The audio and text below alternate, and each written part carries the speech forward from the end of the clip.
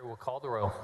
Alvarado, Betancourt, Birdwell, Blanco, Campbell, Creighton, Eckhart, Flores, Gutierrez, Hall, Hancock, Hinojosa, Huffman, Hughes, Johnson, King, Colgorst, Lamantia, Menendez, Middleton, Miles, Nichols, Parker, Paxton, Perry, Schwartner, Sparks, Springer, West, Whitmire, Zaffarini. The quorum is present. Please rise for the invocation to be delivered by Pastor Darrell Parsons of the Giddings Church of Christ.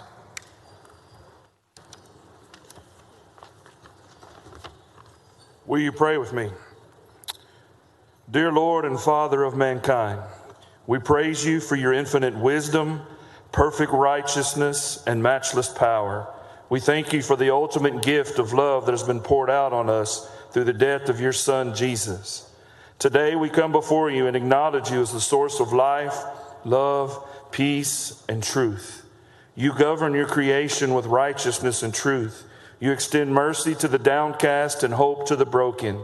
May these men and women govern with the same spirit. Thank you for these men and women who serve in this body. We pray that you will bring peace into their lives and give them discernment to act in ways that will bring glory to you and peace to our land. Lord, bless these men and women with wisdom through debate and grant them courage to stand in truth among adversity. Please help these leaders to not lose heart when they face the many pressures, anxieties, and troubles of life in this fallen world. Help each heart to be filled with compassion, humility, and selflessness as they make moral and ethical decisions for the people of our state. We pray each one here will be filled with love, not hate, mercy, not vengeance, and unity, not division.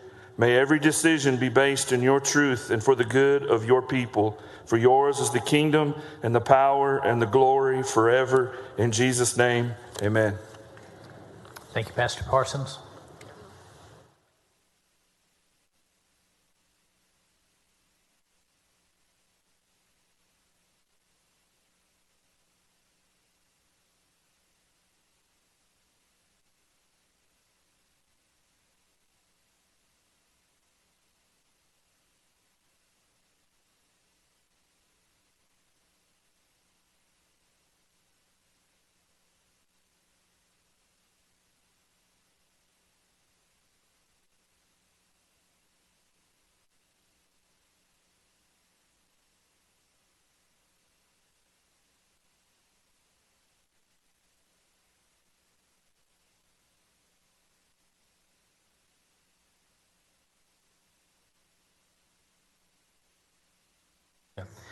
The Dean of the Senate moves to dispense of the reading of yesterday's journal. Is there an objection?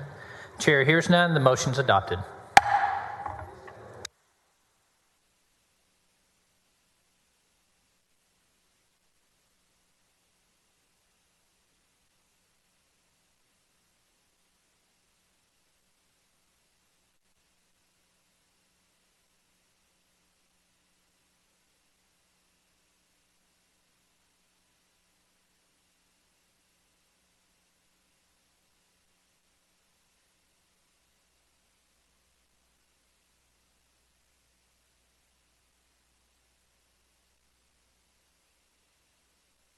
Mr. Doorkeeper. Mr. President, there's a message from the House. Admit the messenger. Mr. President, I'm directed by the House to inform the Senate that the House has taken the following action. The House has passed the following measures. HB 1 by Bonin, General Appropriations Bill. HJR 126 by Burns, proposing a constitutional amendment protecting the right to engage.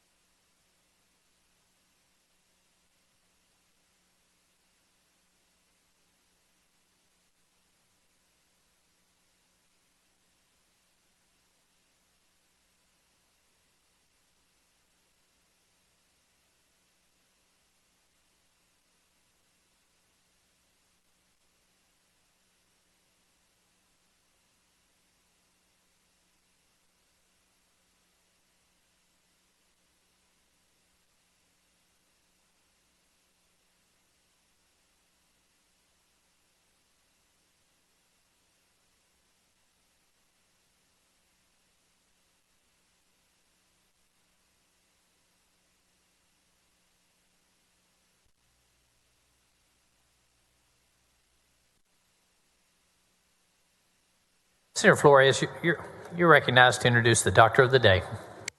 Thank you, Mr. President and members. It's a great honor to have Dr. Brooke Carter from Temple, Texas, here as our Doctor of the Day. Dr. Cook graduated from the University of Texas Medical Branch in Galveston, Texas in 2018, then went on to complete residency at Texas Tech, El Paso. Dr. Cook now serves the Temple community as a physician at Baylor Scott & White and is a member of the Texas Academy of Family Physicians. Thank you, Dr. Cook, for volunteering your time to serve as our Doctor today. Please join me in welcoming Dr. Cook to the Senate.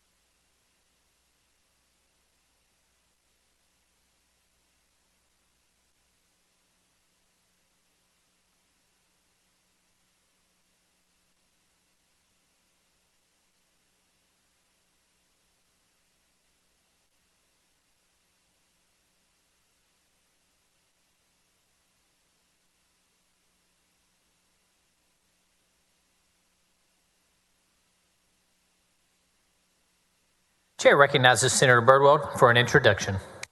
Mr. President, members, it's my privilege and pleasure to introduce the 2A high school state basketball champions joining us in the gallery today, the Lipan High School ladies and members, the Lipan High School men's basketball teams. The last time a high school ladies and men's basketball team at the same school both won the state championship in the same year in Texas was 16 years ago in 2007. The Lipan ladies team was led by head coach Amber Branson, and the Lipan men's team was led by head coach Brent Gaylor. The ladies team won their state championship title on March 4th at the Alamo Dome, and the men a week later won their state title on March 11th at the same Alamo Dome. Let me congratulate the players, the head coaches, the assistant coaches, and everyone who contributed to these state championships, and I know that they've made special memories that will last the rest of their lives. In attendance in the East Gallery with us, we have the Lipan ISD School Board trustees, Nikki Calloway and Sherry Reynolds. Would y'all please stand? And then the Lipan Superintendent, Ralph Carter, along with the head coach of the ladies team, Amber Branson, if you'd stand, and assistant coaches, Misty Little and Aaron Calloway. And then for the head coach of the men's team, Brent Gaylor, and assistant coaches, Jimmy Lott and Garrett Stewart. Thank y'all. Congratulations with the entire teams. Please stand. Congratulations on winning the state championships at the same school. Welcome to your state senate.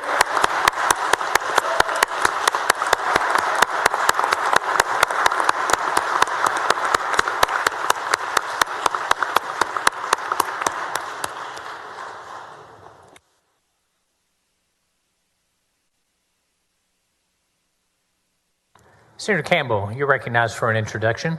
Thank you, Mr. President and members.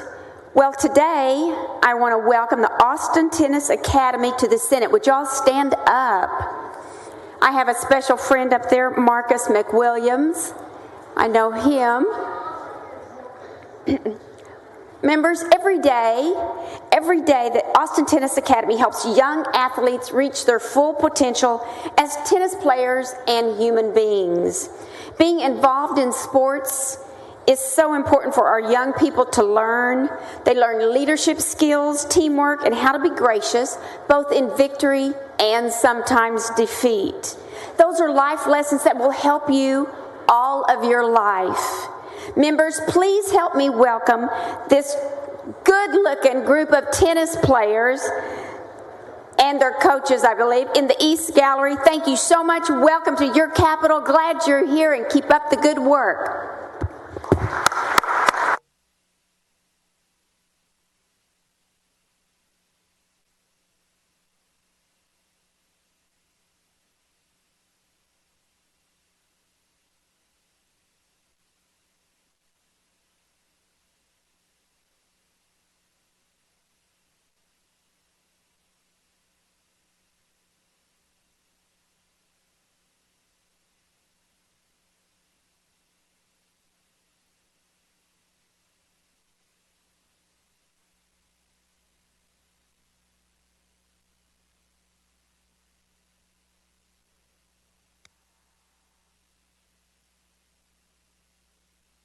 Chair lays out the following resolution. The Secretary will read the resolution. Senate Resolution 392 by La Mantilla, congratulating Gloria I. Chavez on her appointment as U.S. Border Patrol Chief of the Rio Grande Valley Sector. The Chair recognizes Senator La Mantilla on the resolution. Thank you, Mr. President. Members, it is my honor to recognize U.S. Border Patrol Chief Gloria Chavez. Chief Chavez became the highest-ranking female Border Patrol agent in the United States after being appointed Chief of the El Paso sector and now the Rio Grande Valley.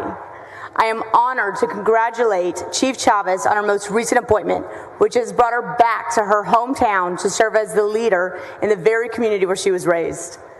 This special day celebrates not only the accomplishments of Chief Chavez, but the incredible contributions of Cameron County women leaders, holding local, state, and national positions. These women are testaments to the thriving empowerment of women throughout our district. These accomplished leaders are experts in their respective fields of education, jurisprudence, healthcare, and national security. I count on these women for their valuable insights on the bills and legislation that cross my desk, which have the potential to shape the future of our state and our South Texas region. As Cameron County continues to thrive and lead the way for women, the ladies joining us today and those back home who are unable to attend continue to develop the RGV into an even bigger and brighter community for us all. In celebration, we are joined today on the Senate floor by Chief Gloria Chavez, U.S. Border Patrol Chief for the RGV sector, Harlingen Mayor Norma Sepulveda, Inspector General Sylvia Hernandez Kaufman from Brownsville, Cameron County Judge Estela Chavez Vasquez, Teresa Alarcon Capistran, Point Isabel ISD Superintendent, and I am proud to also be joined by several Cameron County women leaders up in the gallery who I ask to please stand. Members, please help me welcome Cameron County women leaders joining us on the Senate floor and gallery today. Senator Hinojosa, you're recognized on the resolution. Thank you, Mr. President, and thank you, Senator La Mantilla, for bringing Senate Resolution 392. And I, too, would like to congratulate Ms. Gloria Chavez on your new appointment. And let me tell you, we have a lot of challenges along the border. As you well know, the Rio Grande Valley is one of the most active sectors along the border from Brownsville to El Paso.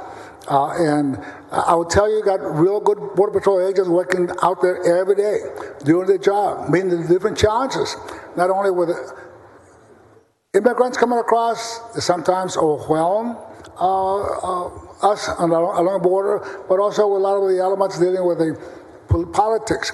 But I will tell you, I read your resume, your bio. You have an excellent record. You've been working with Border Patrol for many, many years. I know you'll be up to the challenges, so I want to congratulate you for your new appointment. And I'd also like to say, Mayor Sepulveda, good seeing you again. I think she became the new mayor of Harlingen not that long ago, or it doesn't seem that long ago, but you have someone that's coming in young, dynamic, with new ideas to lead the great city of Harlingen. So welcome you all to the Texas Senate, and again, congratulations to you all. Is there an objection to the adoption of the resolution? The chair hears none. The resolution is adopted.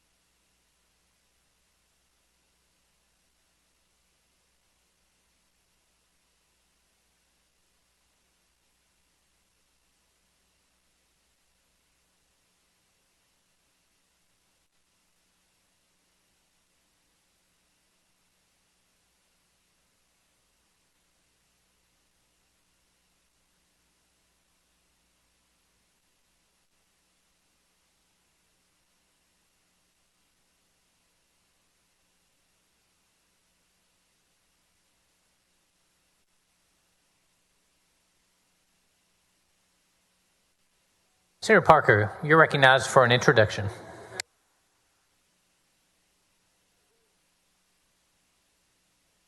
We have members of the boards of trustees of over 70 school districts here in Texas in the northwest corner.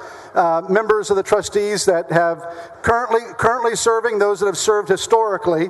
And we're so grateful to you and what you've done for public education in this state, all that you do for our children, for our communities, and making certain that the workforce of tomorrow is strong and vibrant.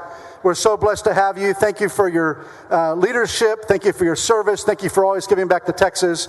Will you all please stand? And I'd like my colleagues to give everyone here from these 70-plus school districts across Texas a big round of applause and welcome them to their great state capital and to the Texas Senate. God bless you all. Thanks for all you do. Thank you so much.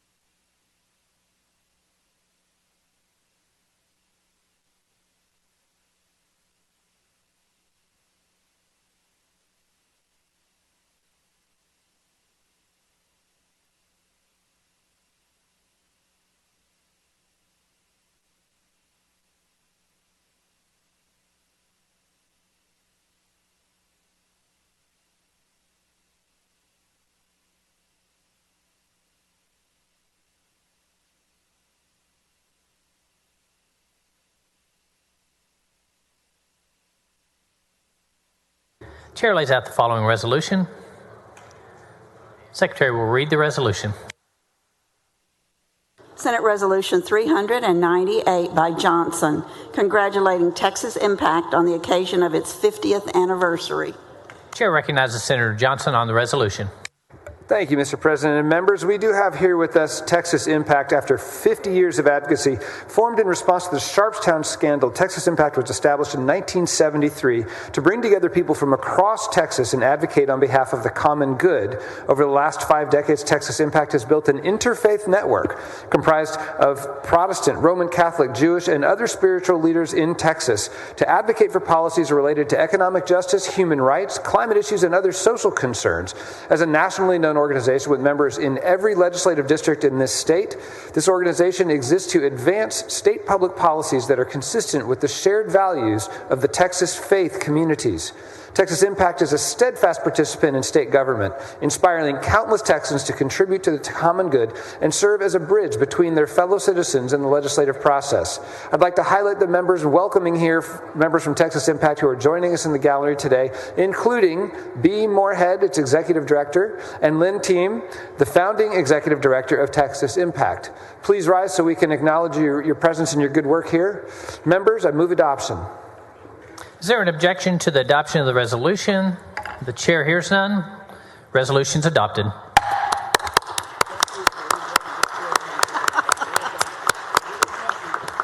Was your house damaged?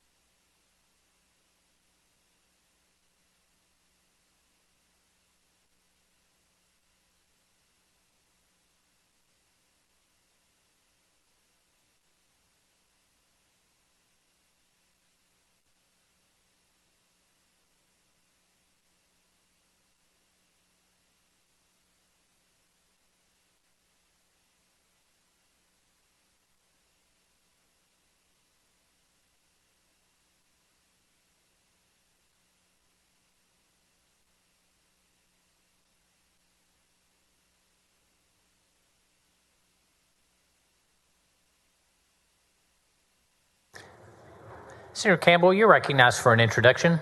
Thank you, Mr. President and members. I'd like the members of the Schertz-Cibolo-Selma Chamber to stand up. They're with us in the West Gallery. This is their leadership class, the Chamber's leadership class. The Schertz-Cibolo-Selma area rests just north of San Antonio off I-35, and it's one of the fastest growing areas of our state, right, Maggie? With good reason, though, because the area is beautiful, historical, and full of culturally rich areas that keep that small town charm while being located in an easy track going to San Antonio or Austin.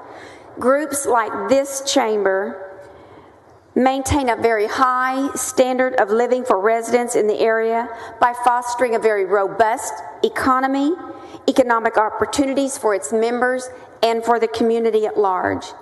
As part of the leadership class, you all have a tremendous opportunity and responsibility to lead your community forward, to foster new ideas and new relationships, and to push our future forward. I wish you the very best. I'm so happy that you're here. I look forward to seeing you out front. Members, please help me welcome the Schertz-Cibolo-Selma Chamber of Commerce leadership class. So welcome to your Texas state capital.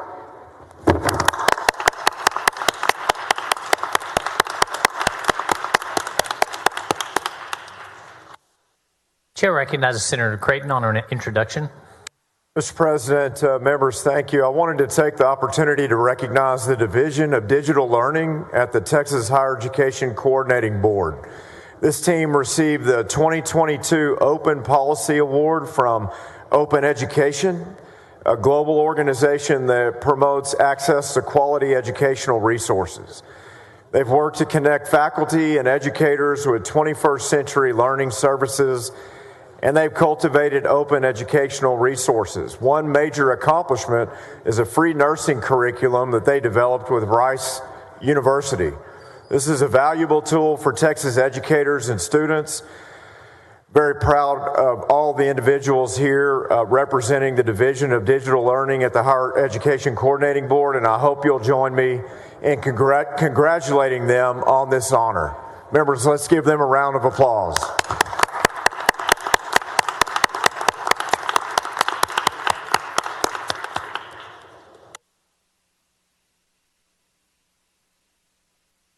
Following a message from the Supreme Court of Texas, the Secretary will read the message.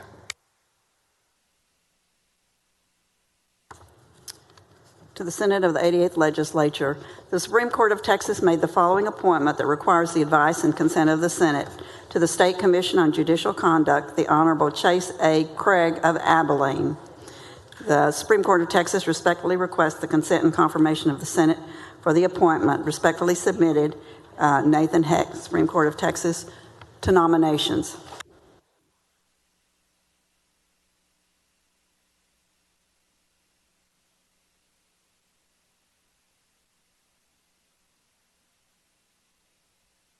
The following bills and resolutions on first reading in reference to the committee. The Secretary will read the bills and resolutions.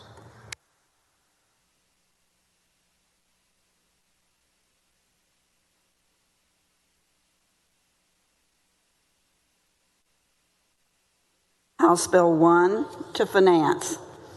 Senate Bill 2594 by Nichols relating the creation of the Liberty County Management District Number 2 to local government. Senate Bill 2595 by Creighton relating the creation of the Montgomery County Municipal Utility District Number 204 to local government. Senate Bill 2596 by Creighton relating the creation of the Montgomery County Municipal Utility District Number 236 to local government. Senate Bill 2597 by Creighton relating the creation of the Montgomery County Municipal Utility District Number 237 to local government. Senate Bill 2598 by Paxton relating to the creation of the Honey Creek Improvement District Number 1 to local government. Senate Bill 2599 by Betancourt relating to the creation of the Harris County Municipal Utility District Number 594 to local government. Senate Bill 2600 by Betancourt relating to the creation of the Fairfly Municipal Utility District Number 1 to local government.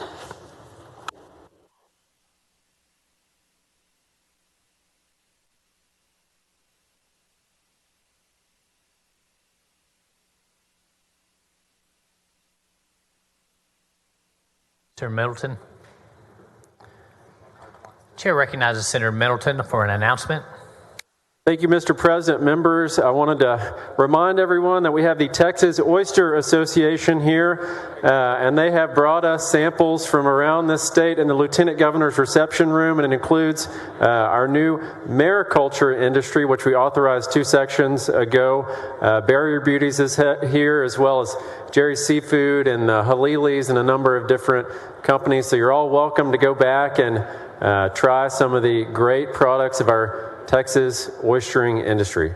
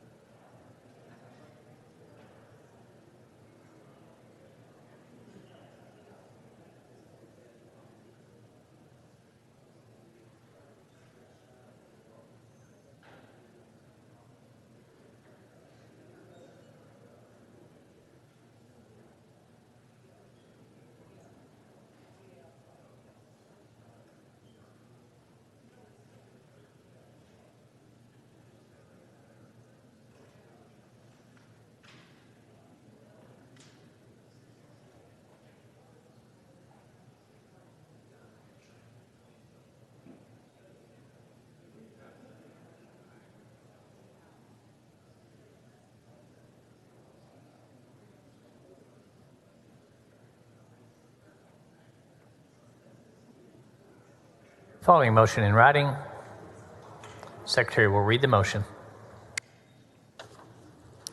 Motion in writing. Mr. President, I move to suspend Senate Rule 11.13 to permit committees to meet during consideration of the local and uncontested calendar.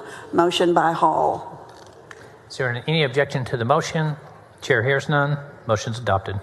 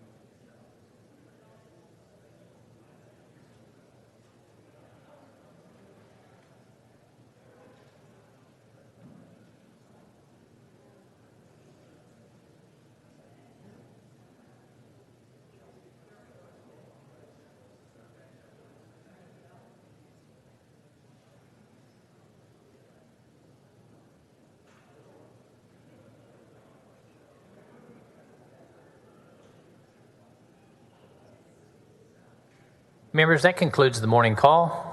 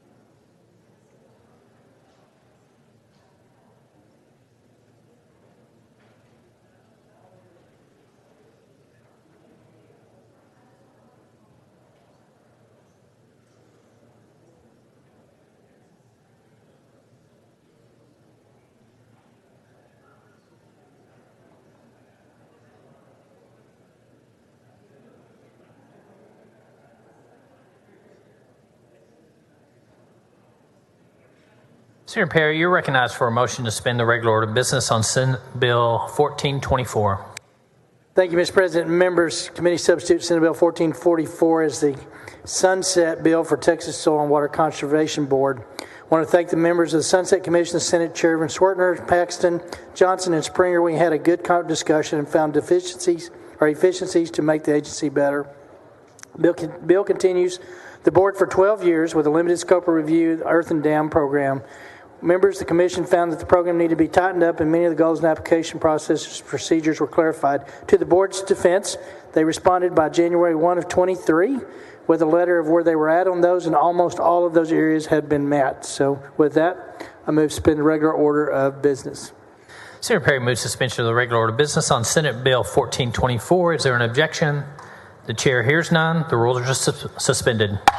Chair lays out on second reading Senate Bill 1424. The Secretary will read the caption. Senate Bill 1424, relating the continuation and functions of the State Soil and Water Conservation Board. Senator Perry, you're recognized for a motion. Move passage to engrossment. Senator Perry moves passage to engrossment. Is there an objection? The chair hears none.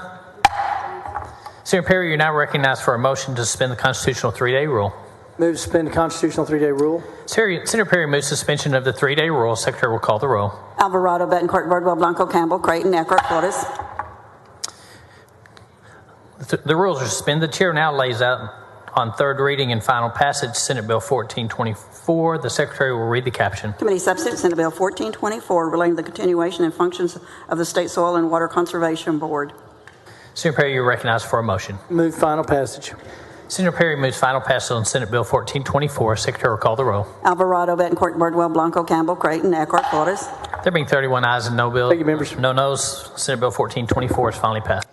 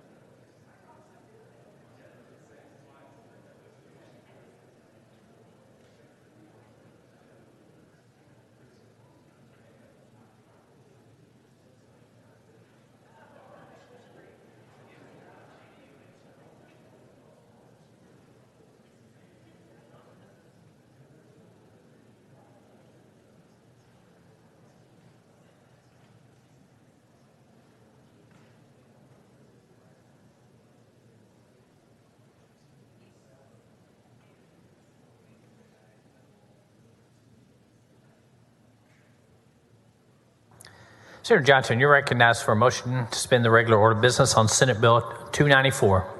Thank you, Mr. President. Members, Senate Bill 294 addresses the need to be able to deliver asthma medications and other emergency quick-release respiratory distress medications in the public school system, authorizes actions that schools can take to align that access with existing law for epinephrine auto-injectors. So we've had a great exchange with the committee and refined the bill, and we are ready to pass it and make these medications available during school so kids can get to work. Mr. President and members, I move to suspend the regular order of business on committee substitute to Senate Bill 294. Senator Johnson moves suspension of regular order of business on Senate Bill 294. Is there an objection? The chair hears none. The rules are suspended. Chair lays out on second reading Senate Bill 294. The Secretary will read the caption. Committee substitute Senate Bill 294, relating the use of epinephrine auto-injectors and medication designated for treatment of respiratory distress on public and private school campuses. Senator Johnson, you're recognized for a motion. Move passage to engrossment. Senator Johnson's moved passage to engrossment. Is there an objection? Chair hears none. Senate Bill 294 is passed to engrossment. Senator Johnson, you're now recognized for a motion to suspend the constitutional 3-day rule. So moved. Senator Johnson moves suspension of the 3-day rule. Secretary will call the roll. Alvarado, Betancourt, Birdwell, Blanco, Campbell, Creighton, Eckhart, Flores, Gutierrez. There being 31 ayes and no nays, the rules are suspended. The chair now lays out on third reading and final passage Senate Bill 294. The secretary will read the caption. Committee substitute Senate Bill 294 relating the use of epinephrine auto-injectors and medication designated for treatment of respiratory distress. Senator Johnson, you're recognized for a motion. I move final passage of the committee substitute to Senate Bill 294. Senator Johnson moves final passage of Senate Bill 294. Secretary will call the roll. Alvarado, Betancourt, Birdwell, Blanco, Campbell, Creighton, Eckhart. There being 31 ayes and no nays, Senate Bill 294 is finally passed. Thank you, Mr. President.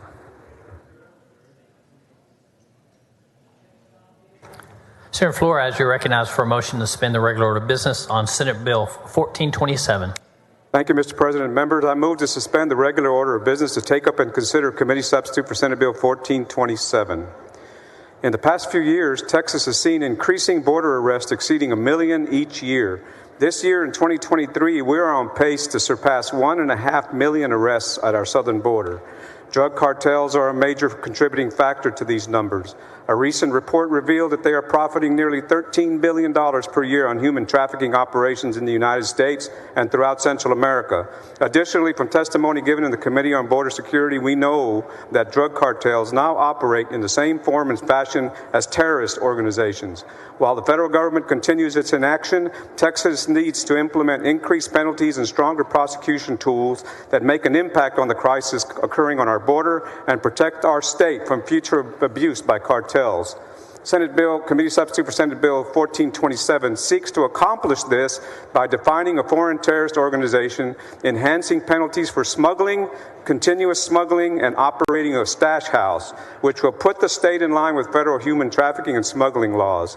It will add smuggling, continuous smuggling, and operation of a stash house to the list of offenses that occur under a state of disaster declaration, which results in increased penalties.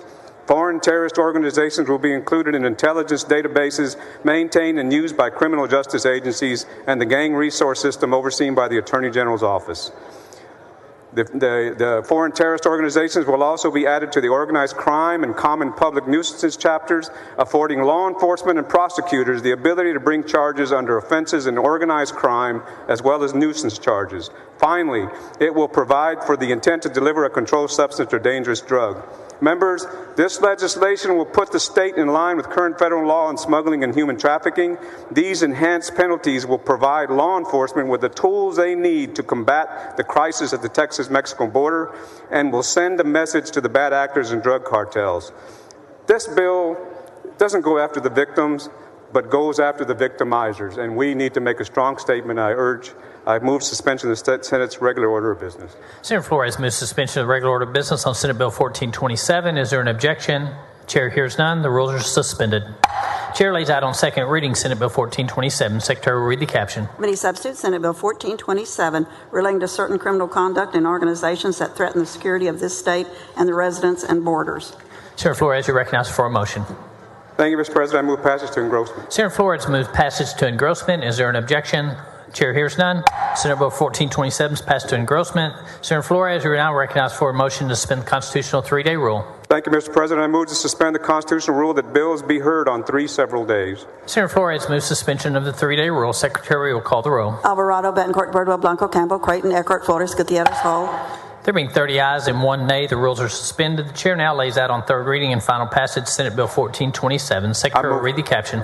Committee substitute Senate Bill 1427 relating to certain criminal conduct in organizations that threaten the security of this state and its residents and borders. Now it's your time. Senator Flores, you're recognized for a motion. I move final passage, Mr. President. Senator Flores moves final passage of Senate Bill 1427. Secretary will call the roll. Alvarado, Betancourt, Birdwell, Blanco, Campbell, Creighton, Eckhart. There being 30 ayes and 1 nay, Senate Bill 1427 is finally passed. Thank you, Mr. President. Members, thank you for joining me in this fight against the cartels and organized smugglers.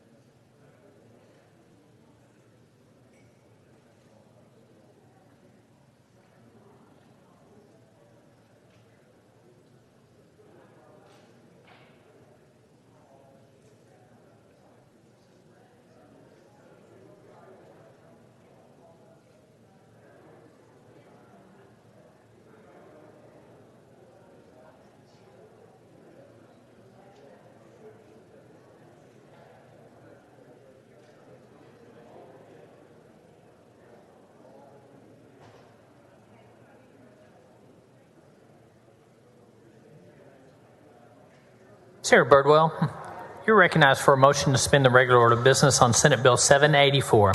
Thank you, Mr. President and members. Members, this is a refile from last session. The bill died in the House on the last calendar for Senate bills. Greenhouse gas regulation cannot be piecemeal in the state of Texas. Texas businesses need regulatory certainty from the state and the appropriate regulator, the Texas Commission on Environmental Quality. The bill does this by simply providing that to the extent not preempted by federal law, the state has exclusive jurisdiction over the regulation of greenhouse gas emissions in the state of Texas. The bill further clarifies that a municipality or other political subdivision may not enact or enforce an ordinance or other measure that directly regulates greenhouse gas emissions. Some Texas cities have proposed climate plans and that contain some provisions such as banning gas appliances, closing coal-fired power plants, and prohibiting certain fuels. These climate plans increase energy costs, restrict consumer choices, and create a patchwork of widely varying local ordinances that discourage entrepreneurship and innovation. This bill creates a regulatory certainty for individuals and businesses in our state. With that, Mr. President, I move suspension of the regular order of business. Senator Birdwell moves suspension of the regular order of business on Senate Bill 784. Secretary will call the roll. Alvarado, Betancourt, Birdwell, Blanco, Campbell, Creighton, Eckhart, Flores, Gutierrez, Hall, Hancock, and Osa. There being 26 ayes and 5 nays, the rules are suspended. The chair lays out on second reading Senate Bill 784. The secretary will read the caption.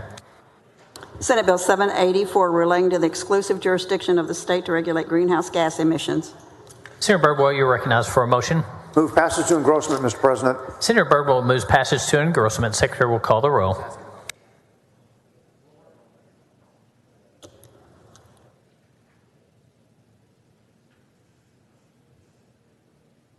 Alvarado, Betancourt, Birdwell, Blanco, Campbell, Creighton, Eckhart, Flores, Gutierrez, Hall. There being 26 ayes and 5 nays, the bill's passed to engrossment. Senator Birdwell, you're now recognized for a motion to suspend the constitutional 3-day rule. So moved, Mr. President. Senator Birdwell moves suspension of the 3-day rule. Secretary will call the roll when ready.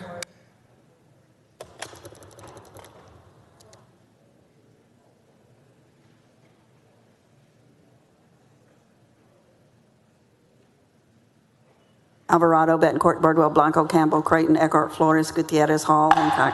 There being 26 ayes and 5 nays, the rules are suspended. Chair now lays out on third reading and final passage Senate Bill 784. The secretary will read the caption. Senate Bill 784 relating to the exclusive jurisdiction of the state to regulate greenhouse gas emissions. Senator Birdwell, you're recognized for a motion. Move final passage, Mr. President. Senator Birdwell moves final passage on Senate Bill 784. Secretary will call the roll. Alvarado, Betancourt, Birdwell, Blanco, Campbell, Creighton, Eckhart, Flores, Gutierrez. There being 26 ayes and 5 nays, Senate Bill 784 is finally passed. Thank you, Mr. President and members.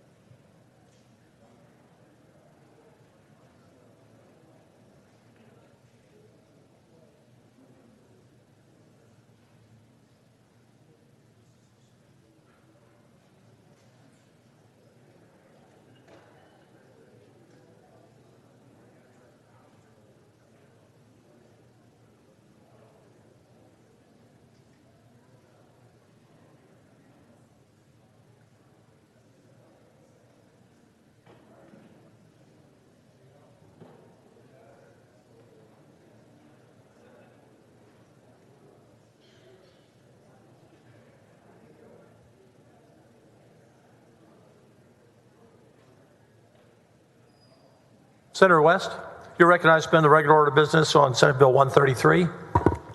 Thank you very much, Mr. President. At this time, I move to suspend the Senate regular order of business to take up and consider Senate Bill 133. Members, Senate Bill 133 modifies Chapter 37 of the Texas Election Code to prohibit peace officers performing law enforcement duties on school property or school security personnel from performing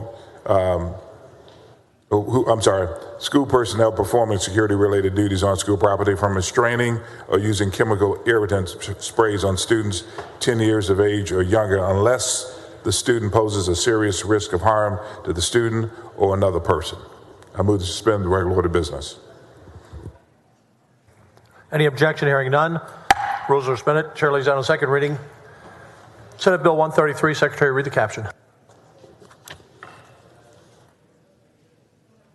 Senate Bill 133 relating to prohibiting the physical restraint of or use of chemical irritants on certain public school students by peace officers. You're recognized. Passage on Grossman. Hold on. We have an amendment. I only have one no, and you're... Secretary will read the amendment.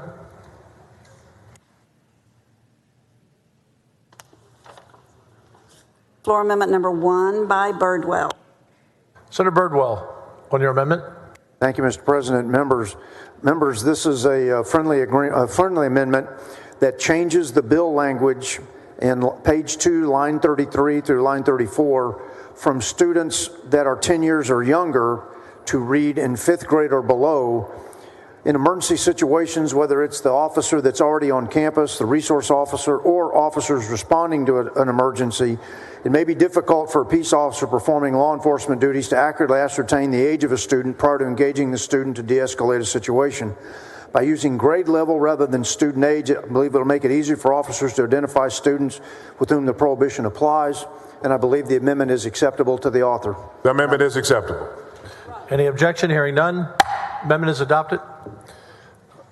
You're now recognized. Passage to engrossment. So move. Senator Betancourt, did you have your lights on? Yeah, I had a question for the author of the amendment. I'm sorry, I did not see it. Forgive me. You can ask Senator West about the amendment if you wish. It's been approved, but I saw you go like that. I thought that was one for when I saw your finger voting yes. So. Just a quick question.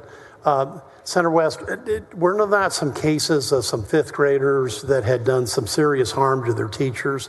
I was just trying to remember that. That was what I was going to ask Senator Birdwell. I mean, I'm not going to say that that has not occurred, but in those situations, if the student poses a threat to themselves or to someone else, then restraints can be utilized. And that's because there's language that says exactly what in the bill? There's a specific clause that says that can occur because? I'm not understanding what you're saying. Okay, there's a language in the bill that says there's a specific cause that allows that to happen. Is it somebody's judgment a significant risk or what? Gotcha. What ends up happening is that we ask the commission, TEA commissioners to promulgate rules in terms of how this should actually be carried out. But in terms of the policy of the state will be you can't use irritants or suppressants. You can't use irritants or handcuffs unless the student poses a threat to themselves or to someone else. So in the instance that you just mentioned, I'm pretty sure there'll be rules that will be promulgated to basically say that in instances where they pose a threat to a teacher and they're in the 5th grade or less, you'll be able to use different tools prohibited by this law in order to make certain you bring them under control. Okay, thank you, Senator West. Thank you, Mr. President. Sorry, I missed your light there. Senator Hinojosa, what purpose? Well, gentlemen, yield for a question. Do you yield? Yes. Senator West, and I agree with the legislation, and I also like the amendment by Senator Birdwell. But my question is, would you accept a friendly amendment to include tasers? If you're 10 years or younger, or 5th grade or younger, and as you said, unless the student poses a serious risk, of harm to the student or another person. So a taser will still be allowed in those type of situations, but I think tasers also be included in a piece of legislation dealing with. I have no problems with that at all. If we're going to be, well, it has not moved for passage. We've not passed it to engrossment yet. I can pull it down for about 5 minutes or 10 minutes in order to get your amendment ready for consideration. So, Mr. President, I'd move at this time to pull the bill down to about 12:15. Okay, hold on one moment. Senator Perry, before you do that, in case he has something that you would want to work on, Senator Perry, for what purpose? Question for the author. Do you yield? I do. Senator West, nobody wants to see a 10-year-old or younger restrained, but we can all agree that if you talk to any teachers, there's a lot of 10 years or older and younger that have become a real problem and a very assaultive level. But here's the question: who's the determinant after a restraint has been employed as to whether that was appropriate or not? The commissioner will promulgate the rules and regulations concerning how it should in fact be deployed. And so I would assume that as long as the rules that are passed by the commissioner are complied with, then that person would be in good stead. So when you say police officers, I believe, are you talking about campus police? You talking about the city police? You talking about other law enforcement people that would be called in? And at that point, that kid is literally possibly running amok in a classroom doing bad things. But no, I mean, it specifically says that any peace officer has a specific definition in the penal code, who's performing law enforcement duties on a school property, or school security personnel performing security-related duties. So that's what we're talking about. So if it's in their judgment, restraint or irritants were needed, we believe there'll be rules that will allow that. We're not sure, but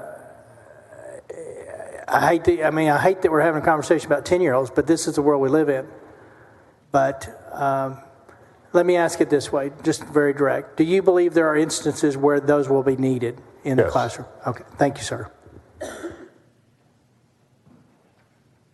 Senator Whitmire, what purpose? Will Senator yield? Yes. Might help the conversation, Senator, if I give a real live example. Senator Perry, there was a 6-year-old in Cypress Fairbanks about 5 years ago. It was on the news as she was being taken away by a constable in handcuffs. Certainly got my attention, Senator West. Would you not agree? I would. So I inquired of the superintendent the circumstances, and the young lady who lived with her grandmother has a serious mental health issue. That day she was having an emotional episode, came in and just cleared the teacher's desk in front of all the students and was very assaultive to that teacher. I assume in that circumstance, as was described to me, Senator West, it would be appropriate to physically restrain that young lady for her own safety and the safety of others. I assume that's what you're attempting to address, that you only have,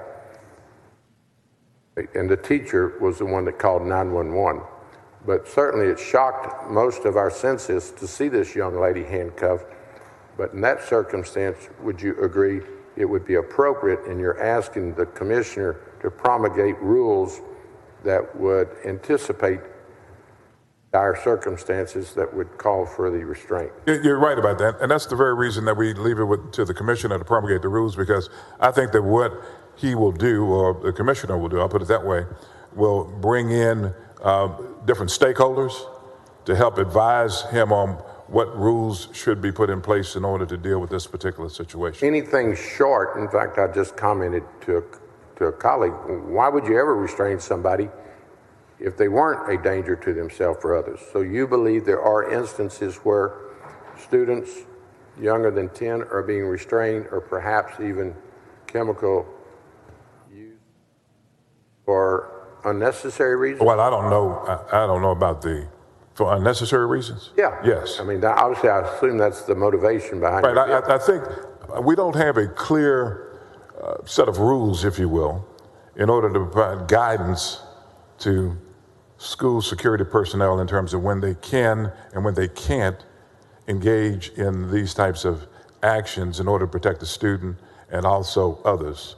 And so that's the whole purpose of this right here. Following Senator Perry's question, on the scene, do you recommend who, or does your legislation address who would make that decision at that moment? Well, I mean, it would be made by the security officer following the rules and regular training, right?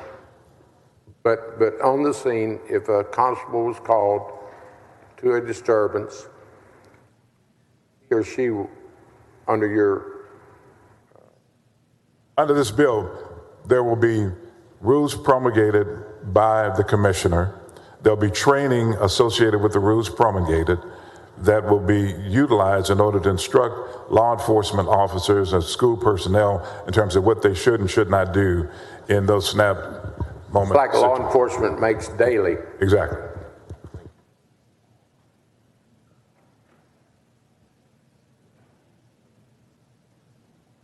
Are you finished, Senator Whitmire, I assume?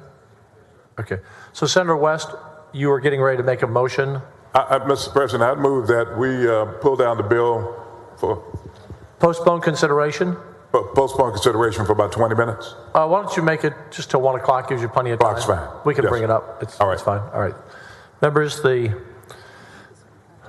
Any objection? Hearing none. The bill is postponed until 1 o'clock.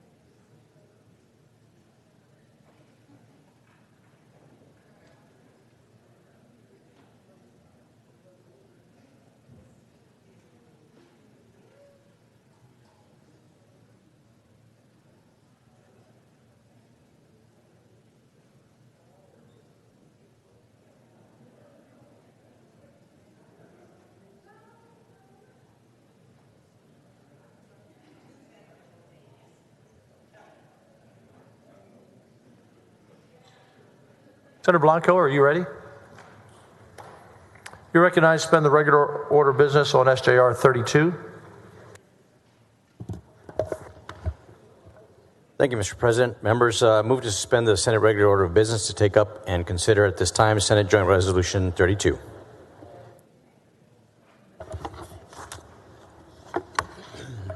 Members, this resolution will amend the Texas Constitution to allow conservation and reclamation districts in El Paso County to issue bonds to fund the development and maintenance of parks and recreational facilities. This authority is already given to 11 other counties across the state, but El Paso County was excluded, allowing conservation and reclamation districts the option to issue bonds at the approval of eligible voters in those special districts. Will improve the quality of life of El Paso County residents and encourage further economic development and growth for the region. Members, I move suspension. Any objection? Hearing none. Rules are suspended. Chair lays out second reading SJR 32. Secretary, read the caption. SJR 32, proposing a constitutional amendment relating to the authority of the legislature to permit conservation and reclamation districts in El Paso County to issue bonds. You're recognized on passage on engrossment. Thank you, Mr. President. I move passage of Senate Resolution 32 to engrossment. Any objection? Hearing none. Bill passed to engrossment. You're recognized to suspend the constitutional 3-day rule. Thank you, Mr. President. I move to suspend the constitutional rule that bills be read on 3 several days. Secretary will call the roll. Alvarado, Betancourt, Birdwell. 29 ayes, 2 nays. The rule is suspended. Chair lays out in third reading and final passage. SJR 32. Secretary, read the caption. SJR 32, proposing a constitutional amendment relating to the authority of the legislature to permit conservation and reclamation districts in El Paso County to issue bonds. You recognize on final. Thank you, Mr. President. I move final passage. Secretary will call the roll. Alvarado, Betancourt, Birdwell. 29 ayes, 2 nays. The bill is finally passed. Thank you, Senator.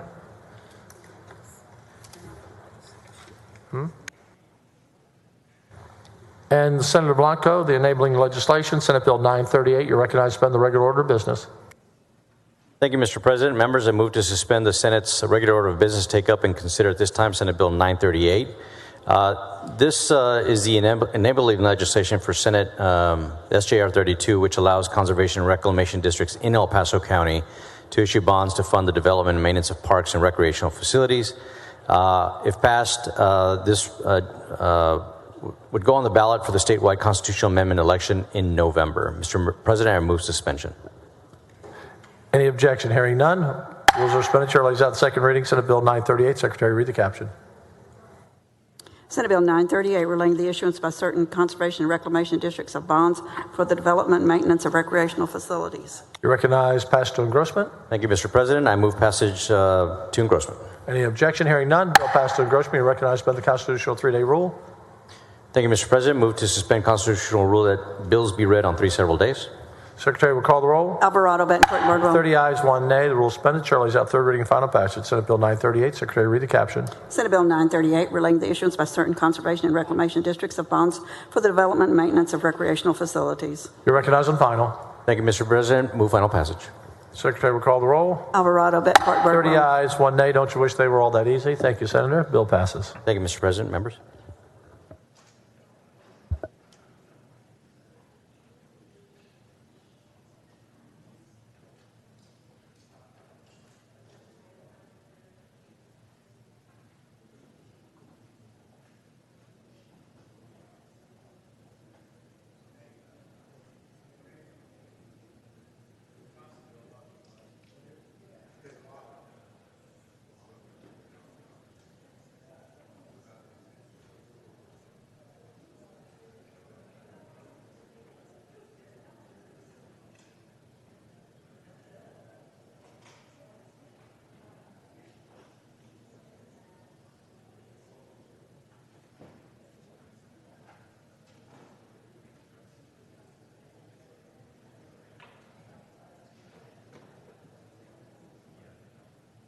Senator Betancourt.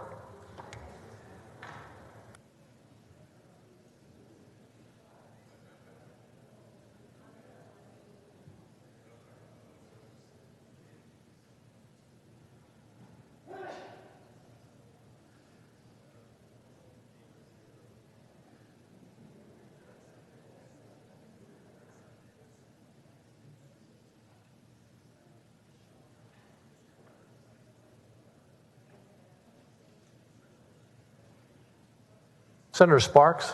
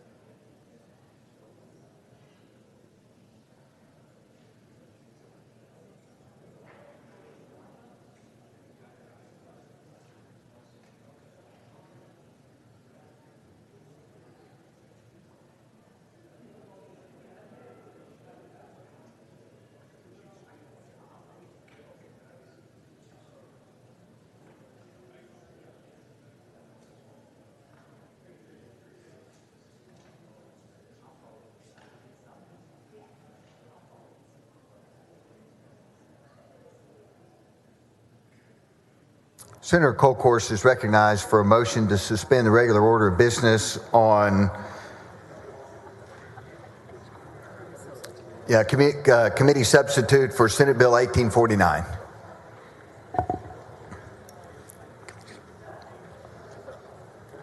Thank you, Mr. President. Members, I move to suspend the Senate's regular order of business and take up and consider at this time committee substitute to Senate Bill 1849. Before I explain this bill, I want to thank Senator Huffman, Senator Creighton, Senator Miles, Senator Paxton, Senator Perry, and Senator Menendez for their service on the Senate Special Committee on Child Protective Services. Senator Eckhart, you sat in on most of those hearings.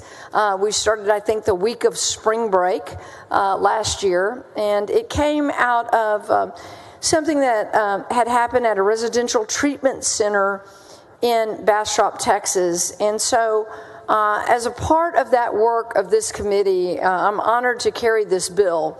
It is no cheap bill. It has a fiscal note on it, but we believe that this will help some of our residential treatment centers and other care settings to make sure that the people that they hire are the right people to hire. So this time last year, CPS Committee held several hearings in response to the revelations of abuse and exploitation of children in the care of CPS by employees of an RTC called The Refuge in Bastrop. This residential facility focused on victims of human trafficking. There was one employee at the refuge who was determined to have abused and exploited 2 children living at the facility and was terminated. We learned in our hearings last year that this same worker was previously fired from TJJD for inappropriate behavior with children in care. And it was later disclosed that this same person applied to work at a long-term care facility and was most recently working in a nursing home after being fired for reportable conduct in 2 other settings. Individuals that seek to harm the most vulnerable among us will, as I often call it, fish where the fish are. This bill aims to close the information gaps for employers that are looking to care for our children and for our elderly and for those in these different venues, and to have better access to the employment history in those various settings. The bill directs the Department of Information Resources to build the Texas Interagency Reportable Conduct Search Engine to connect reportable conduct data sources at 4 state agencies. That would be TEA, the Department of Family and Protective Services, DFPS, Texas Juvenile Justice Department, TJJD, and Health and Human Services Commission, HHSC. The search engine will allow HHSC's Central Background Unit, which performs background checks for child care centers, as well as employees who serve populations in schools, long-term care settings, and juvenile justice systems, to check the search engine before and prior to hiring applicants. The goal is to provide additional flags on reportable conduct to prevent workers found to have abused, neglected, or exploited children and the elderly in one setting from gaining employment in another setting or from obtaining new certifications. And it directs the agency to establish processes to ensure that employers have credentialed, protected access, and that the agency staff is applying guardrails and privacy protections to search these engines for that information. I will have a floor amendment that will clarify something from the TEA. But with that, Mr. President, I move to suspend the regular order of business or answer any questions. Senator Birdwell, for what purpose? Question of the author, Mr. President. Do you yield? I do. Thank you, Mr. President. Madam Chair, we've had this conversation about what we call reason to believe individuals. So when I read the original bill, or the committee substitute as it came to the floor, I was concerned if we were creating, because we've had the conversation about how to get rid of the central registry, and then this bill looks like we're creating an exponential central registry. Would you explain what you've told me on this bill for the public record? And then are people that are in the central registry now under DFPS going to be lumped into this registry? Right. Would you explain that? Yes, for sure. Senator Bardwell, you've done great work in bringing forward a problem that we must solve. I mean, it's not going to be solved today, but that's our reason to believe. So embedded in that file, if for some parents, there is a reason to believe that there was some misconduct with their child, right? And some of those don't even know that they have an RTB on them. And you have two bills in Health and Human, the Health and Human Committee, Senate Health and Human, right now, looking to address those. This bill does not roll up all of those 780,000 RTBs that are embedded in that central registry system. It would only occur if someone had applied at one of our treatment facilities or somewhere in the care process and had violated and received an RTB in those care settings, those licensed care settings. So it does not roll up all of those 780,000 RTBs in the central registry system of which you speak of. Okay. Thank you, Madam Chair. I appreciate it. Thank you, Mr. President. Thank you. Thank you for the question.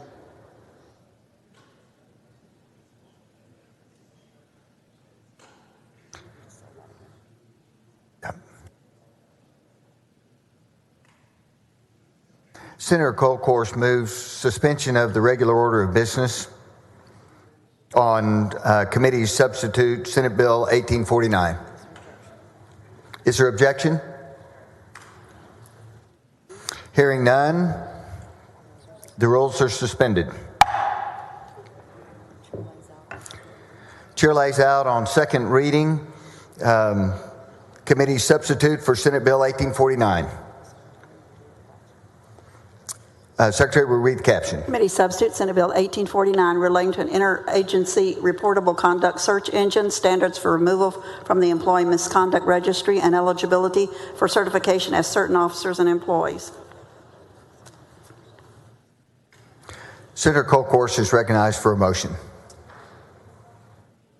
I believe we have an amendment. Do we not have an amendment up there?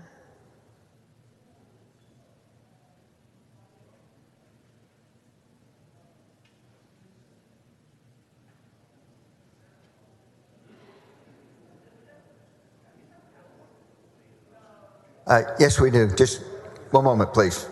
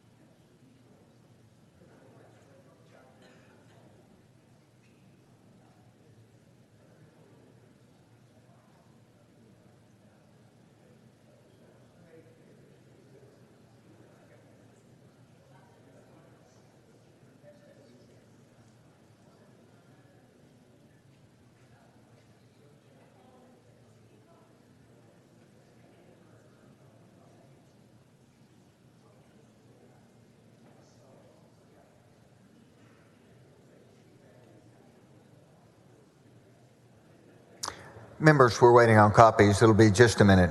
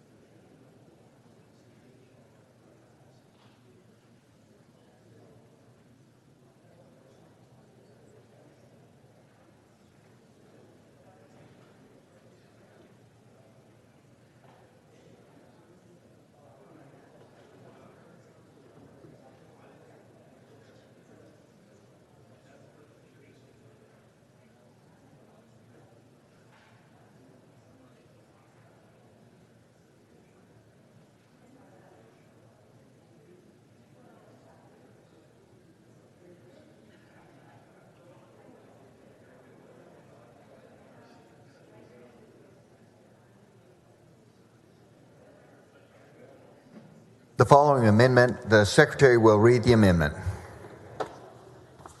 Floor Amendment Number 1 by Colcourse. Chair recognizes Senator Colcourse. Thank you, Mr. President. Members, I apologize for the delay. This is an amendment that was brought to us, a technical change to the bill that was suggested by HHSC and TEA. First, the amendment simply aligns the language in the bill with the way TEA administers access to the do not hire list for teachers. Second, the amendment clarifies that if the agency denies employment or a volunteer position to an individual based on their name appearing in the search engine, notification and a hearing is not required. And finally, it clarifies that when a hearing is offered, the agency does not have to prove that the reportable conduct occurred. Members, the changes changes necessary again brought by the agencies to make it a more workable registry bill.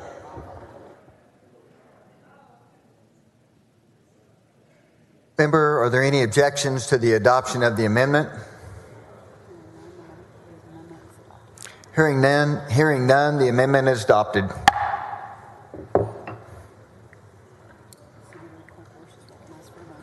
Senator Colcourse is recognized for a motion. I move the bill pass. I move adoption of the amendment. The amendment's been adopted. I move passage of committee substitute to Senate Bill 1849 to engrossment. Is there any objection?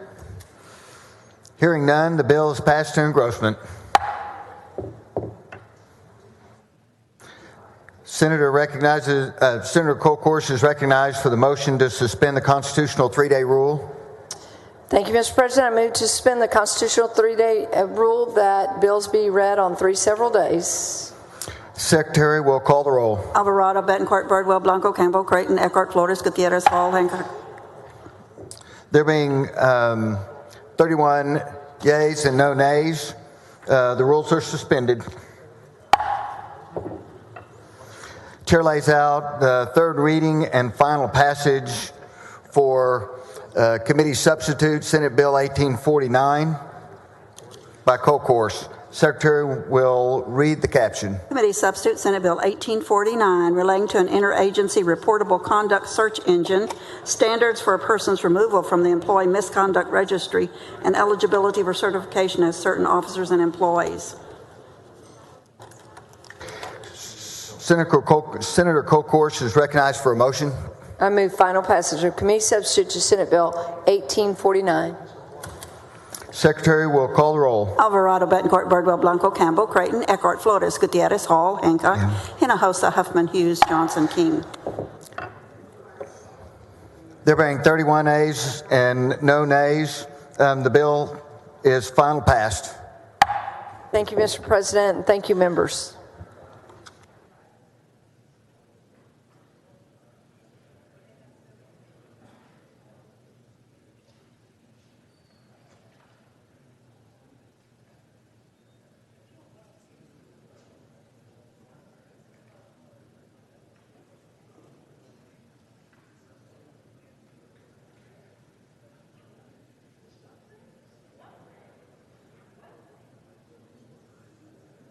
Okay.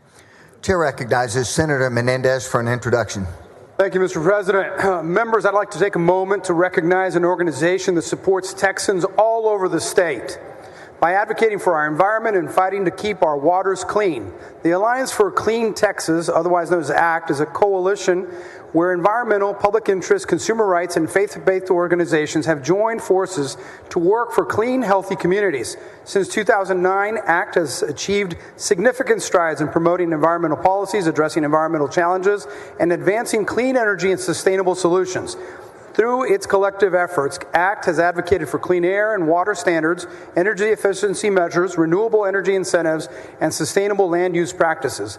ACT's advocacy efforts have helped shape environmental policies in Texas leading to increased environmental protections and sustainable practices.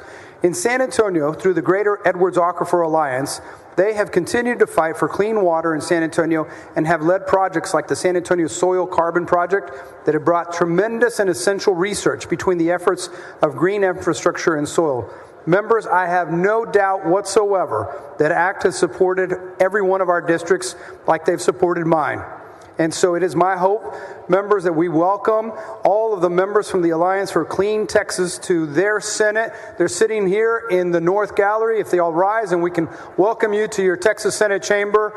Thank you for everything you do for the whole state of Texas to ensure that we have clean water and clean air for not just for our today, but for tomorrow's children and our future. Thank you very much. Thank you, Mr. President. Thank you, members.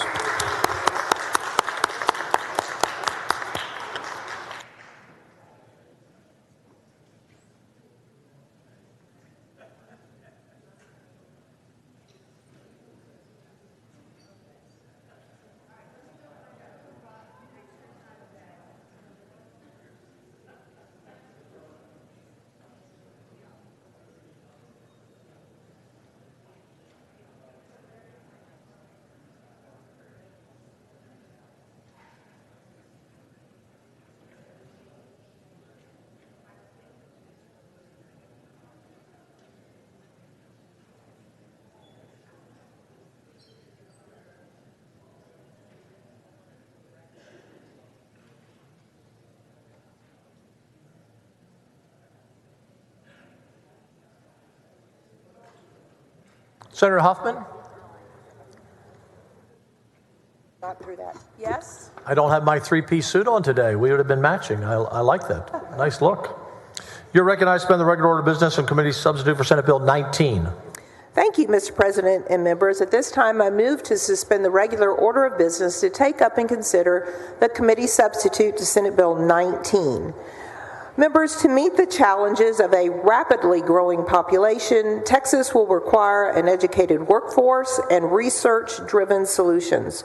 To start addressing these issues, or to continue addressing these issues, the committee substitute to Senate Bill 19 reforms the way Texas funds research at our institutions of higher education. This bill is the enabling legislation for the committee substitute to SJR 5. This bill creates the Texas University Fund, also known as TUF, by building upon the existing structure of the National Research University Fund.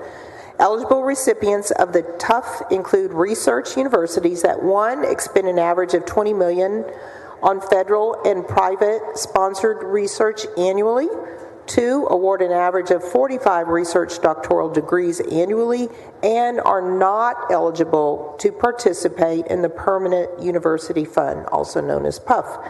Institutions that would currently qualify include Texas Tech, the University of Houston, the University of North Texas, and Texas State University. Members, you will recall that SB 1 appropriates $2.5 billion for the establishment of this new research fund. This funding will be in conjunction with $896 million currently in NRUF. Thus, the TUF will have an initial corpus of approximately $3.4 billion. Current PUF eligible institutions that participate in NRUF would become ineligible for funding from this new endowment, but are made whole by being moved to the National Research Support Fund, formerly named the Core Research Support Fund. Senate Bill 1 includes $117 million in general revenue for the National Research Support Fund, and distributions to each of the qualifying PUF-eligible institutions are projected to receive distributions above what they are currently receiving through NRUF. Therefore, I want to highlight that no institution loses expected state funding as a result of this bill. Furthermore, the bill will further transition research funding into a tiered model. The first tier is considered to be base funding, which would be augmented by performance-based funding driven by research expenditures. This ensures that institutions are not only competitive across the state, but nationally. Eligible institutions would receive a base funding amount dependent on their research expenditures and supplemental funding tied to performance of federal and private research expenditures and number of research doctoral degrees awarded. The base tier would account for 3/4 of the distributions, which would be distributed as follows: 1/3 to Texas Tech University, 1/3 to the University of Houston, and 1/3 split between Texas State and the University of North Texas. The second tier would be a performance tier. 1/4 of the distributions would be distributed based on federal and private research awards, so 85% of that 1/4, and research doctoral degrees awarded 15%. Finally, the committee substitute applies this tier disbursement method to our comprehensive research universities in the Comprehensive Research Fund and the new National Research Support Fund for continuity among the various research funds. Members, I know this is a significant investment in higher ed institutions in Texas, but the state must continue to support institutions that do not have alternative sources of revenue to further achieve national prominence as major research universities. With that, I move to suspend the regular order of business. Senator Perry, for what purpose? Question for the author. Do you yield? Yes. Thank you, Senator Huffman, for this, and kind of started a couple years back, and I know there's an amendment coming to clarify non-eligible PUF schools only. I want to be clear because having been in this PUF conversation and the constitutional history of it and what trustees can and can't do and what they get to do, I think probably even without the knowledge of this body a lot of times, that it is the intent that the TUF fund would never apply to a system, A&M and UT, or current component schools or future component schools if they add them. And that's, I think, what the amendment's going to try to do. I want it on record. I want it on intent that in no way, shape, form, or fashion the TUF would ever apply to a system of A&M or UT, but just as importantly, any component schools that come online are existing component schools. That is then my understanding. The TUF fund is for non-PUF fund universities. Okay, thank you. Yes. Members, any objection? Hearing none, the rules are suspended. Chair lays out on second reading committee substitute for Senate Bill 19. Secretary, read the caption. Committee substitute Senate Bill 19 relating the administration and investment of and distribution and use of money from certain constitutional and statutory funds to support general academic teaching institutions, redesignating the National Research University Fund as the Texas University Fund. You recognize passage to engrossment. I move passage to engrossment of the committee substitute Senate Bill 19. Any objection? Hearing none, bill passed to engrossment. You recognize suspend the constitutional 3-day rule. So moved. Secretary will call the roll. Alvarado, Bettencourt, Birdwell, Blanco. 30 ayes, 1 nay. The rule is suspended. Chair lays out third reading and final passage. Committee substitute for Senate Bill 19. Secretary will read the caption. Committee substitute Senate Bill 19 relating to the administration and investment of and distribution and use of money from certain constitutional and statutory funds to support general academic teaching institutions. You recognize on final passage. I move final passage of the committee substitute Senate Bill 19. Secretary will call the roll. Alvarado, Bettencourt, Birdwell, Blanco, Campbell, Creighton. 30 ayes and 1 nay. The bill is finally passed. Senator Perry, the bill is finally passed. It's amazing what happens when one football team heads to another conference. $2.5 billion later, here we are. Senator Perry? Thank you for that, Mr. President. It was a group initiative. Timing was right. Timing's everything down here. So I do want to thank Chairwoman Huffman and all the staff that worked into that initiative. It was not easy. It shouldn't be this hard, and I've said it before. Someday there'll be a reckoning, but not today. Thank you. Senator Huffman, you're recognized committee substitute for Senate Bill 5. Suspend the regular order of business. Thank you, Mr. President, members. SJR 5. Thank Excuse you. me. Yes. This time I move to suspend the regular order of business to take up and consider the committee substitute to SJR 5. Members, SJR 5 is the constitutional amendment which goes with the bill that I just presented. As you know, the committee substitute Senate Bill 19 makes changes to the existing NRUF and establishes in the Constitution and provides for ongoing funding necessary to ensure the long-term health of the Texas University Fund, a new research fund created by Committee Sub to Senate Bill 19.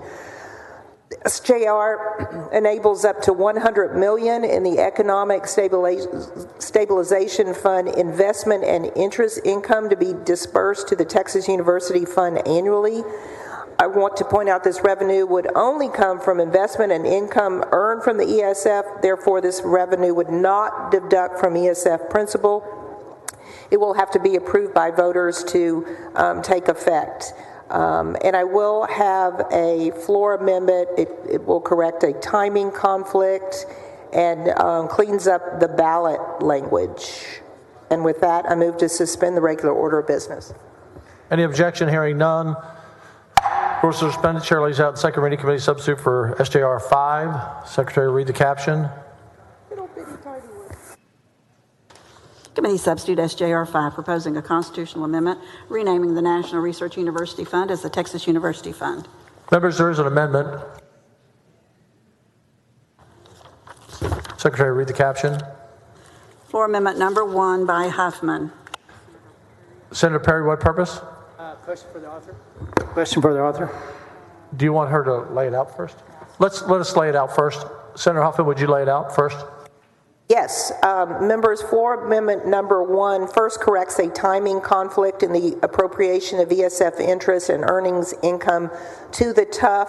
As drafted, it appropriates the funds on December 1 of each year, but directs the comptroller to deposit the funds no later than the 90th day. As December 1 is after the 90th day of the fiscal year, this amendment changes this appropriation to occur on the first business day on or after the 90th day of the fiscal year. Secondly, it cleans up, to Senator Perry's question earlier, up a constitutional provision by removing the PUF eligible institutions from the National Research University Fund eligibility moving forward. And it changes, again, as I mentioned, the ballot language to ensure that the language is concise and understandable to voters. And with that, I move adoption, and happy to answer any questions. Senator Perry, what purpose? Question for the authors. Do you yield? Yes. So I'm looking at it, and I understand the intent, but I want to kind of give you a brief background from where I'm sitting. The University of Texas at Austin and Texas A&M University have been synonymous with system.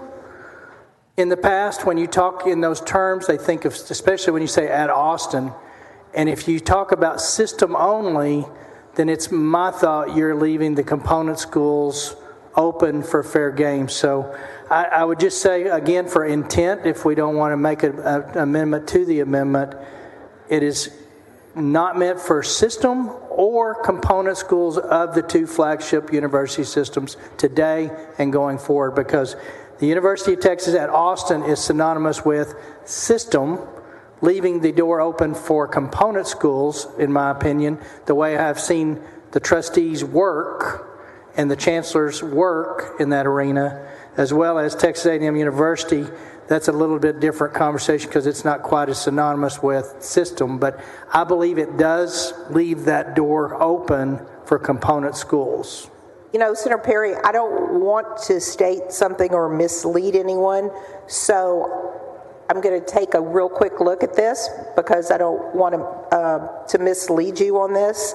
So I'm going to ask the president just to, if I could hold off for if I could have 5 minutes or pull this down for 5 minutes. Just I want to clarify his question. It's technical. I want to make sure I'm specifically doing it and give an appropriate answer. Yes.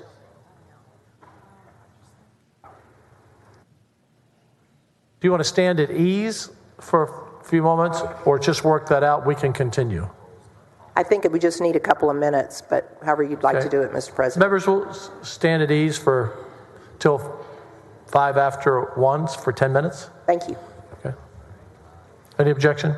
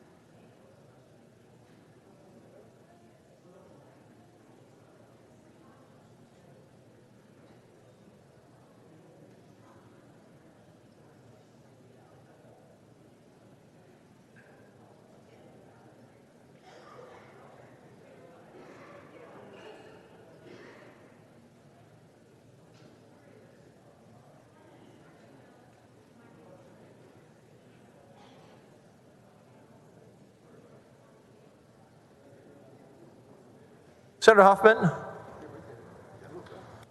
Yes, I had moved adoption of Floor Amendment 1. I think Senator Perry and I do you want to re-ask? I'll yield to Senator Perry for him to re-ask the question so Yes. it's clear on the record. I'm comfortable. If they're comfortable, I believe that it gets us where we want to go. As far as intent goes, again, system and component schools of the flagship universities would never be eligible for the TUF fund. That's the intent. So, do you want to make a motion to put that? I do want to make language that motion in the journal. Thank you for that, sir. Any objection? Hearing none. Senator Huffman? Move adoption of Floor Amendment 1. Any objection? Hearing none. Amendment is adopted. You're now recognized passage to engrossment. I move passage to engrossment of the committee substitutes SJR 5. Any objection? Hearing none. Bill passed to engrossment. You're recognized to suspend the constitutional 3-day rule. So moved. Secretary will call the roll. Alvarado, Betancourt, Birdwell. 30 ayes, 1 nay. The rule is suspended. Chair lays out third reading and final passage. Committee substitute for Senate Bill 5. Secretary, read the caption. Committee substitute SJR 5 proposing a constitutional amendment renaming the National Research University Fund as the Texas University Fund. You're recognized on final. Move final passage of the committee substitute to SJR 5. Secretary will call the roll. Alvarado, Betancourt, Birdwell, Blanco. 30 ayes, 1 nay. The bill is passed. Thank you. Thank you. Thank Senator? you, Mr. President and members.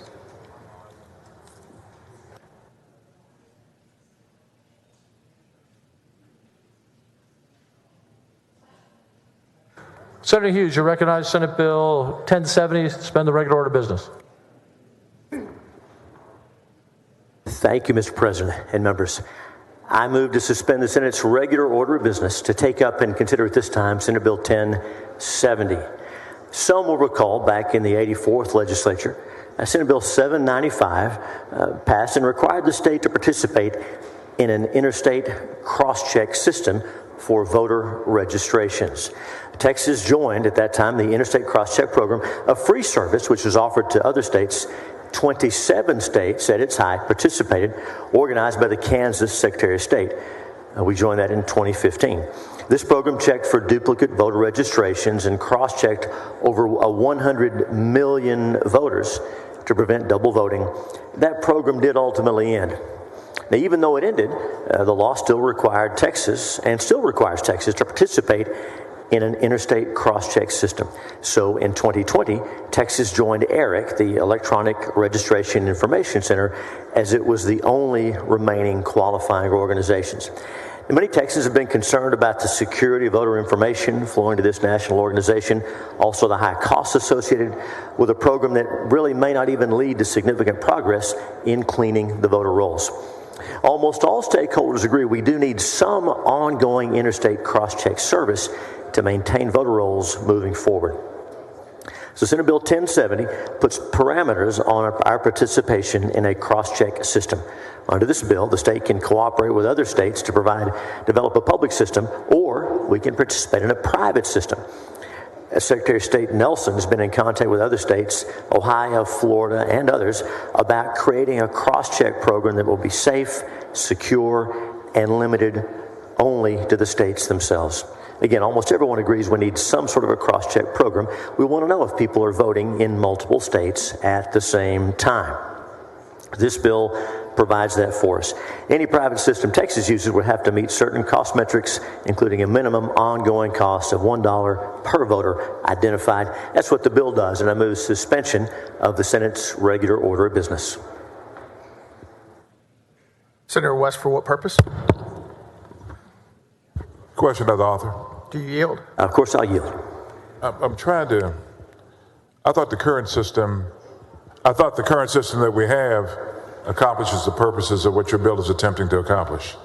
Well, Senator, we're concerned that it doesn't. So right now, under ERIC, the only system available to us today. Right. Yes, sir. Under the ERIC system, which Texas is fairly new to. We joined ERIC in 2020 because it was the only game in town, the only one available. Right now, we have to provide a lot of data and update it every 60 days. My goodness, including even as far down as email addresses, all kinds of documentation. What we get back we may receive notification of a potential ineligible voter. Of course, we notify the counties, and the county must validate the eligibility, and the voter may or may not be removed. And it's also become very expensive. When this bill was passed, didn't anticipate that ERIC would be the only choice, because ERIC is pretty expensive. So far, How much did we pay for ERIC? $858,000 as of August 2020, then $101,000 more in September. Membership dues, pro rata membership dues, initiation fees. So it's turned into a lot of money. Okay, but as I recall, all of this was discussed prior to us joining ERIC. Do you recall that? Well, Senator, I know back in the 84th legislature, we passed the bill requiring us to join some interstate cross-check system. Right. At that time, we didn't join ERIC. We went with what was called the Interstate Cross-Check Program. It was the better of the two options. But that option went away. And so since the law requires we be in a program, the Secretary of State had no choice but to go to ERIC. So this bill is designed to give the Secretary of State more options and to make sure we're getting what we're looking for. The people of Texas getting the service they want. Is this going to cost additional dollars if we decide to leave ERIC? No, sir. We don't have to pay to leave ERIC. No, sir. Well, do we have to pay to join another service? No, sir. Under the bill, the amount we can pay is strictly limited. Let me be precise. The cost to begin operations of the system under subsection 2 may not exceed $100,000. Again, where we're in about $1 million on ERIC, and there are tight controls on continuing operations, and they're tied to the number of double registered voters that are detected. I think we all agree if somebody's registered in Texas, California, Texas, Florida, we all want to know about that. So this should make it a more efficient system and let us get the best one for Texas. All right, thank you. Thank you, Senator. Senator Alvarado, what purpose? To ask the author a few questions. Do you yield? Of course I'll yield. So, Senator Hughes, what's the issue here? I mean, why go in this direction? It's not broken, so why would we do this? Well, Senator, there are concerns about some of the data that Texas is sending to ERIC and where it might be going. ERIC, we don't believe, has the security protections that we'd like to have for something like this. And again, we want to make sure that we're able to determine if there are duplicate voters, and if so, to deal with that. And again, Republican, Democrat, left, right, I think we all agree that folks need to be voting in only one state at a time. So that's what the bill's about. Okay, are there other states that are creating their own check system? And is Yes. there, okay, well, I'll let you answer that one, then I'll go to the next one. I didn't mean to cut you off. Go ahead, please. No, I was just wondering, are other states coming up with their own check system? Yes. As a matter of fact, our former colleague, now Secretary of State Jane Nelson, is developing one, and a number of states have already expressed interest in that one. So we're excited about that option. Also, there could be private sector options as well. We just want to make sure that if Texas does this, we're smart about it, about what it costs, and about protecting the data, protecting security, and that it accomplishes the goal of detecting duplicate voters. Okay.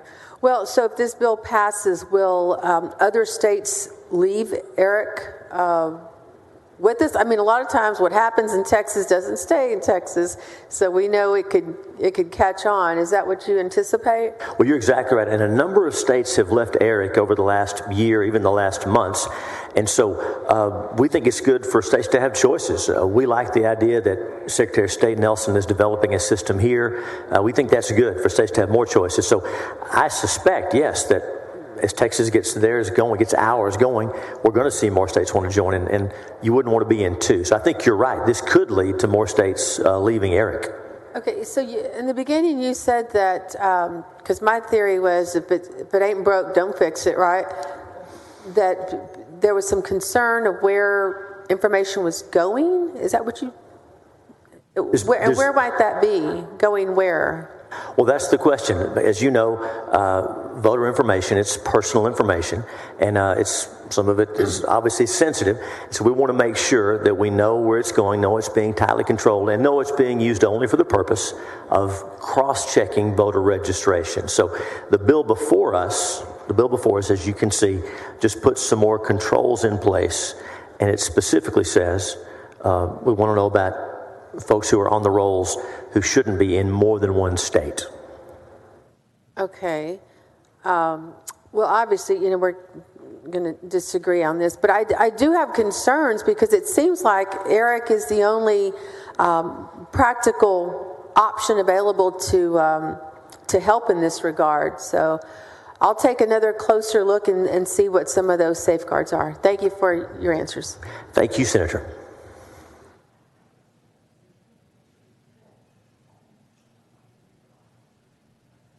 Senator Eckhart, what purpose? To ask questions of the author. Do you yield? Of course, I'll yield. How much does the state of Texas spend annually on membership in ERIC? The $74,000 are the membership dues we paid from July 20 to June 21st. 74,000 annual dues, I believe, but then Senator, it's actually kind of fuzzy because in September of 21, we paid another $101,000. So I'm trying to answer your question. I know it's a lot of money, and it's more money than would be allowed under Senate Bill 1070. How many states are participating in ERIC? The number has changed a lot. I know that 5 states have left in the last few months. I don't have the current number. If you know what it is, I'll take your word for it. I don't know. Well, I agree with you. The number is fluctuating because of this issue of a funder in ERIC not being aligned with some folks' worldview. I believe you stated that one of your biggest concerns with ERIC was that it didn't align with your worldview, correct? I don't recall the context. We were talking about ERIC and the people who were involved in it and where the funding was coming from. There's been a whole lot of questions. And if that's a quote, I'll take your word for it. I don't recall the context, but I'm sure that's right. So before the issue arose with regard to one of the funders' worldviews, I believe 31 states were participating in ERIC? That sounds right. Would you agree that the more states that are participating in a single program, the more robust that program will be for determining the integrity of voter rolls? You're so right. And, Texas and many other states in ERIC pushed for reforms, for responses to some of the concerns. I actually asked a question, and I don't believe that's responsive to the question. I'm sorry, my first word was yes, and then I said, forgive me, the answer is yes, and many of the states involved in ERIC were trying to get some reforms, trying to get some changes, and weren't getting any success. So that's why a number of states, I think, have left ERIC. That's the reason you believe that member states have left ERIC, and it had nothing to do with George Soros being an original investor? I haven't spoken to each of the states that have withdrawn. I just rely on what we read in the media. If you have some information, I'll take your word for it. But I know there's been a lot of concerns about ERIC, and a lot of states are leaving. But there is no other platform in the United States currently that has as many members and access to cross-checking like ERIC does currently. I think today, ERIC is the only one that's still up and running, though it's been losing members. I believe that's right. Thank you. Well, thank you, Senator.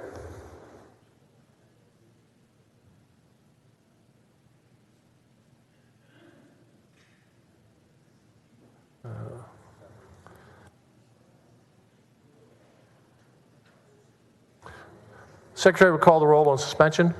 Alvarado, Bettencourt, Birdwell, Blanco. 19 ayes, 12 nays. The rules are suspended. Chair lays out on second reading Senate Bill 1070. Secretary, read the caption. Senate Bill 1070 relating to the Interstate Voter Registration Cross-Check Program. You recognize pass to engrossment. Thank you, Mr. President. I move passage to engrossment. Secretary will call the roll.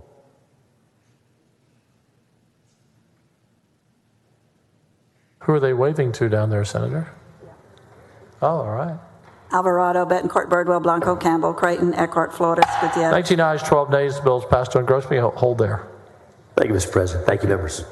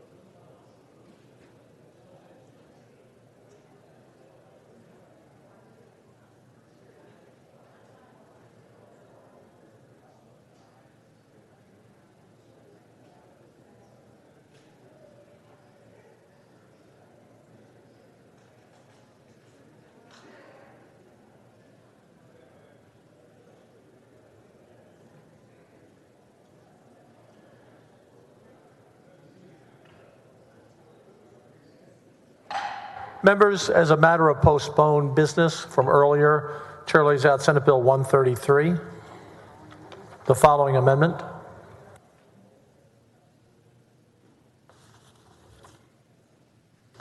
Floor Amendment Number 1 by Hinojosa. Senator Hinojosa, you're recognized on your amendment. Thank you, Mr. President. And members, this amendment is acceptable to the author. It deals by adding the word taser between spray and on to include one of those devices that cannot be used against someone that's 10 years or younger or in the 5th grade or under 5th grade. I'll move for adoption. Any objection? Hearing none, the amendment is adopted. You're recognized on passage on engrossment. Move passage to engrossment. Any objection? Chair hears none. Bill passed on engrossment. You're recognized. Constitutional 3-day rule suspension. So move. Secretary will call the roll. Alvarado, Bettencourt, Birdwell, Blanco. 31 ayes, no nays. The rule is suspended. Chair lays out third reading and final passage. Senate Bill 133. Secretary, read the caption. Senate Bill 133 relating to prohibiting the physical restraint of or use of chemical irritants on certain public school students by peace officers. You recognize the final passage. Yes, sir. I move final passage of Senate Bill 133. Secretary will call the roll. Alvarado, Bettencourt, Birdwell. 31 ayes and no nays. Bill is finally passed. Thank you, Senator.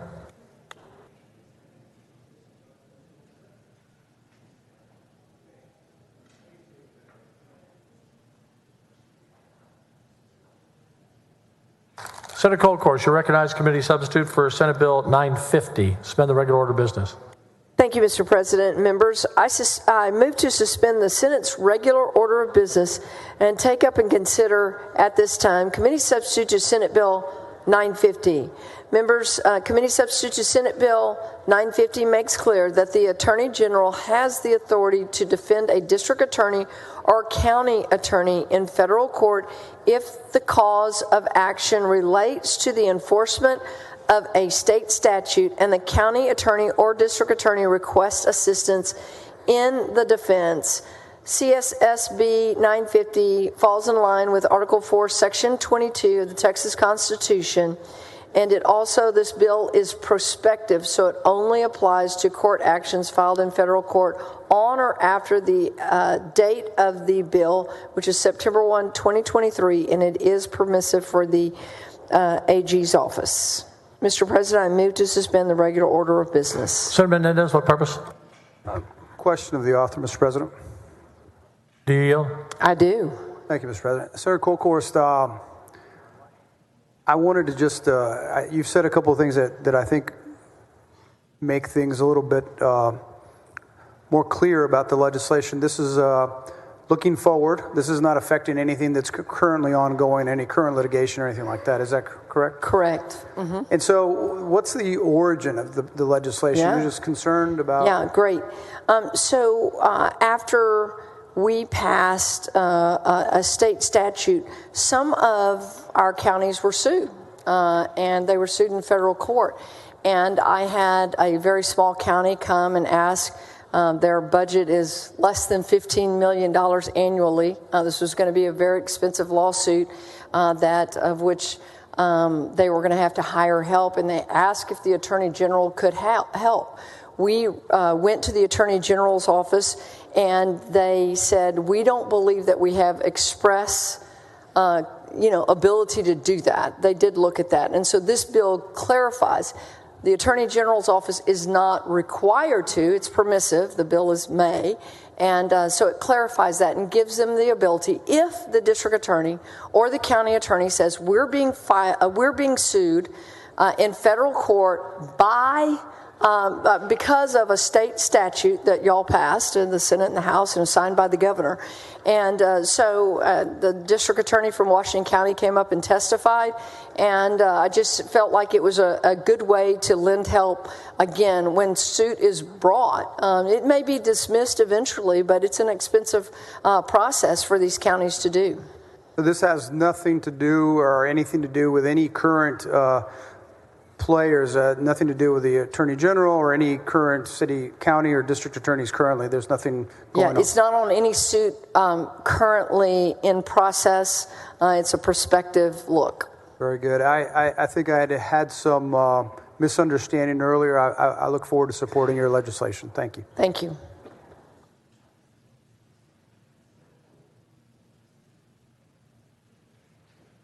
Senator Eckhart, what purpose? Ask questions of the author. Do you yield? I do. Senator Kolkhorst, I think this is a very good bill. Thank you, Senator. And my question is, even without this bill, if that small county attorney who currently, under current law, would not be able to ask for the Attorney General's help, even if that small county attorney was able to get together the resources to defend the county in federal court, can't the Attorney General already intervene in that suit if the matter in controversy is the effect of a state law? Well, Senator Eckhart, it's a great question because I asked the very same question. Can you help? And the answer back from the OAG's office is that they did not feel like it was clear enough in statute. And so hence why I filed Senate Bill 950. They can't become the lawyer for that county, but couldn't they intervene as the state to defend the state statute in federal court? You would think so, but I will say this, that each of these counties were sued separately, which is pretty rare. I don't think that that's an everyday event, but they were. And specifically, Travis County was named, Burleson County was named. I think I have one, Washington County was named. It was very interesting what in this particular suit that was brought to my attention again by a county attorney who asked for help, and then we were not able. The OAG's office declined, and so again, I think 950 is looking for the clarification. And what's interesting about the lawsuit was that the DA is named as the defendant. And so it wasn't really the state of Texas, it was the district attorney. And I don't think that that's often, you're a lawyer, you've been a county judge, it's not often that we see that. And so again, a permissive, because I don't think that we have the resources to defend in every case, but it does give the district attorney, the district attorney may request that, and the OAG's office may defend. And again, the district attorney being named, or the county attorney being named in the lawsuit specifically was kind of new since I've served. I appreciate this bill, and I appreciate that it is on request of a local district or county attorney. Thank you for answering my questions. Members, motion on suspension. Any objection? Hearing none. Rules are suspended. Chair lays out in second reading. Committee substitute for Senate Bill 950. Secretary, read the caption. Committee substitute Senate Bill 950 relating to the Attorney General's defense of a district or county attorney against certain lawsuits in federal court. You're recognized. Passage to engrossment. I move passage to engrossment of committee substitute of Senate Bill 950. Any objection? Hearing none. Bill passed to engrossment. Senator Middleton, can you come up 1 second? You're now recognized to suspend the constitutional 3-day rule. So moved, Mr. President. Secretary, call the roll. Alvarado, Bettencourt, Birdwell, Blount. 28 ayes, 3 nays. The bill passed to engrossment. Chair lays out in third reading and final passage. Committee substitute for Senate Bill 950. Secretary, read the caption. Committee substitute Senate Bill 950 relating to the Attorney General's defense of a district or county attorney against certain lawsuits in federal court. Senator Eckhart, what purpose? Thank you, Mr. President. I rise to speak on the bill. You're recognized. Thank you so much. I rise to speak in favor of this very good bill. Good laws can be abused by bad politicians. The remedy for bad politicians is to vote them out. SB 950 is a good law that helps DAs and CAs mount a quality defense in federal court with requested assistance from the Attorney General of Texas. I share concerns that the current Attorney General may go fishing and cherry pick in a political fashion what federal cases the Attorney General will assist county attorneys and district attorneys with. But that is not a reason to vote no on a good law. It may be a reason to vote no on certain politicians, but not a reason to vote no on this good law. Thank you.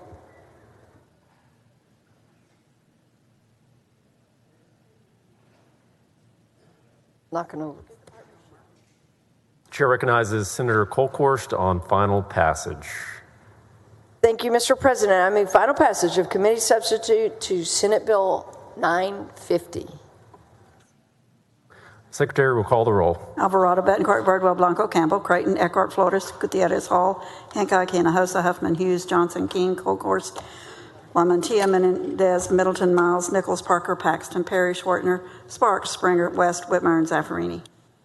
Mr. President, it's not often you make somebody call the entire roll on this bill. Is there a problem with the gavel? I mean, Senator Eckhart is supporting this bill in a great way. Can you gavel this bill in? We'd like for it to move final passage of There Senate. being 28 ayes and 3 nays, we're having a problem with the integrity of the gavel here. It seems to have added some bounciness to it. You know, at first I thought it was a strike plate, which that's intact here. The bill is finally passed. Thank you, I think, Mr. President. I'd suggest you getting a real gavel up there. There might be a point of order on gaveling the desk. I think that's a point of order. You have to hit that.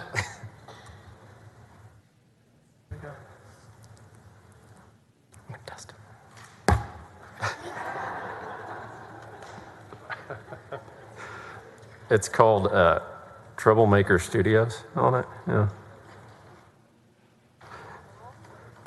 You're excused. This is the baby gavel for the freshman senators. We want to thank Troublemaker Studios for their movie prop. Looks good. It's nothing but rubber. So thank you. A little more hazing for the freshman. A little more hazing. He got off too light before. Thank you, Senator. And let me find the real gavel.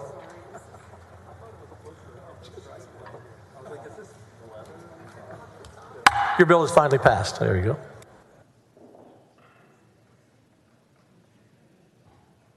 Senator Creighton, I was going to choose you to do this because I knew you couldn't break anything with it, but you've had a long week. Senator Creighton, committee substitute for Senate Bill 838. You're recognized to suspend the regular order of business. Thank you, Mr. President. Members, in a crisis, every second counts. Senate Bill 838, otherwise known as Alyssa's Law, requires each school district or open enrollment charter school to provide every classroom with silent panic alert technology that allows for immediate contact with school district emergency and law enforcement personnel. Silent panic alert technology is a low-cost and highly effective way to provide interoperability with first responders in an emergency. The technology notifies law enforcement immediately while also sending necessary details on how to best respond to a threat. This can ensure that triage and treatment of those needing medical attention will occur much faster, and members, as we all understand, every second counts. Alyssa's Law is named for Alyssa Adelhoff, a 14-year-old student at Marjorie Stoneham Douglas High School in Parkland, Florida. She was a victim on February 14, 2018, when a former student killed 17 people in a mass shooting at that school. It's not my intent, members, for this bill to be an unfunded mandate upon school districts. Governor Abbott and the LBB have already set aside $17.1 million specifically for silent panic alarms. And as you know, the legislature plans significant increases in the school safety allotment this session, along with other safety measures for our public schools. Last, members, this bill has been written to remain vendor neutral. Mr. President, I move suspension of the regular order of business to take up and consider committee substitute for Senate Bill 838. Any objection? Hearing none. Rules suspended. Chair lays out second reading. Committee substitute for Senate Bill 838. Secretary, read the caption. Committee substitute Senate Bill 838 relating to school districts and open enrollment charter schools providing silent panic alert technology in classrooms. You're recognized. Passage to engrossment. Mr. President, I move passage to engrossment. Any objection? Hearing none. Bill passed to engrossment. You're recognized to suspend the constitutional 3-day rule. Move suspension. Secretary will call the roll. Alvarado, Betancourt, 31 Birdwell. ayes, no nays. Rules suspended. Chair lays out third reading and final passage. Committee substitute for Senate Bill 838. Secretary, read the caption. Committee substitute Senate Bill 838 relating to school districts and open enrollment charter schools providing silent panic alert technology. You're recognized on final. Mr. President, move final passage. Committee substitute for Senate Bill 838. Secretary, call the roll. Alvarado, Betancourt, Birdwell. 31 ayes, no nays. The rules finally passed. Thank you, Senator. Thank you, Mr. President. Members.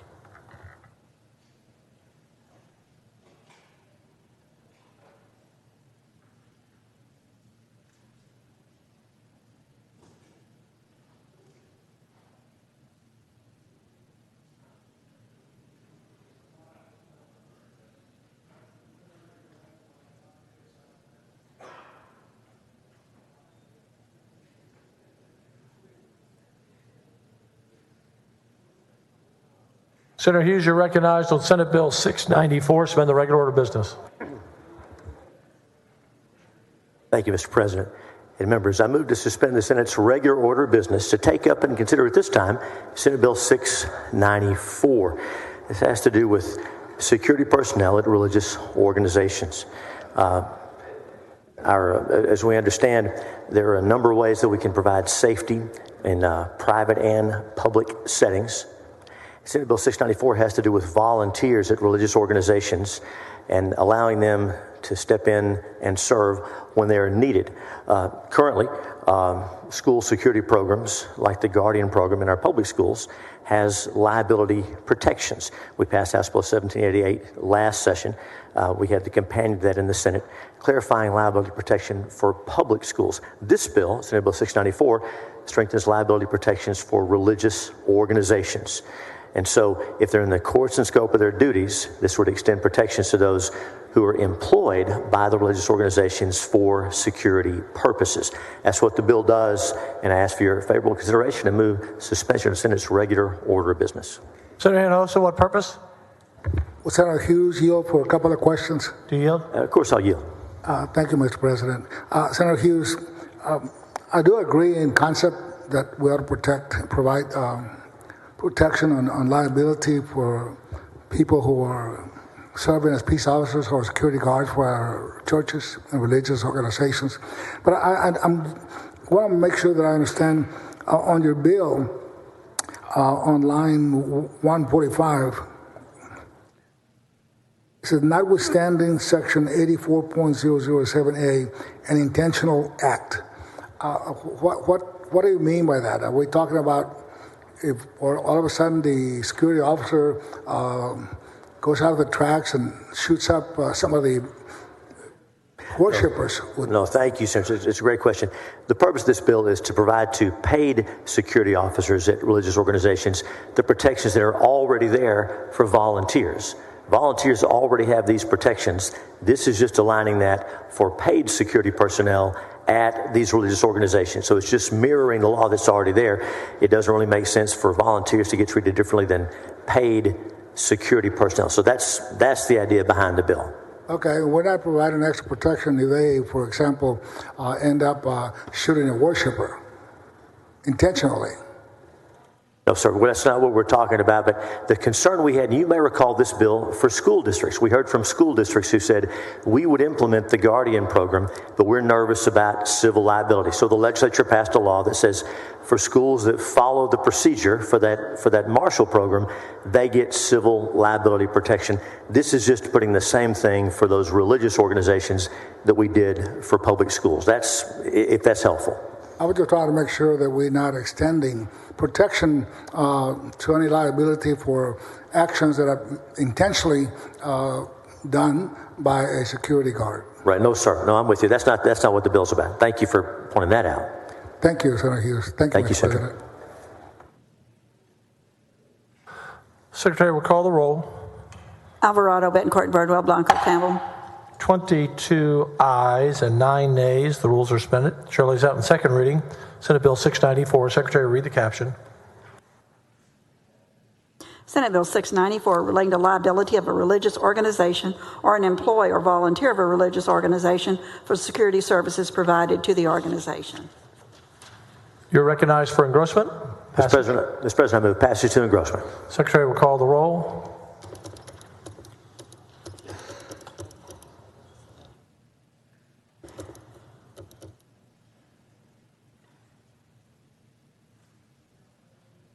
Alvarado, Bettencourt, Birdwell, Blanco, Campbell, Creighton, Eckert. 22 ayes and 9 nays. You'll have to find 3 friends or wait till tomorrow. Thank you. Thank you, Mr. President. Thank you, members.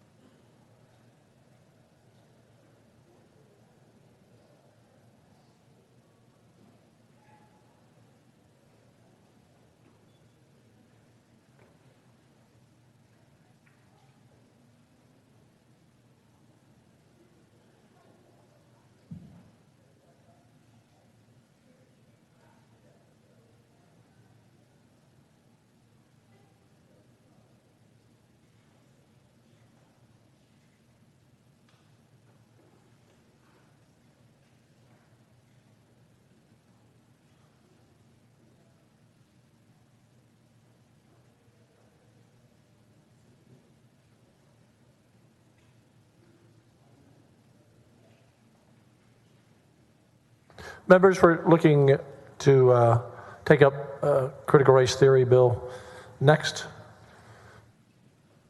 Committee substitute for Senate Bill 16. Waiting on a couple of our members, so we're waiting for.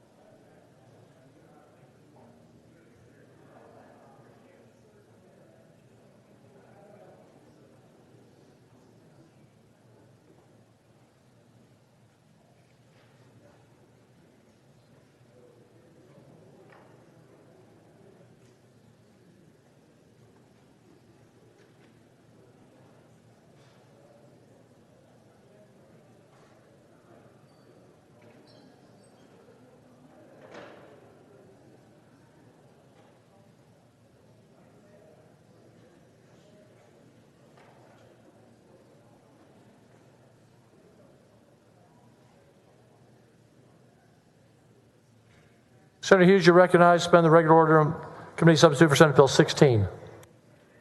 Thank you, Mr. President. And members, I move to suspend the Senate's regular order of business to take up and consider at this time Senate Bill 16.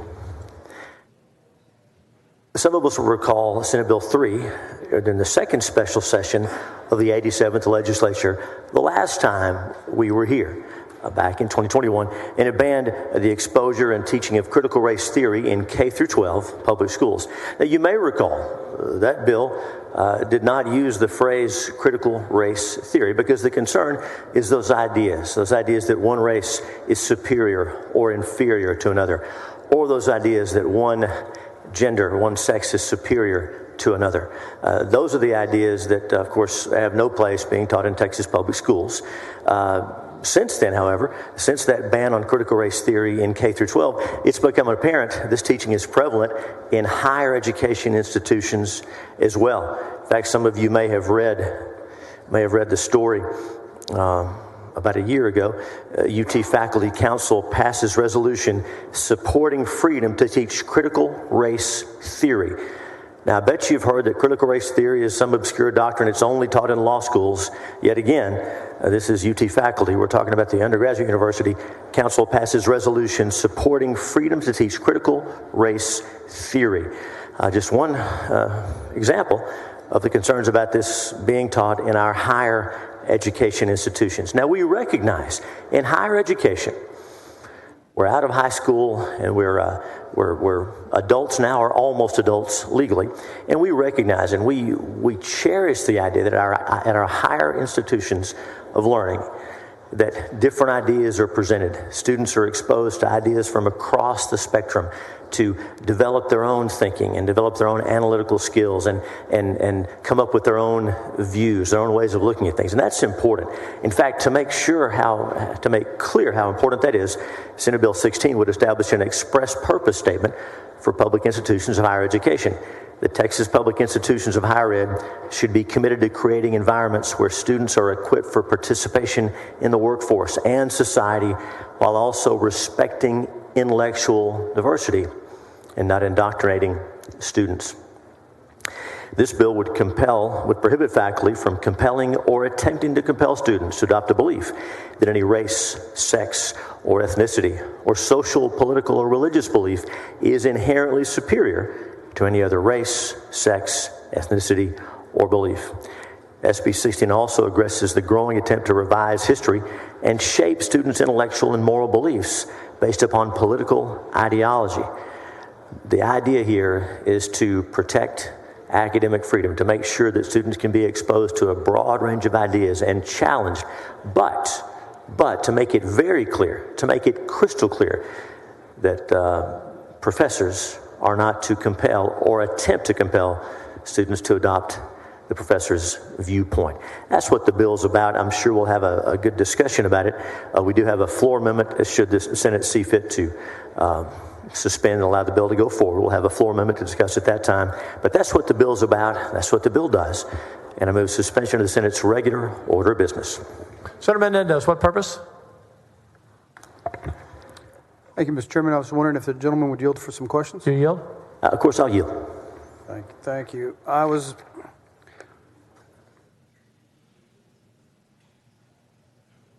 So, Mr. Hughes, I think you said in your layout, you're committed to create an environment of intellectual inquiry, academic freedom, so all students are equipped for participation. Is that correct? I think that's straight out of the bill. Is that not correct? Senator, that's right. That's exactly right. Okay. So, why would the legislature seek to censor discussions about certain topics that might be deemed inappropriate by certain legislators rather than defer to the expertise of the people teaching the courses? Senator, let me be clear. Nothing in Senate Bill 16 censors discussions of any topics. I'm glad you said that. That's not what this bill's about, not in the bill. In fact, the bill specifically says that we are for intellectual diversity so that all students are respected and educated. So, let's see here. Our colleges, as you and I both agree, colleges and universities are central to safeguarding the ideas of critical thinking, academic freedom. These ideals and the pursuit of truth through research are paramount to democracy. It could be said otherwise that higher education institutions are anchors for democracy.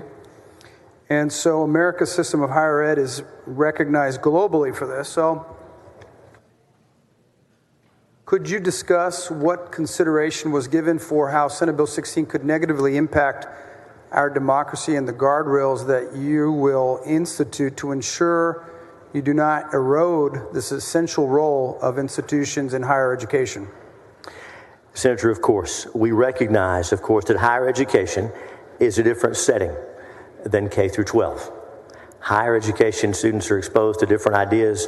I'm sure that many people on this floor who went to school after high school, who went through higher education, read a lot of texts that they did not agree with and heard lectures from professors they did not agree with.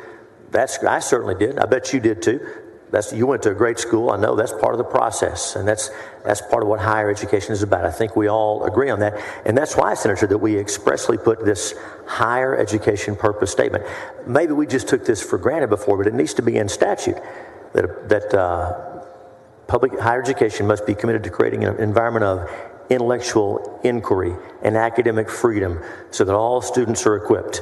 So that's important. That needs, I bet we agree on that part. That needs to be in statute, just to make it clear. We are for that. Right. What we are not for, well, I think we would agree. What we are not for is when that professor compels or attempts to compel a student to adopt a certain belief. Do we lecture about different ideas, different theories? You bet, of course. But to require adherence to the professor's viewpoint, to a certain viewpoint, that's another matter entirely. That's what this bill's about.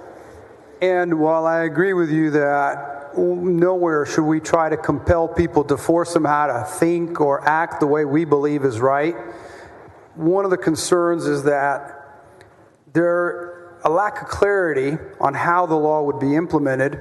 And so I feel currently the bill is very broad, and I'm not sure what are the mechanisms for enforcement. I believe that the passage of Senate Bill 3 has led to the State Board's education reconsideration of its social studies curriculum. During this last effort last summer, a group of educators proposed that second grade social studies lessons should refer to slavery as involuntary relocation. I quote, involuntary relocation. They were asked to reconsider their phrasing rather than unequivocal repudiation of such a disturbing and offensive suggestion.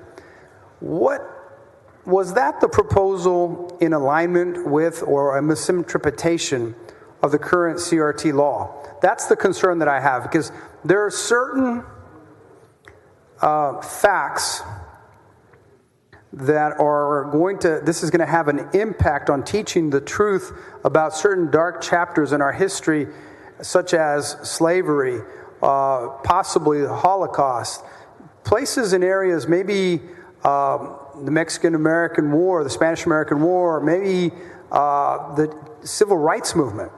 So there are so many areas that I'm concerned that this bill will create further confusion, and it will create a sense of censorship. And so what are the mechanisms for enforcement in your legislation? Senator, let me address the point you raised. You talked about the State Board of Education redeveloping standards for social studies. To be clear, they were in the process of doing that. That was their decision, separate from the House and Senate passing Senate Bill 3 signed by the governor. As you recall, and you and I discussed Senate Bill 3 lengthy on this floor, we specifically put in Senate Bill 3 that all of those elements in the TEKS must be taught. And as you'll recall, in our current TEKS, those Texas Essential Knowledge and Skills, those elements of our curriculum, you'll recall in the current ones, Dr. King is mentioned as many times as George Washington. And there's material about difficult things, horrible things in our past, like slavery, the Civil War, the Civil Rights Movement, the Jim Crow era, and yes, the Holocaust. hard, difficult, dark things. Those are required to be taught in Texas public schools, K through 12. They were required before Senate Bill 3. They are still required today. Now, you and I had a lot of discussion about this, and I think we would agree that the language of Senate Bill 3 specifically says you must teach those elements in the TEKS. Now, if someone read a news story about the bill or read a comment made by a politician about the bill, they might be confused and might think that means don't talk about difficult things. But Senate Bill 3, that ban on teaching that one sex is superior or inferior, or one race is superior or inferior, it specifically said in the version that you and I worked on, it specifically said, we will teach all of these elements in the TEKS. The difficult things, the dark things, the hard things, those must be taught. And so I had a lot of discussions about this after the bill took effect. But in fact, I went to the State Board of Education and we talked about some of these very things. So I think we're clear on that, but I hope no one watching is confused. Senate Bill 3, passed last legislature, signed by the governor, requires teaching of difficult, dark things in our past and teaching how we got past those things, as you and I know, by coming together as Americans. So I hope we're clear on that. I wouldn't want to confuse anybody who's watching about what was in Senate Bill 3, in fairness. I'm not disputing that. What I'm asking is, what is the mechanism for enforcement when you find an egregious example of someone saying that something was an involuntary relocation, which is a complete, objectionable, repudiating statement, ignoring a dark chapter in our history. And I'm just saying, how are you going to enforce this law if this bill passes into law? Okay, so what you described about that horrible misstating what slavery was, that obviously has no place in Texas, and I don't think that made it into the new. I'm not sure that it did. You tell me if it did. I'm not sure that. If it did, you and I'll go over there together, and we'll both talk to him about that, because that has no place in our curriculum. You know that. Correct. As far as, but to answer your question about enforcement, for this bill, I have a floor amendment that does a couple of things, and we can talk in more detail, but it requires the Board of Regents to set up a system for student complaints and for handling those complaints. And we can, if we get that far, I do have an amendment that deals with the enforcement part. I bet you'll have questions about it, I'm sure. Okay, so your answer is current legislation is not going to be what you hope the final bill has for a mechanism, because that bill is coming, the mechanisms in the amendment. Oh, yes, sir. The bill before us, as you know, does not specify any enforcement mechanism. You're correct. Very good. The one I'm seeking suspension on. Okay, well, I'm going to wait to see the amendment, and I'll reserve my questions for after that. Thank you for taking my questions. Thank you, Mr. President. Thank you, members. Thank you, Senator. Senator West, what purpose? Questions of the author? Do you yield? Of course, I'll yield.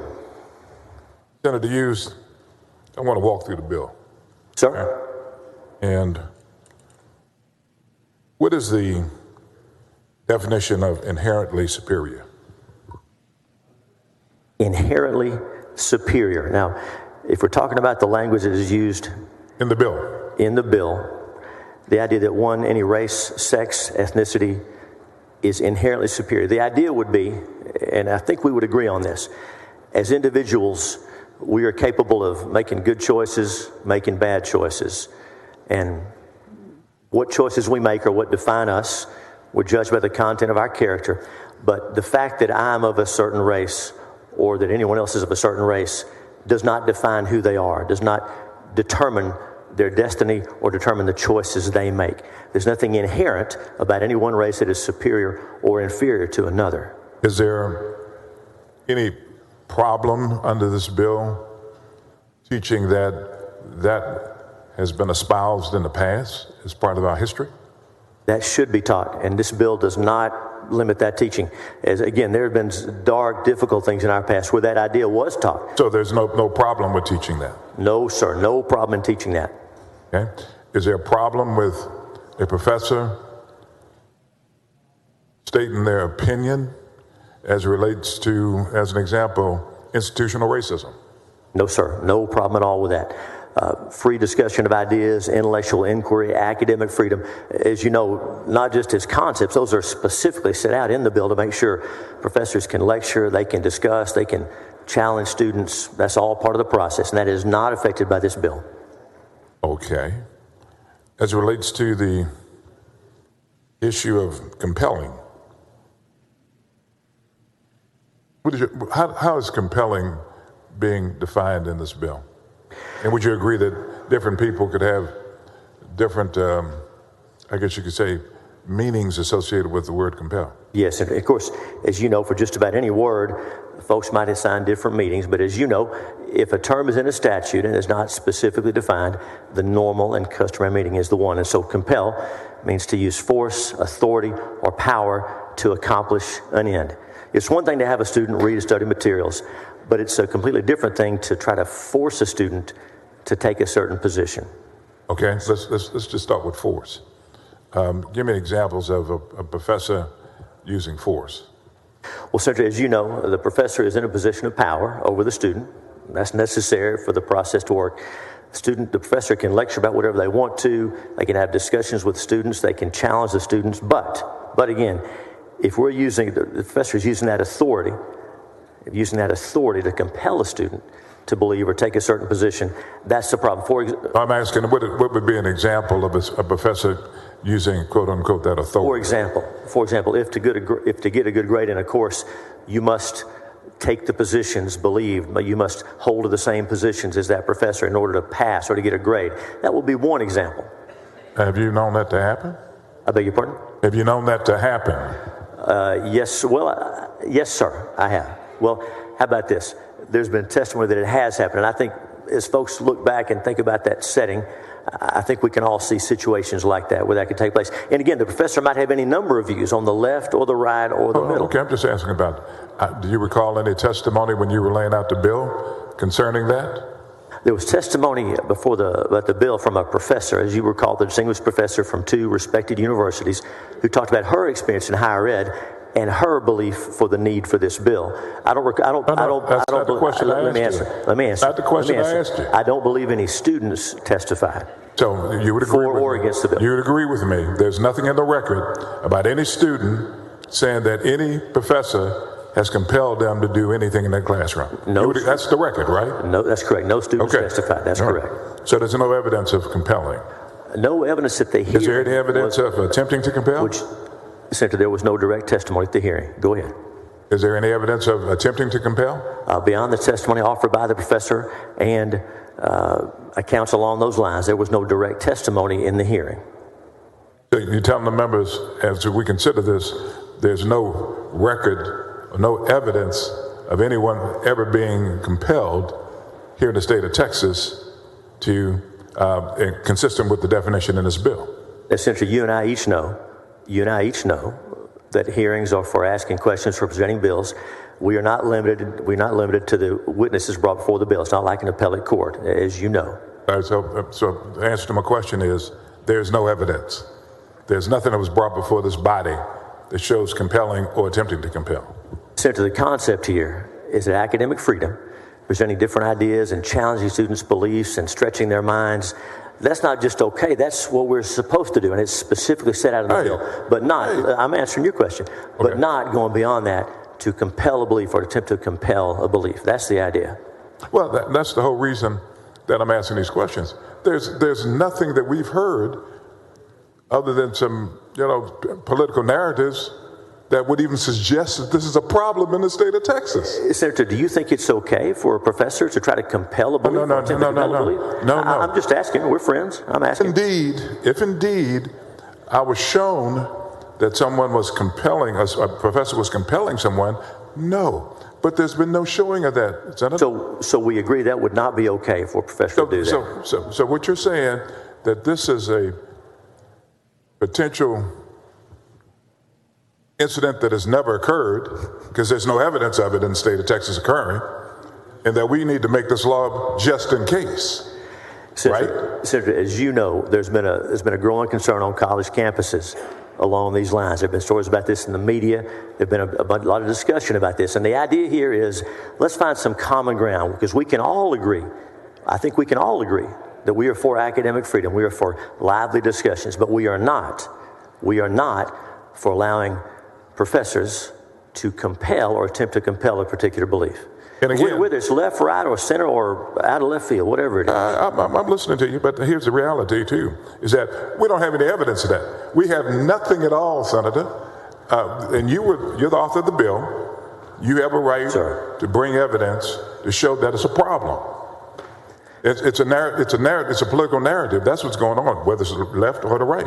And you've said to the members of the floor, on the floor, that there's been nothing presented to show it's a problem in the state of Texas. Well, Senator, as you know, the committee before the testimony before the committee by Professor Swain was one. You and she had a pretty lively discussion. She talked about her experience in higher ed in very respected institutions, multiple around the country.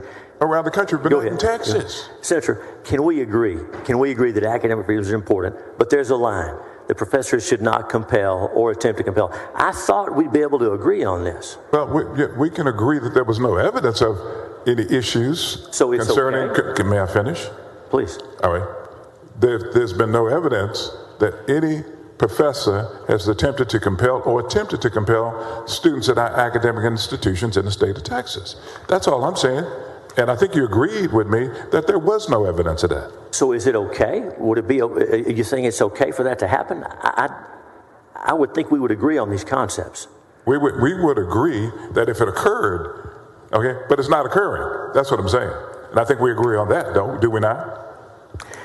Senator, there are accounts from universities across the country where this has been an issue in higher ed in recent years in particular. And that's really what this is about. We want to make sure that our institutions are where ideas are open and there are discussions and exchanges, but not where students are compelled or attempted to be compelled to take a particular position. Well, okay. And that's really what this is about. I don't think we disagree on this. And I think I would say that if it's a problem in other states, they need to fix it in other states. It's not a problem here in the state of Texas.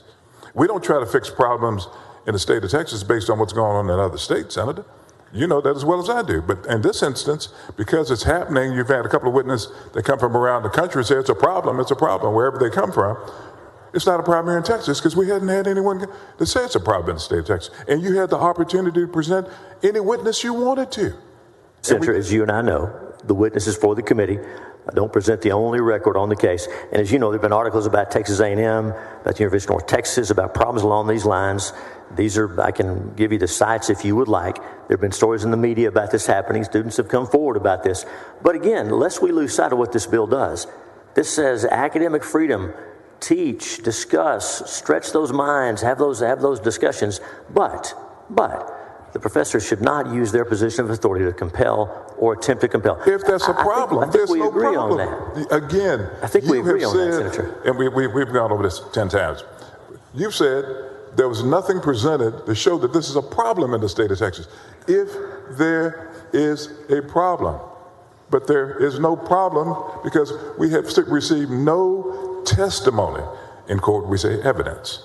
Okay, I'd move for a summary judgment on you, but that's a different deal. But there is no testimony that it's a problem in the state of Texas. The testimony is that it may be a problem in other states, but not in the state of Texas. Do you agree with me? If you're asking about the one witness that testified before the committee, that's correct. Was there opposition testimony in the committee? I don't recall. You and I were both there. Now, you say that the purpose, I'm on page 1 of the bill. Go ahead. You say that the purpose, a public institution educated must be committed to creating, on line 34, intellectual inquiry and academic freedom so that all students are equipped for participation in the workforce and the betterment of society, right? Yes, sir. Okay. And so from that vantage point, this kind of ties into DEI a little bit too, doesn't it? Well, Senator Creighton has a bill about DEI. Oh, I understand that. I'm just saying it kind of ties into DEI. That's not the intent of this bill, but the concepts, there are probably situations where the concepts come together. That's what I'm talking about. But it sounds like the part you're reading is what the bill says we should be doing about intellectual diversity and academic freedom. The bill says we are for that. Keep on. Go ahead. No, go ahead. You're doing good. No, I think we agree on that, but go ahead. Well, we should have diversity at our universities, right? Well, this is talking about, to be precise, I don't want to get away from the words, it says intellectual diversity so that all students are respected and educated. It talks about inquiry, intellectual inquiry, academic freedom. What's intellectual diversity? I beg your pardon? What is intellectual diversity? Different ideas, different kinds of ideas. So that will be the use of the term as it's described here. Different ideas. We don't all believe the same thing. We don't all think the same way. And the reality is we've got to make certain if we get different opinions from different sectors of the state of Texas, right? And bring to bear on our university so our professors can then have intellectual meetings with them via the classroom in order to stimulate their development, to make them a better citizen and also a better person as it relates to our workforce, right?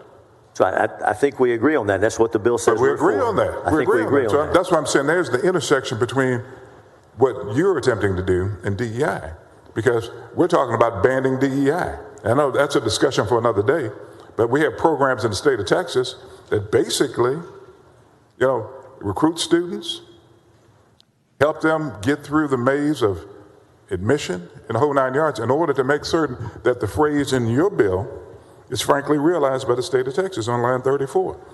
Intellectual inquiry and academic freedom so that all students are equipped for participation in the workforce. Okay, that's where it intersects. Yes, sir. And I'll save that debate for another day. But here's the deal. As you look at this particular bill,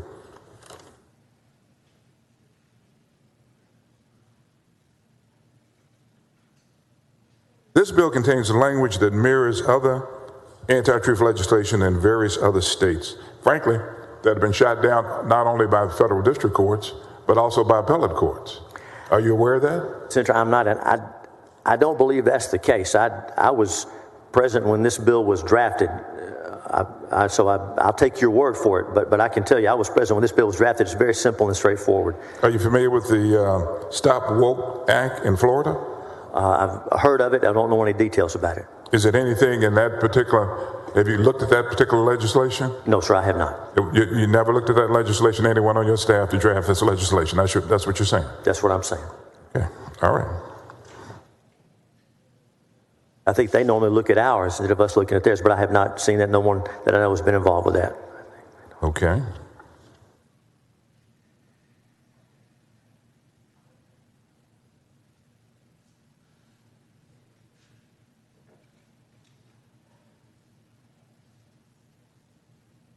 Does an educator, I want to look at this, and I think Senator Menendez brought this up.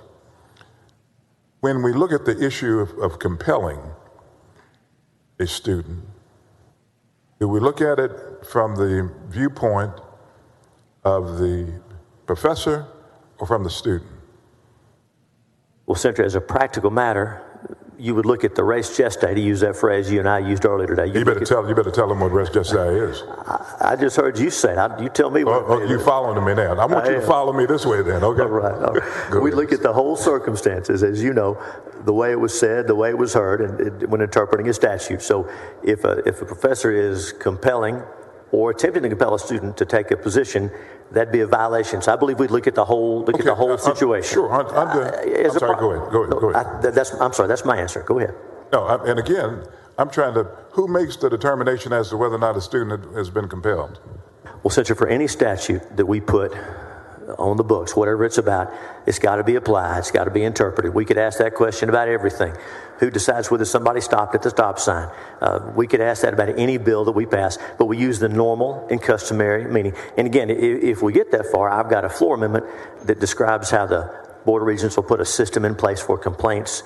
It may answer some of your questions. So then each Board of Regents would make the rules that would be utilized to make these determinations of whether a student has been compelled or not compelled. Not unlike when we pass a bill and we say the agency shall implement rules, shall adopt rules to implement this section. Right. We're giving some latitude to those different universities to implement. And when we say an agency ends up having statewide jurisdiction. Each one of these boards of regents have jurisdiction over the institutions within their system, right? Yes, sir. So that could lend itself to contradictory application, correct? Well, so no matter what we put in the law, it might be applied differently in different places. But the goal is to make clear rules that the universities will then apply. So you agree with me, it could be applied differently in different situations? As any statute we pass could be, yes, sir. Well, if it's an agency ends up having statewide jurisdiction for the most part, and they promulgate rules that apply to the entire state. But as opposed to this, it applies just to institutions within that particular system. In the agency situation, we wouldn't know how every employee, every agent, every inspector is going to apply, but there should be some uniformity. Therein lies the problem, the lack of uniformity.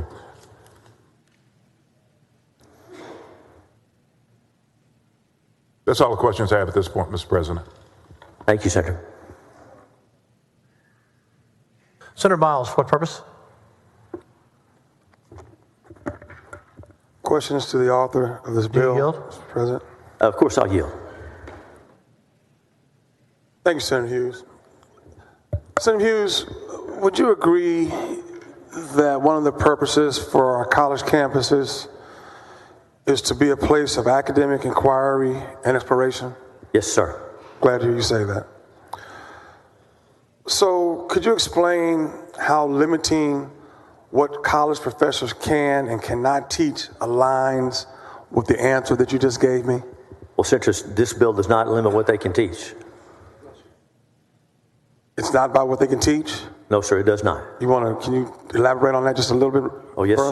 sir. Yes, sir. Under this bill, there's no effect on what a teacher can teach. They can teach whatever they want to, whatever ideas, whatever they want to present. Yes, sir. That's not limited. So as you see this bill, it's just preventing what?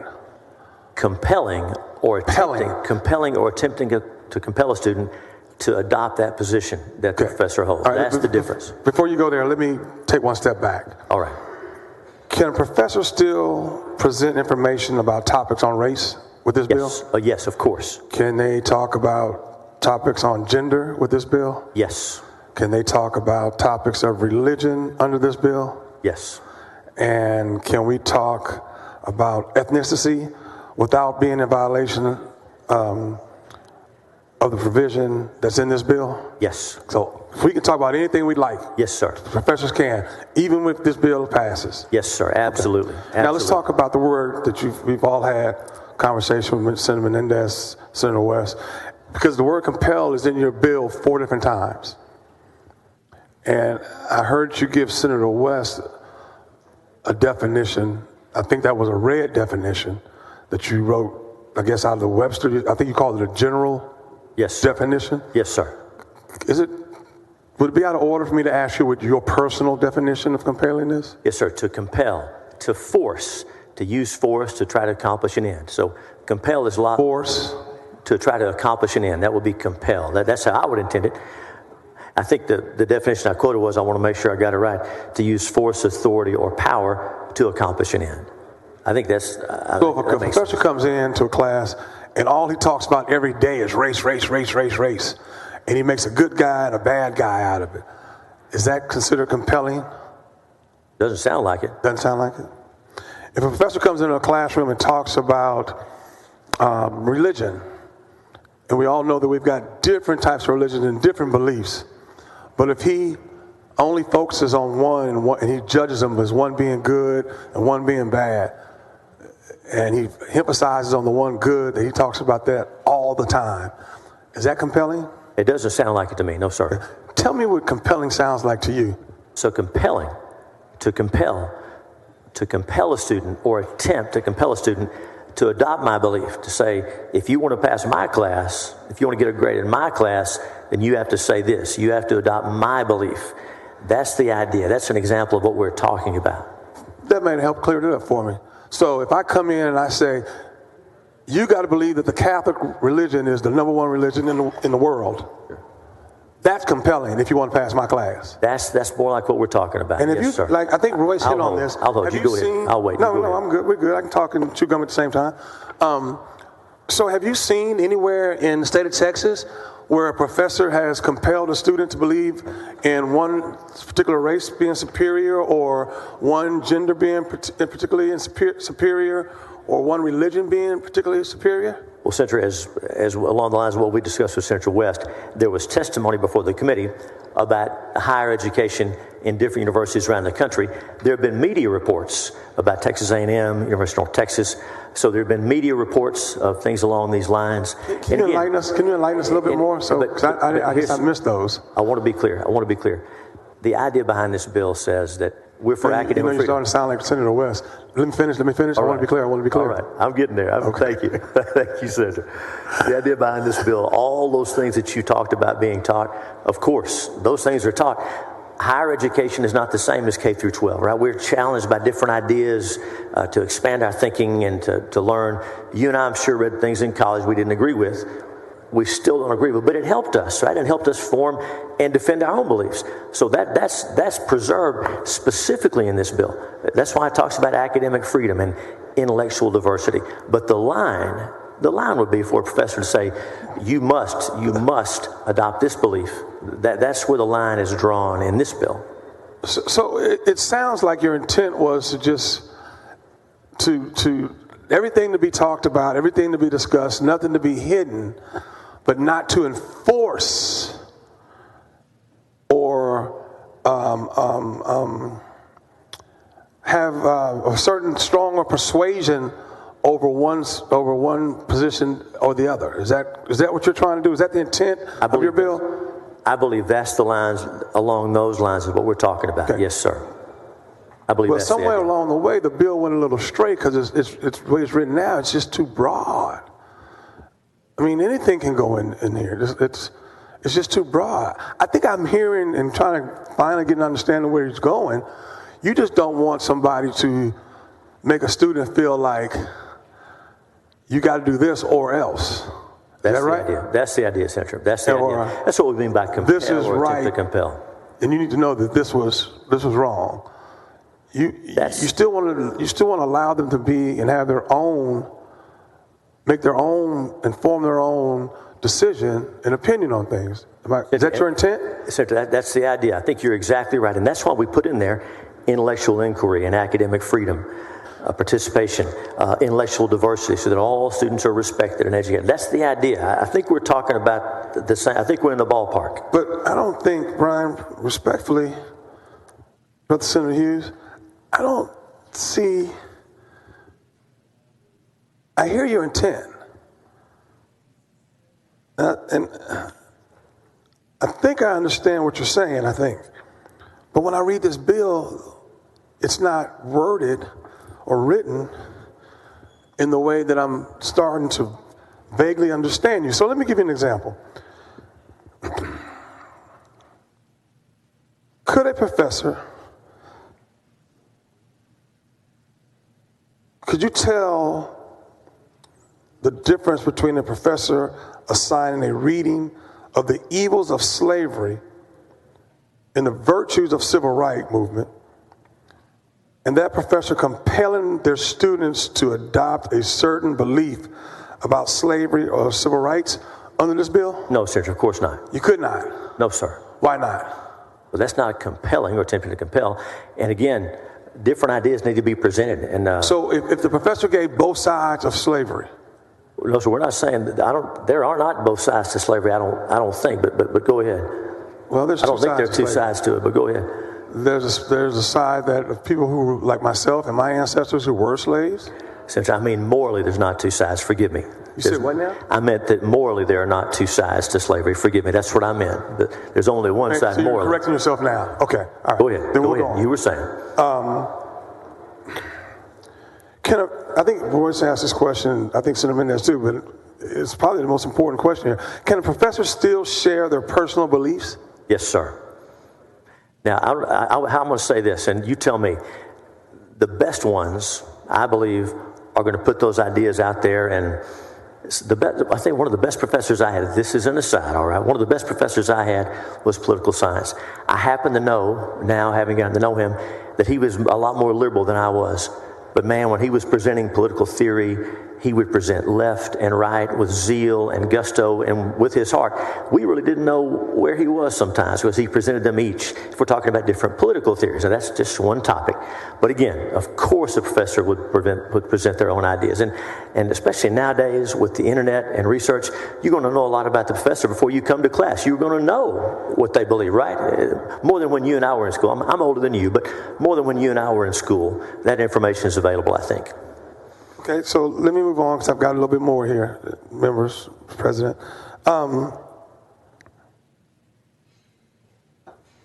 Let's say I'm a professor, okay?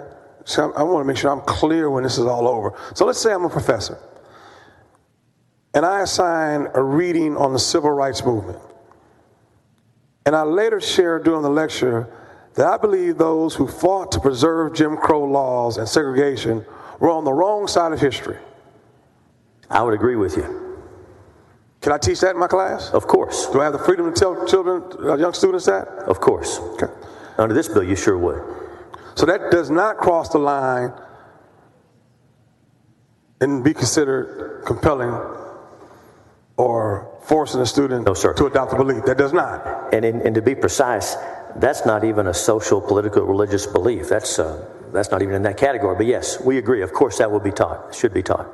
Okay. Well, I'm glad you said that because I've got another example that may touch your soul a little bit.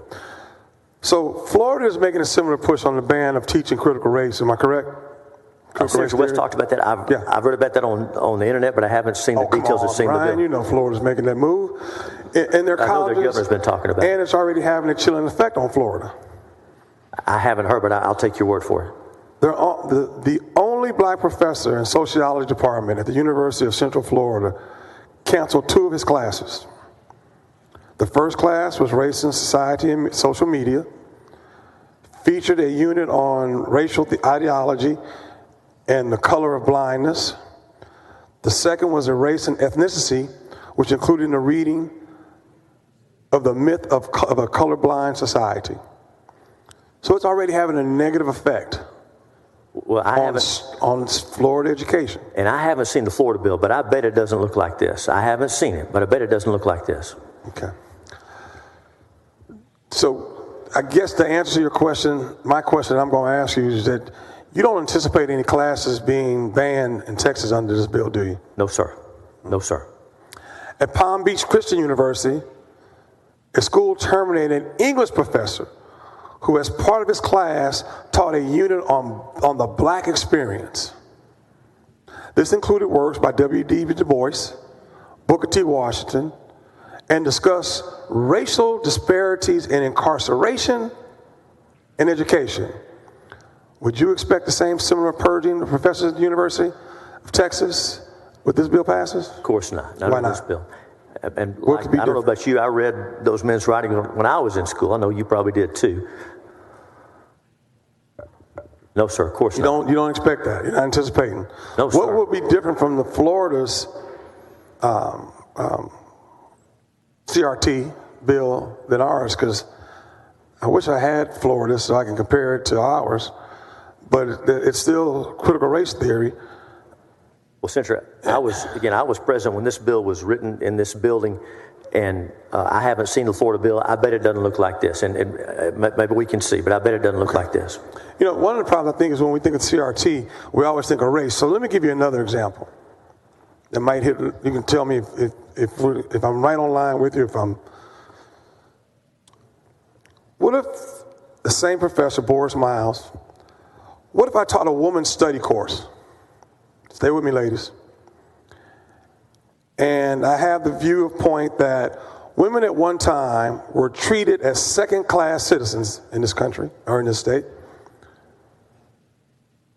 And that has contributed to current issues for women when it comes to the wage gap and women's rights. Okay? If I now teach that women's movement has improved American society, would that be considered compelling? A student to believe that women are superior to men? No, sir. Of course not. Okay.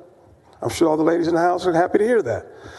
We are already seeing documented instances of educators in the K-12 system self-censoring in Texas schools. You've heard about some of that, right?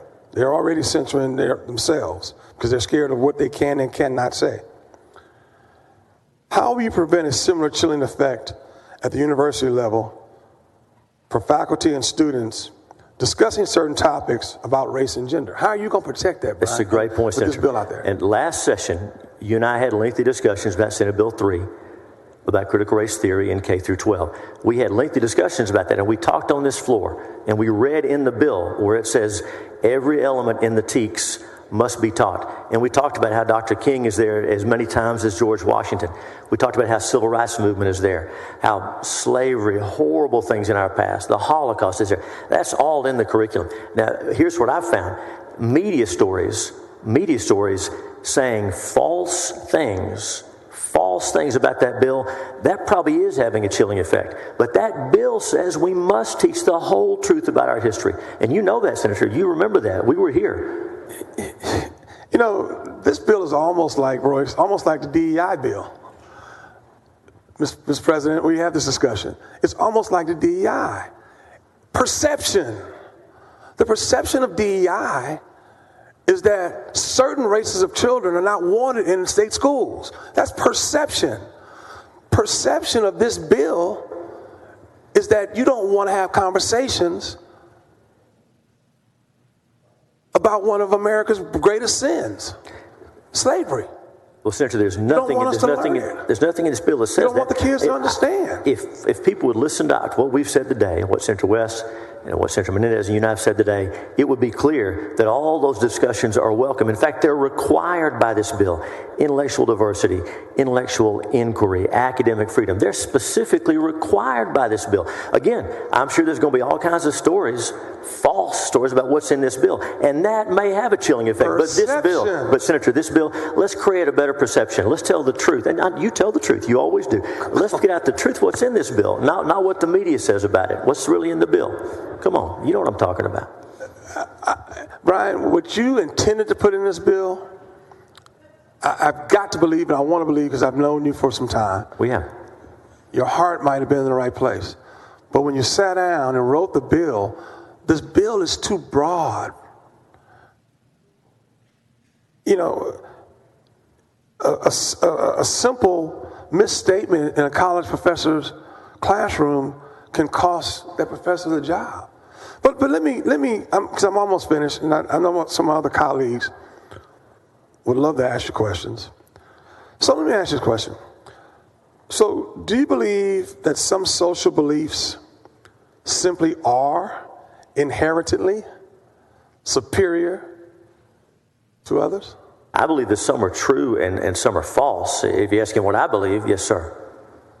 So social beliefs held by racist individuals are better than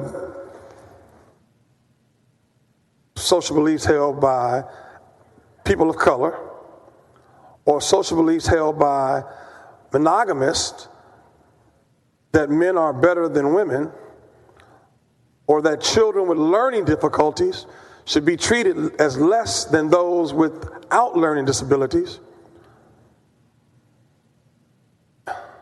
or that discrimination is better than inclusivity. These are all social beliefs held by many people. Would you agree?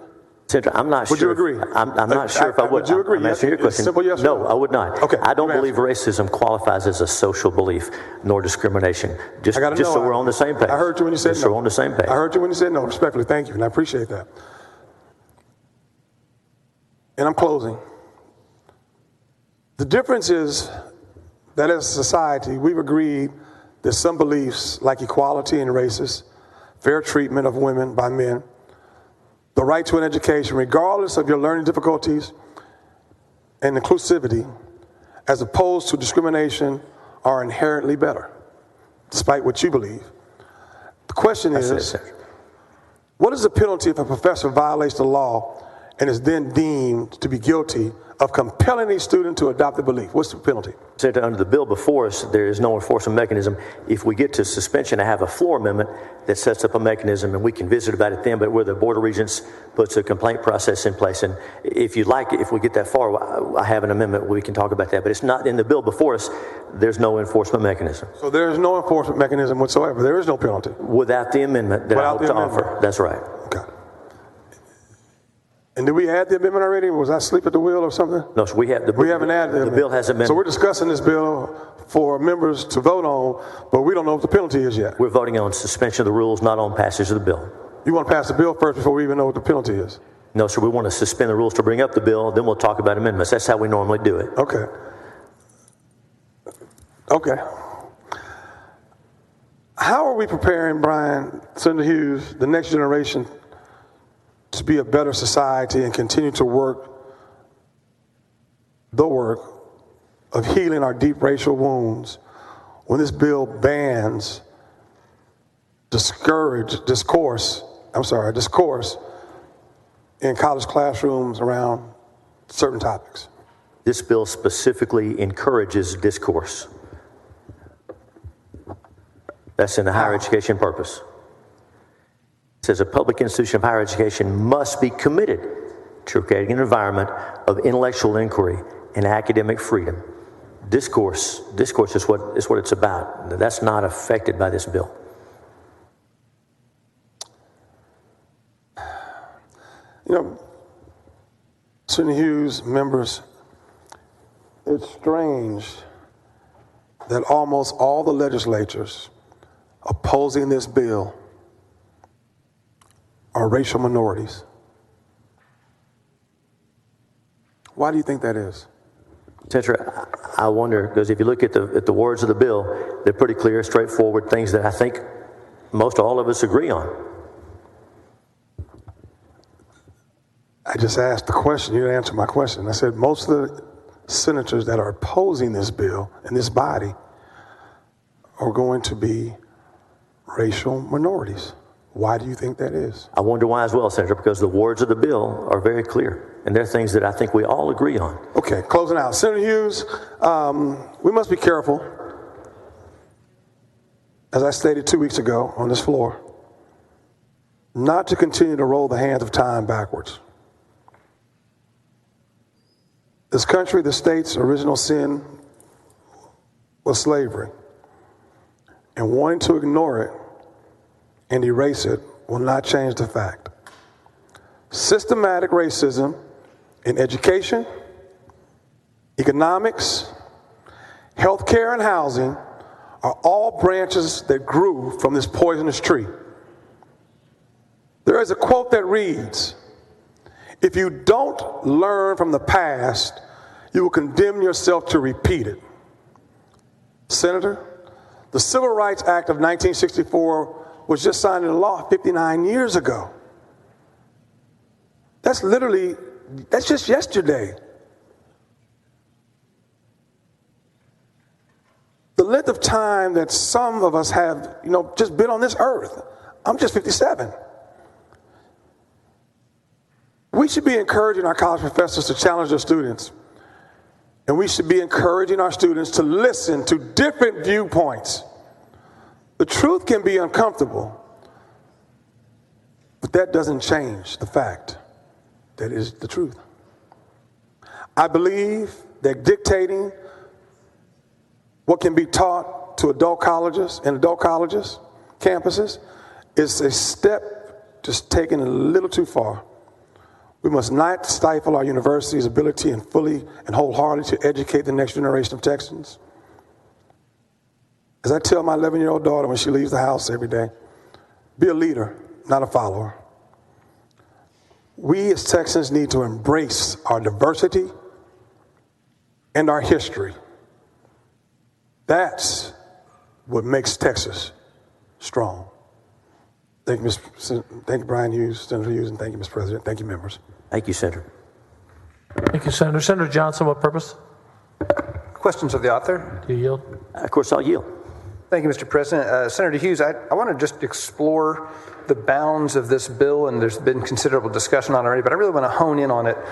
So first of all, does the name Winston Smith as a fictional character ring a bell? You'll have to help me out. Yeah, he's a protagonist. I had to look it up myself. He's the protagonist in George Orwell's 1984. Got it. And we probably all had to read a very unpleasant book, and there's a especially unpleasant moment in the book when Winston is being tortured, and he's asked the question, I don't remember the question, it might have been 2 + 2 is 5. And he's being forced to lie, and they beat him and torture him, and finally he can't take anymore. And he just tells the lie they're asking him to tell, and they shock him again. And he's like, what are you doing, man? I just said what you wanted to say, and they said, you're lying.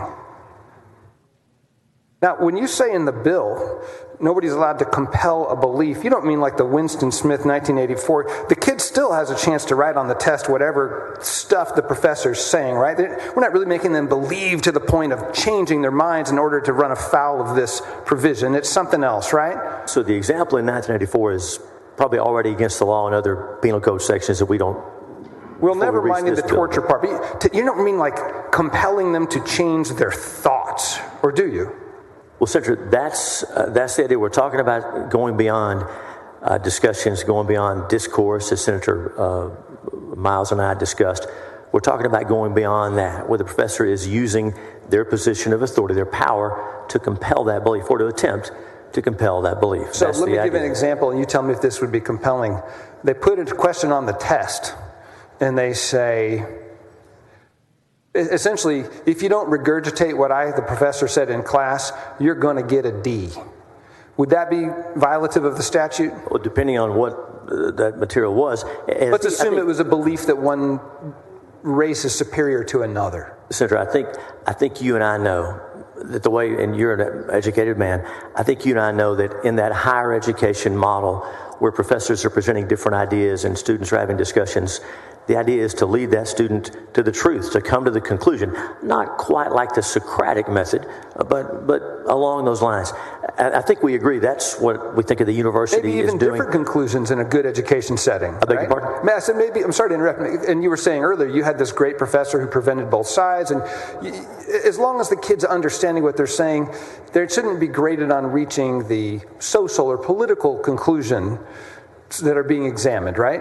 And if a professor requires you to regurgitate what they said about race or religion or sex or some political or social or religious thought, you're violating this, right? That's the type of compunction, attempted compunction, that we're talking about. Yeah, good. Okay, and I hope you don't feel picked on it by this part of our discussion, because this is I'm just identifying that there may be a point when a professor is doing the wrong thing, and this statute is meant to capture those moments, right? The bad grade moment. But let's examine a different moment. What if professors teaching economics, and they're talking about capitalism versus communism, and they say to the student, pick a side. I don't care whether you're a communist or a capitalist, a liberal free enterpriser, or some sort of socialist big state person. Pick a side and defend it in your paper. Have they compelled the student to take a position or adopt a belief? No, sir. But they just told them, you got to take a position. Why is that not compelling them to adopt a belief? That's not it doesn't say to argue for a belief or to advocate a belief, but to adopt a belief. So to actually believe it the way Winston Smith does in 1984. Or to attempt that end. All right, so I think we're running into a little bit of a problem. Like, when are they requiring them to believe it, and when are they just requiring them to say it? And that's tough to draw that line, isn't it? Well, in the example you gave, clearly the professor is saying, argue for this position, take this position. You probably had experiences like that. They want to teach you how to argue, how to analyze, how to make points, how to look at an argument from different standpoints, how to see the weaknesses in one's own argument. Comes in handy around here. I may be finding out today. So far, so good. It's a good joke. Now, Senator Miles brought up the scenario where the professor walks in every day, just beating a drum on something, whether you like what they're saying or not what they're saying. Is intellectually bullying outlawed by this statute? Well, Senator, discussions, lectures, reading different texts, being exposed to ideas I'm not comfortable with. That's part of higher education, right? That's part of the university. As long as I'm not required to agree with them on the test, the professor's okay, right?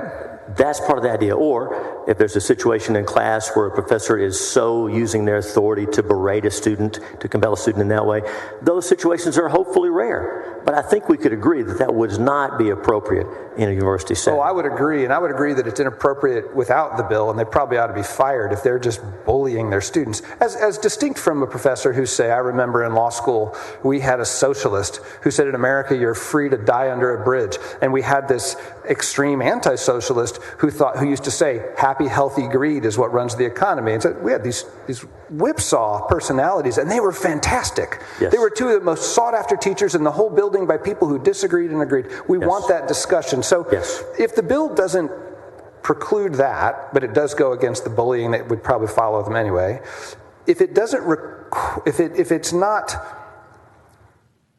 barring a professor from requiring students to take a position, if it's not barring a professor from advocating a position, I think we come to the conclusion that the bill just doesn't do very much. Senator, hopefully.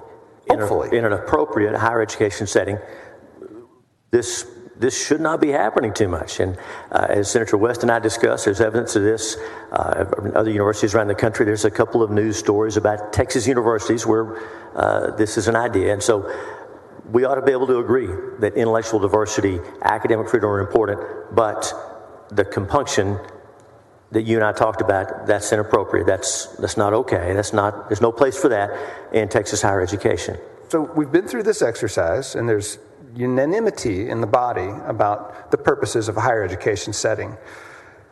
If it really is this limited in scope, we run into the question of whether it should exist at all, or does it just create more problems along the lines that other senators have already expressed today. And if it does pass out of this chamber and the House, I'll expect this discussion to inform how it's applied. And it really ought to not do very much. So I appreciate you going down this road with me. Thank you, Senator. Senator Huffman, what purpose? Permission to question the author? Do you yield? Of course, I'll yield. Mayor Hughes, I wanted to chat with you and ask you a few questions about your legislation. I've been sitting here carefully paying attention to the debate and listening to the members as they ask you questions. And I guess I'm thinking about the bill in a slightly different way. And as I listened to you lay out your bill and I listened to the debate, it brought to mind a bill that I carry that passed out of this Senate in 2009. It was actually Senate Bill 18, and it was the Campus Free Speech Bill. Do you recall that bill? Remember that well. I was on your committee and proud to work on that bill. We had hearing on university campus, a lot of input from students. I remember that bill well. And do you remember a part of the impetus for that bill and why we kind of got into it? And we did have hearings at different universities. It was because the students were not being allowed to exercise their First Amendment rights. Do you remember that? And they were not allowed to invite certain speakers. They weren't allowed to congregate in certain areas. They weren't allowed to express their beliefs. Do you recall that? I remember that very well. I do, Senator. And, you know, I'm happy to report that it appears that since we've passed this legislation, there's certainly been a big improvement on college campuses as it relates to the students' rights. And would you agree with that you have seen that as well and what you've heard? It's been very encouraging. I agree. Okay. And one of the things in SB 18 from 2019 was a statement that says it's a matter of statewide concern that all public institutions of higher ed officially recognize freedom of speech as a fundamental right. And we would all agree that even on our college campuses, there should be a freedom of speech, correct? Absolutely. Yes, ma'am. So a lot of that law was placed into Chapter 51 of the Education Code. And I noticed as I looked at your legislation that your prohibition on compelling certain beliefs also shows up in Section 51. And you wrote that legislation, you wrote this legislation, and we're now talking about the legislation before us, committee substitute to Senate Bill 16, correct? Senator, that's right. So I think it's quite logical that your language actually follows through with some of the campus free speech ideas. And also, like the previous bill, the campus free speech bill, your bill also makes some very meaningful statements about higher education's purpose, about how academic freedom, intellectual inquiry is so important. Intellectual diversity is important. Everything should be respected. Race, sex, ethnicity, or social, political, or religious background or belief. So like the campus free speech bill, there's sweeping language that sets admirable principles that we should all adhere to. Correct? Senator, that's so right. And things like that, we've all just assumed that will be present in higher ed, but it's necessary to put it in statute because so many times free speech just isn't there. You're exactly right. So I don't really see how on the first part, your first section, that anyone could disagree that these aren't admirable objectives that a state as great, as grand as Texas should have for all their educational institutions, all our institutions, whether it be, public ed, higher ed, all of them. So then following through on your next section, the one that's in the same section of the code as campus free speech, you make this statement that a faculty member of an institution of higher ed may not compel or attempt to compel a student, again, to adopt a belief, and it goes on to say what type of beliefs. To me, that follows perfectly with one's individual right of free speech, free belief, that a person who is in an authority figure, so to speak, like I think about professors or teachers in the higher end institution as like an authority figure. Would you agree? Certainly do. Yes, ma'am. So to Senator Johnson's question as it went to intellectual bullying, I think he said he was against that. I'm pretty sure that's what he said ultimately. I would say intellectual bullying is compelling. I would also say intimidation is compelling. Threatening certain grades is compelling. So my point is, I believe part of your, and I'm asking you, part of your legislation envisions that a student has a right to certain beliefs. And yes, a professor can state beliefs and try to teach certain beliefs, but they may not compel or force a student to accept their own personal beliefs. Senator, that's exactly right. Thank you. So that's what this bill is, as I see it, it's very clear, as I see this bill, that's just another step in the process of a student's rights, that they shouldn't be compelled to get a certain grade or to be a certain, placement in the class or certain recognition in the class that they be compelled to adopt a belief that they don't want to believe. Senator, that's exactly right. Okay. So I'm very supportive of your bill. As I said, I think it expands upon our notions of free speech and liberties, and thank you for bringing it forward. Thank you, Senator. Thank you. Senator Gutierrez, what purpose? Thank you. Just to ask a few questions. Do you yield? Of course, I'll yield. You caught me by surprise, Mr. President. Oh, thank you. I thought we were going by seniority, so thank you for that. Senator, you always get all the tough bills. I don't know how you do it, but you do. I'm wondering, I'm not going to beleaguer the point, but you said that the enforcement mechanism is coming for us in an amendment, correct? Senator, that's right. Under the bill before us, a university could do whatever they wanted to. The amendment would provide some guidance, some parameters, but the bill that I'm seeking suspension on doesn't specify any enforcement mechanism. That's right. And I don't want to get too far ahead of myself, but are we talking about losing funding, firing people? Senator, the amendment talks about the school setting up a system for complaints, reporting those, and good cause for taking disciplinary action against a faculty member should the violation occur. What if a kid says, Professor Johnson, he compelled me to believe X, Y, and Z, and he files this student report with somebody.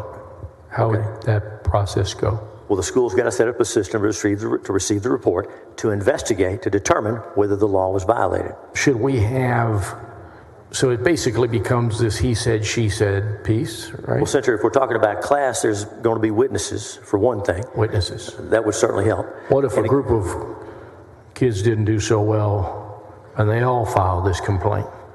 They just didn't do well on the test. And they say, Professor Johnson compelled me to do something. Then what? The university would have to determine whether the law was violated. Universities know how to deal with college students, know the process of higher ed, and so a University Board of Regents will set up a system to implement this. Should we have cameras in classrooms to watch professors as they're teaching young adults? That's not required by this bill. Many do because of online courses and things like that. I think that's pretty common, but it's sure not required by the bill. Last week, you and I had a discussion on vagueness when it came to writing statutory construction. It was more specifically in the area of a criminal statute, if I'm not mistaken. And so you have been asked by several members of this body to define what it means to compel or attempt to compel a student. And so can you give me a definition of what you're talking about, to compel? And then at one point you said, if a professor says you must be this, do this, that's not really a definition, it's an explanation, but can you just define compel? Compel means to use force, authority, or power to accomplish an end. All right. It's to adopt a belief that any race, sex, or ethnicity, or social, political, or religious belief is inherently superior to any other race, correct? Oh, yes, sir. I believe that's right. All right.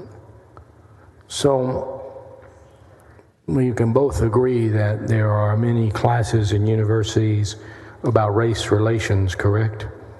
Yes, sir. You said law schools, but colleges have classes on racial relations. Oh, yes, sir. And I mentioned law school because we often hear that CRT is only in law school. And I mentioned the resolution by the UT professors about the undergraduate campus as well. But yes, race relations, of course, are taught at the critical race undergraduate theory, level. Critical race theory is also taught at the undergraduate level. I believe it is. Okay. Are you saying that a professor cannot teach critical race theory? No, sir. We're saying that a faculty member cannot compel or attempt to compel a student to do what you just read a moment ago. So academic freedom is, I'm sorry, go ahead. I'm sorry, you finished. So academic freedom, as Senator Huffman and I mentioned, is specifically described in the Student Free Speech statute as well as in this new statute, Section 50, about intellectual diversity, different ideas, different discussions, and academic freedom. To your knowledge or recollection, and there was no testimony, by the way, as Senator Huffman asked you, you didn't have any testimony about any professor threatening certain grades to anybody, correct? Yeah, no students testified in the committee. And you would agree with me that the concept, or at least the coursework of critical race theory, it's a theory, right, about race, correct? And the critical part is asking scholars to think critically, to do some critical thinking, correct? Sir, I believe, now again, as you know, critical race theory, that this bill is about compelling beliefs. Critical race theory, the critical part means that race is the defining principle in American society and that everything comes down to race. I think the critical race theorists would agree with that description, but I'll defer to you. I don't know. You're a smart man. You're much smarter than me. Many scholars would argue that it's about a social and legal construction of race that advances the interests of white people sometimes, right? I haven't heard that, but if you say so, I believe. At the expense of people of color. And so if a class like that espouse that, does that violate this law? Well, Senator, unless a faculty member is compelling or attempting to compel a student to adopt a belief described here, then there's no violation. Academic freedom is specifically protected in this statute. So if a professor posited that notion about critical race theory, that one of its principal positions is that race is a social construct that affects or benefits white people. That's not compelling anybody. That's just teaching somebody we're okay under this statute. Clearly, under the words of the statute, yes, sir. Statute. If a critical race theory professor suggested to his class that we have highly disparate rates of incarceration with black Americans, African Americans, and that is an incident of white men that have created laws in this country, and I'm not saying you, I'm just positing this as a position that is offered in school in these courses, that those higher rates of incarceration for black men created by laws by white men to advance their interest against the people of color, does that violate this proposed piece of legislation? Because you would argue, you would agree with me that that is the case, maybe not the white people part, but you would agree with me that black and African American men have a higher rates of incarceration than any other ethnicity. You would That's true, the numbers don't lie. I would even argue, not many scholars have posited that President Nixon created laws on marijuana specifically targeting black men. You wouldn't disagree with that, right? I haven't heard that, but if you say someone says it, I believe you. And so those types of ideas wouldn't be inhibited by your statute here. No, sir. So in essence, we can go and teach critical race theory as long as we're not compelling anybody to believe it or adopt it. This bill is very clear about academic freedom, intellectual diversity. Okay, if a teacher teaches the reading of the bell curve, I read, I'm not as astute as you. I read excerpts of this in my sociology class in college. I didn't read the whole thing. Are you familiar with the book called The Bell Curve? Came out, as I recall it, I want to say early 90s, maybe it talked about affirmative action. I vaguely remember the concept. I didn't read the book, but I think I've heard of it. Interestingly enough, it was dedicated to a man named Harlan Crow, which we've been reading about lately. But the bell curve basically said that African American men, and I know you don't believe this and I don't believe this, that African Americans had lower IQs and therefore couldn't do certain things in society. If a professor posited this idea to people as an example of bad ideas in our nation, that doesn't violate this bill. No, sir, of course not. Okay. If a teacher requires a reading of the Protocols of the Elders of Zion, again, same sociology class, you know how professors are. Don't read the whole book, read this chapter, read this section. As a bad idea, essentially examples of anti-Semitism, does that violate the functionality here in this piece? No, sir. Some people have asked you about capitalism versus socialism or communism. And here it says that a professor cannot essentially ask you to adopt a position that one of those is inferior to the other. Is that accurate? Well, Senator, not to adopt a belief that one is inherently superior to any other. Okay, so capitalism and communism are equals, essentially, is what that professor would have to. Well, Senator, they could present. No, so they could present whatever ideas and present their views and different views. As far as compelling a belief, that's where the line would be. Does this bill require that monetary theorists suggest that Bitcoin and greenbacks are equal? Senator, they could teach anything they want to teach. Academic freedom is specifically preserved. Okay.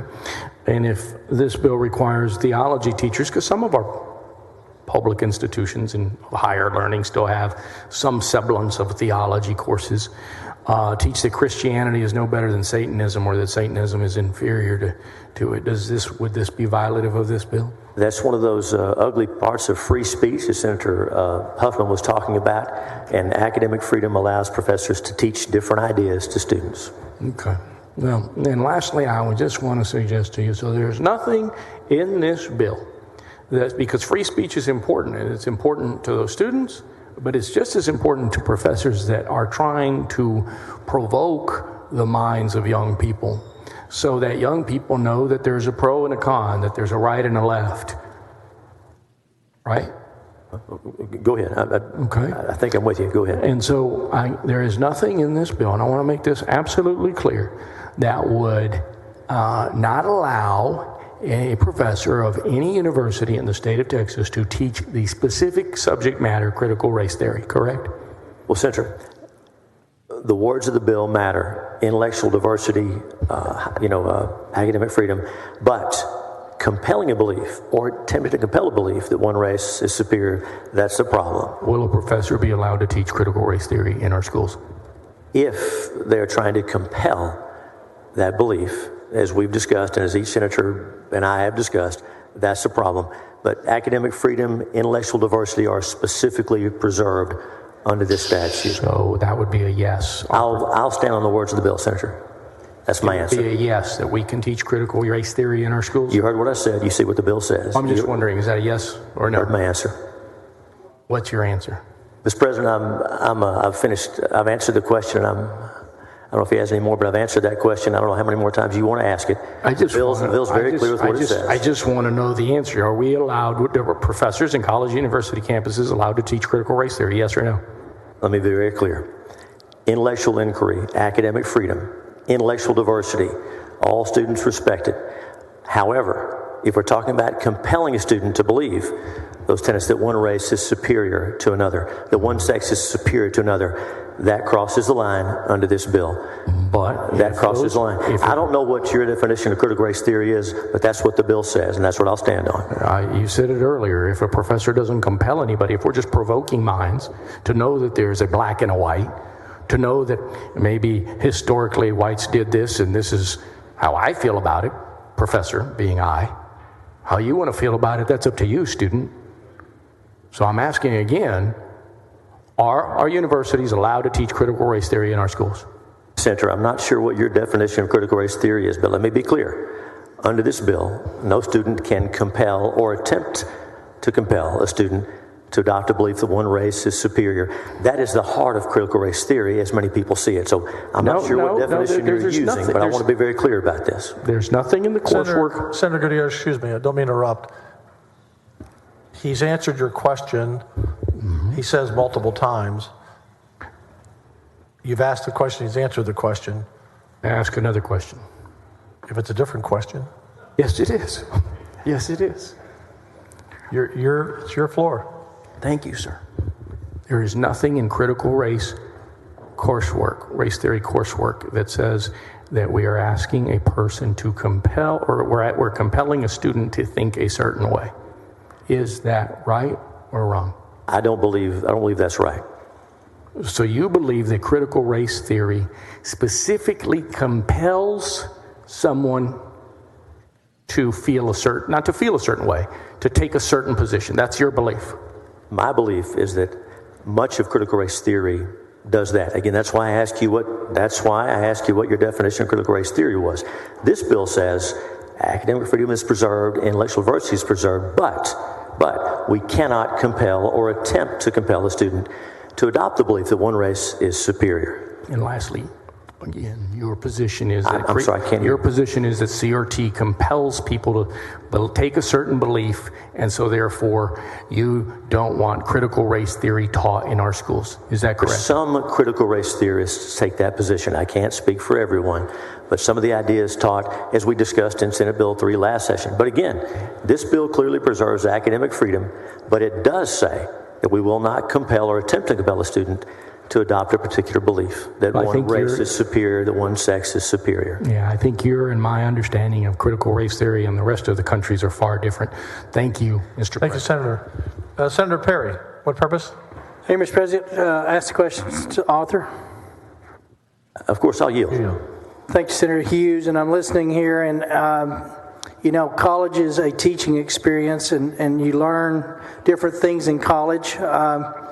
I heard this over and over again. There is no documented cases. I will tell you, even before CRT and all the other junk that's out there that we're having to deal with as we come to this legislature, There was a national recognized problem over a biology class at Texas Tech University.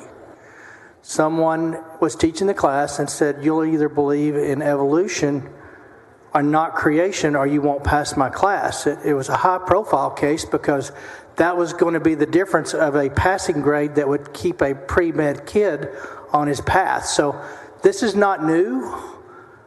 Professors get out of their box just like all people do. So there are cases. I will tell you, I have an email I speak to students at Texas Tech sometimes. I love talking to young people. They give you kind of a perspective that you need to be for being an old guy. But I'll read this. I won't state the class. It was a particular law school class. It was a pleasure to have you speak to our class yesterday. I've very much enjoyed Professor X.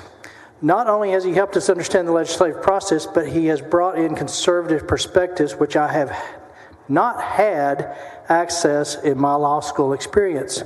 So that's from a student at Texas Tech University. I have 4 others after I spoke that were thanking me because I brought a different perspective than what the system or institutional experience that they've been facing. So it's directly related to what you're saying. I think when students are isolated from all perspectives or are not exposed, it violates the inherent reason why we were supposed to have had a higher ed academia. And when I say college teaches a lot of things, I've had students tell me we don't believe a word that guy is saying, but in order to get out of this class with the grade we need to move forward in life, we're going to write down whatever he wants us to tell us. Is that one of the last lessons that we're learning in our higher ed institutions these days? Because that's what I hear. You're not the first one to say that, Senator Perry. That's so right. I would just say it this way. Clearly, and I look back over my college tenure, I had a political science professor. We didn't agree on anything. But he really didn't care about my position as long as I came ready to debate the position. And that's what college is. On these soft subjects, what I call them the social subjects, the abstract subjects that have no right or wrong, usually from whichever perspective you're sitting on. I mean, we as a Christian, I know where I believe what right and wrong is, but that's my belief. That's not my professor's belief, possibly. But on those subject matters, it's the professor's job to throw those out there and not grade you on the answer, but how you got there. Critical thinking, process, facts. How do you document where you're going from? Because those are the critical thinking skills that get you down the road. 2 plus 2 is 4. It's not an abstract concept.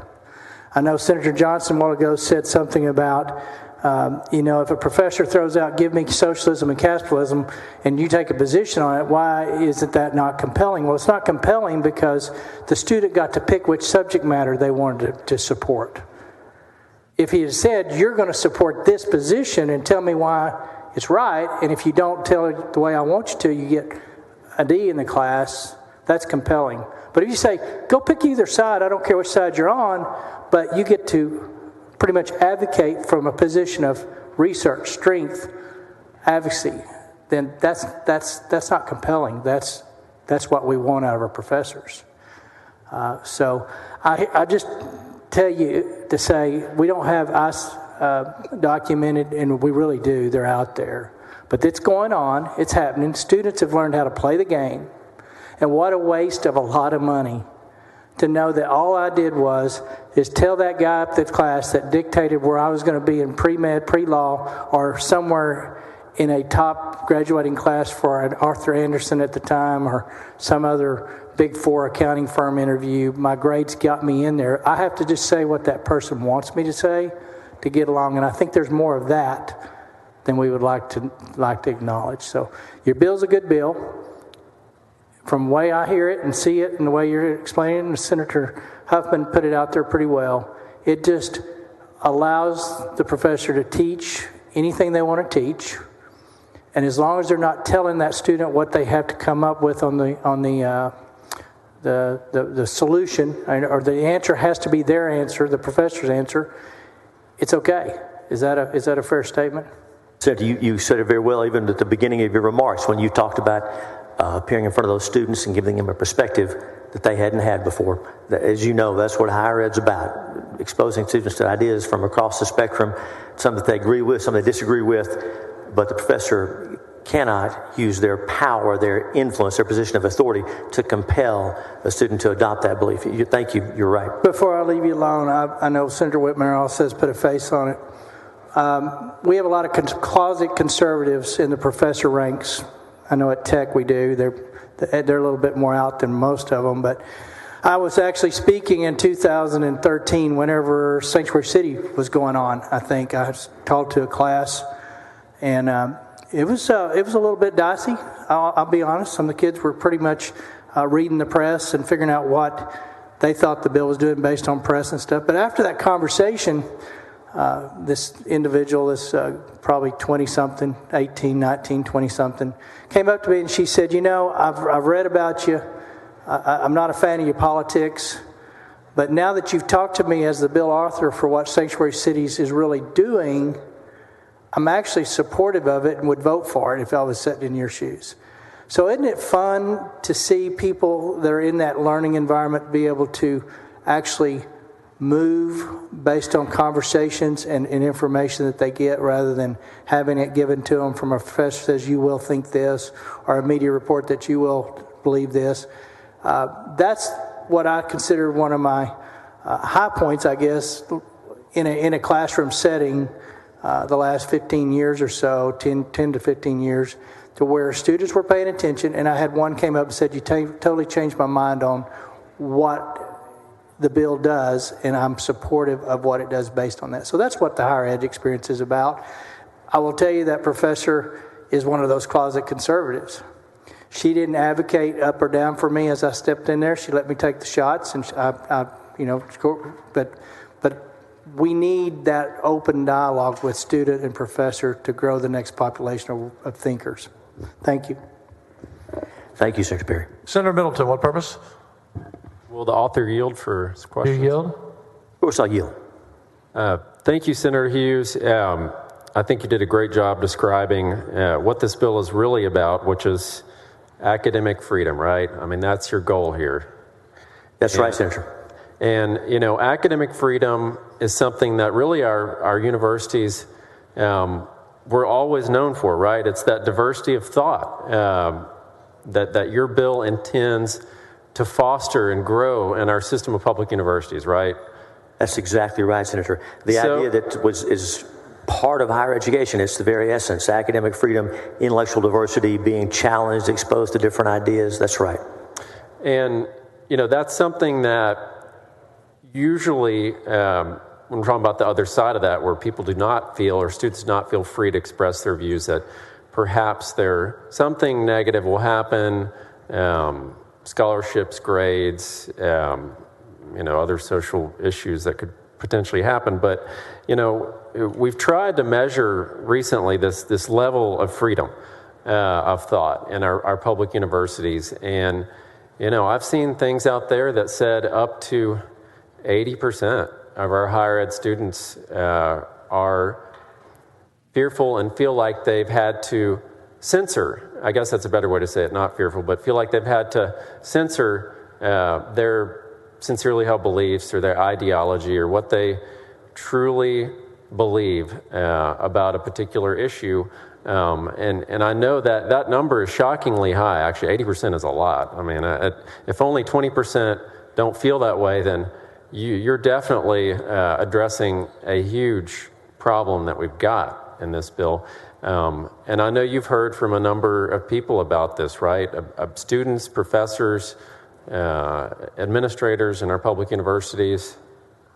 Senator, that's right. And the problem has been growing. And as you described, it's the opposite of what we ought to have at the university setting, where students are expressing their views and students learn from one another as they have discussions. But when that percentage of students are chilled or afraid to speak out for fear of retribution, it's a real problem. You're exactly right. Well, and the downsides of that, you know, that we've seen before is where a student potentially is afraid to identify their ideology or what they truly believe in for fear that somehow their grades will suffer, right? And that's one of the key components of what could happen if they're compelled, right, that the bill addresses. So that's right. That's that ultimate power that professor has, which they can wield over a student. That's right. Where they feel like they have to adopt the professor's ideology, or something negative will happen. There'll be some negative consequence. But something maybe even worse than that, where a student could potentially feel like they have to pretend to adopt the professor's view for fear of some negative consequence, right? That's another way that they could be compelled, potentially. That's exactly right. That's exactly right. And, that's why this bill is so important, because I'll tell you personally, there were times at UT Law School where I had professors where I felt like, and I didn't ask them this, but where I felt like, and it's up, this is the intent of the student, right? And how the student feels, because that's what this is about, is that academic freedom, that freedom to express your ideology and your sincerely held beliefs. There were times where I felt like perhaps my grades could suffer if I identified that I was conservative.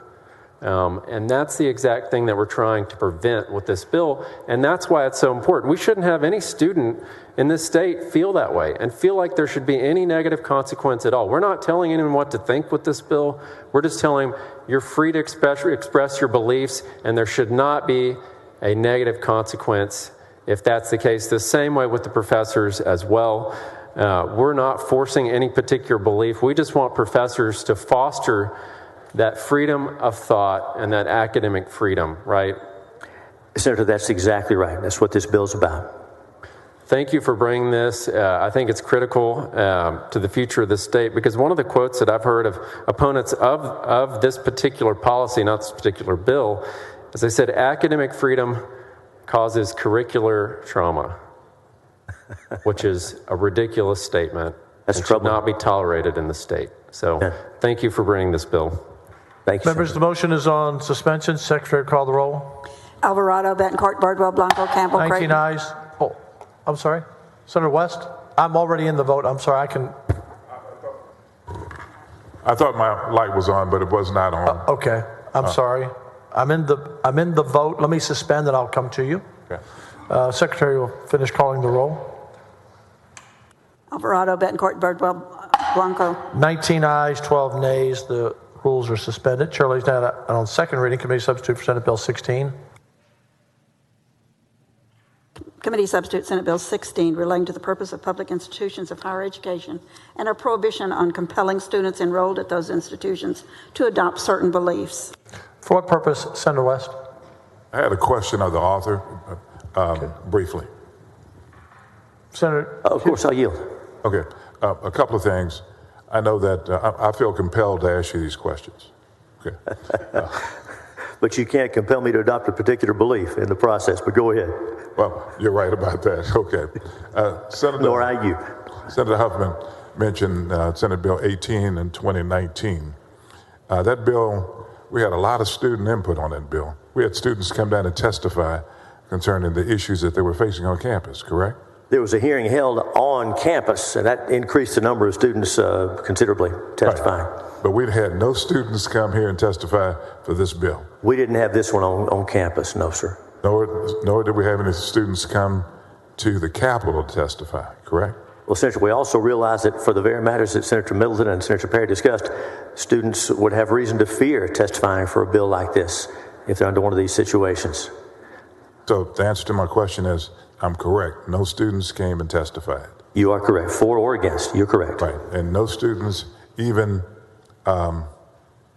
said that they felt that they couldn't come testify for fear that there'd be repercussions, correct?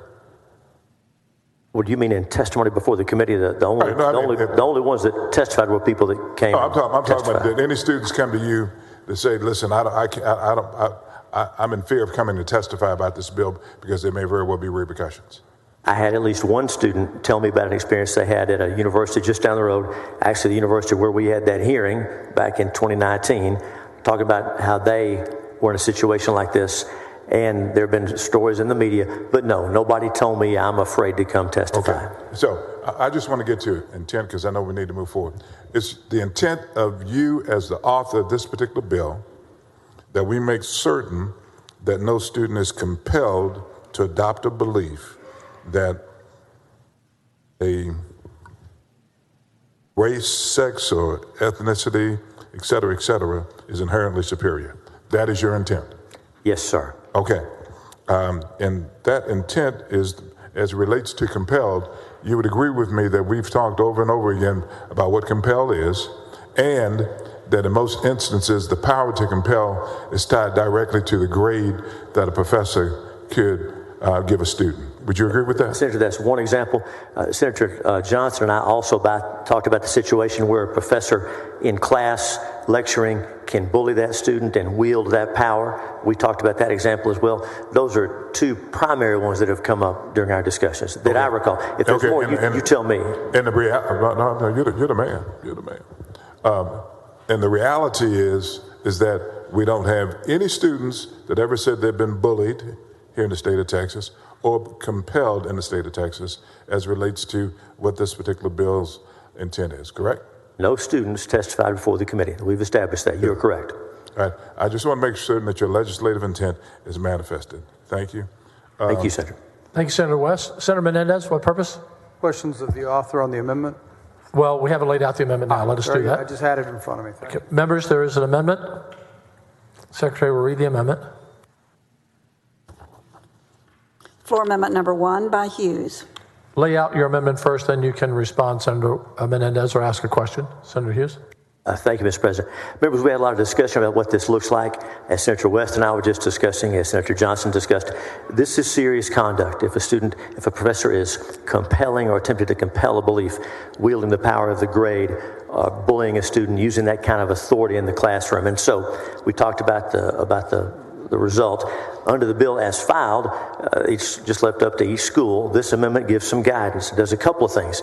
For one thing, it says they'll establish a system for students to make complaints, and they can investigate those complaints. It says they report to the legislature and the Higher Education Coordinating Board annually on those complaints received. And if it's found a professor has violated this, if they violated this on line 9, 10 through 11, if an institution of higher education determines that a faculty member of the institution has violated this section, the institution shall discharge the faculty member. Then at the bottom, lines 25 through 28, for purposes of subsection C5, good cause for taking disciplinary action against a faculty member, including revoking tenure, includes their violation of this section. As we've discussed, for a professor to wield that kind of authority against a student is a big deal. It's not appropriate, and this amendment puts a remedy in place if a professor violates this law. And I move adoption of the amendment.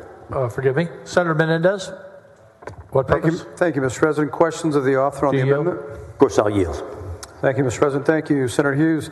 Senator Hughes, I was reading the amendment, and it was interesting because in your bill layout, you read first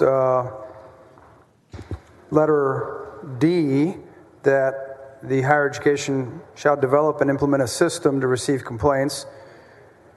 Then you went on to talk about the reporting, and then finally you said if someone determines a faculty member has violated the section, they shall discharge that fact. But in your amendment, it has the firing under section C before. And does that make a difference in the implementation of this? Because it seems like in your amendment, as I read it, the first thing I read was an institution of higher education determines that a faculty member of this institution has violated this section, the institution shall discharge the faculty member. And then after that, letter D, they shall develop a system to implement. It seems like you're going to fire the faculty member before you implement the system and before you're reporting. Does that, in your amendment, is this just a drafting error, or what are your thoughts on that? No, sir, this is the way Ledge Council drafted, and C, D, and E are all there. There's not a numerical priority sequence to them. They all have to be done. I mentioned the board developing the system because there were a couple of questions, I think maybe from you and Senator West and Senator Gutierrez, about how it will be implemented. So I mentioned that first, and I hope I didn't confuse things, but all those things have to be implemented under the amendment. And so because there are areas that are I don't understand in terms of how we would get around facts. And I guess my concern would be following the lines, if you are a student and you feel that you didn't make the right grades, or what about this? What if the major that you're trying to achieve requires that courses, let's say in maybe gender or racial studies, are part of that course study, so you're compelled to take those courses in order to receive that major? Does that fall under this legislation? Would you have the ability to file something against the person who created the course requirements for that major? Well, no, sir. It's a great question. So in the bill on line 145, a faculty member, so it applies to faculty members. Yeah. And then it talks about compelling a student. So that's clear. The conduct, it's prohibition on compelling certain beliefs. So it's about faculty members and students. Okay. So if you ask a question about the disproportionate rate of maternal mortality in black mothers in our history, and we all know that there's a disproportionate rate of maternal mortality amongst black women in Texas, and that's part of the exam, and you choose to say no, that you don't believe that, and you get the answer wrong and maybe not the grade that you want, would that student have the ability to make a complaint against the faculty member? Well, Senator, the professor would not be violating the statute in the situation you described. As you know, that's not a social, political, religious belief. The numbers are the numbers. That's just bare facts. Those are objective facts. Okay. So I heard an exchange between you and Senator Milton about academic freedom and freedom of speech and being protected in these, all of the instances would not, it seems to me there are instances that would not be protected. Are there any specific examples of instances the bill would prohibit? Is there any prohibition in terms of your legislation? And I think, Mike, you're telling me that you're trying to get to the point where they can say whatever they want as long as they don't try to compel the student. Is that what you're saying? Senator, that's right, and that's why we have the specific language about intellectual inquiry, academic freedom, intellectual diversity, and as you know, I'm reading from the bill. Mm-hmm. That's important. I know we agree on that. So you have here, the governing board of the institution shall develop and implement a system to receive the complaints. And who gets to decide? Who's the arbiter of the complaint being a valid complaint? Well, Senator, the Institution of Higher Learning makes that determination. And so each institution will have authority to administer this and develop their own processes. But you don't prescribe. Is it one person? Is it a group of people? Is it a panel? How does that work? Well, Senator, it's up to the institution. Okay. And as you know, there are already processes in place for faculty complaints, for grievances. So universities already know how to handle these matters. So that's why this is not overly prescriptive. It just leaves it up to each institution to yes, sir. Thank you for answering my questions. Thank you, Mr. President. Thank you, Senator.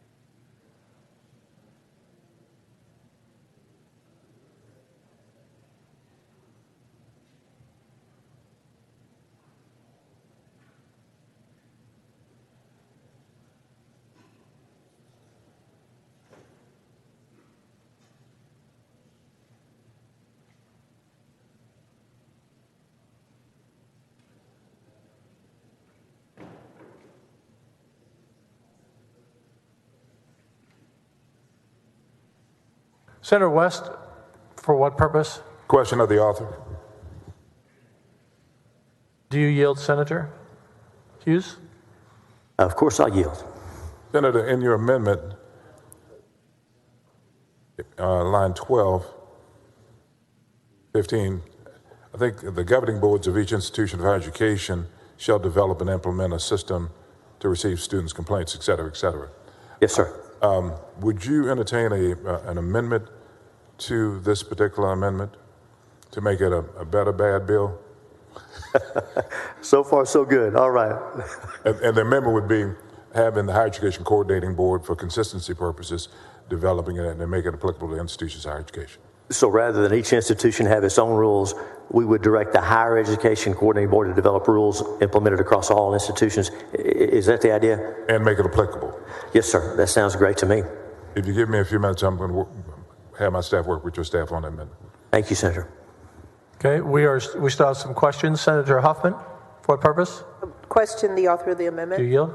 Of course, I'll yield. Senator Hughes, just a couple of questions. Actually, Senator Menendez asked a couple that I have. So looking at your amendment, so do you envision both a student could bring a complaint, but also someone at the institution of higher ed or someone from the public? I'm not sure, because C is kind of general, and then D talks about how to receive student complaints. So, Senator, that's right. And as it's drafted, the idea was student complaints, but that might be something good to put in Senator West's amendment if he's agreeable, amendment to amendment, to make sure that what do you think? We would not be limited just to students. If someone else in the university community were aware. Perhaps another professor was aware of it, but yes, they should not be, I don't think they should be precluded from making a complaint, rather, because sometimes I think even in the best of situations, students can feel intimidated. I think we've seen that through this process, that they still feel like if they're the ones that complain, that somehow that will work against them in future classes or with future professors. So I don't know exactly how to fix it. I didn't know if the language was kind of broad, so that's why I was questioning you what you envisioned. Senator, that's right. The thinking had been student complaints, but as you say, for the very discussions we've had, there may be a chilling effect on students, and so professors, university employees certainly ought to be allowed to. Again, I don't want to presume. We might ask Senator West to put that in his amendment to the amendment. Okay.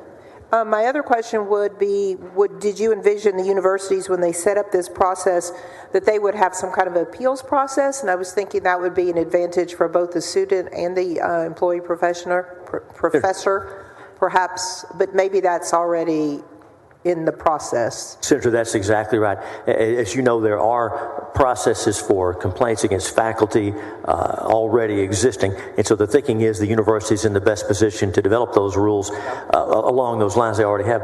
But with Senator West's amendment, that'd be done by the Higher Education Coordinating Board. But yes, you're correct. And certainly then, just to set up, it would be your intent for there to be an appeals process for both parties in this process. That's exactly right. Okay. Only upon final determination would this take effect. That's exactly right. Or a student who felt like they were compelled, in fact, but felt like the university wasn't really listening to them, that they could, if they really felt strongly about it, could proceed through the appellate process. That's exactly right, Senator. All right. Thank you. Thanks, Senator.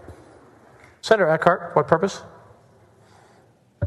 To ask questions of the author. I'm always looking your way. Remember, I'm always looking to my left now. I'm trying to get over there. Okay. Do you yield? Much. I appreciate it. Do you yield? Oh.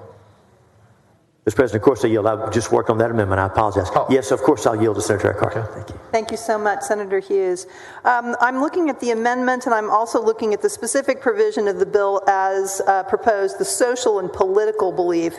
So let me just take a hypothetical to tease out the answer to this. Let's say a professor in the Macomb School of Business clearly and compels, in a compelling fashion, teaches that a free market economy is superior to a socialist based economy, that it's inherently superior. And compels, sort of along the same example that Senator Perry gave, compels his students or her students to pursue research in that class through that lens.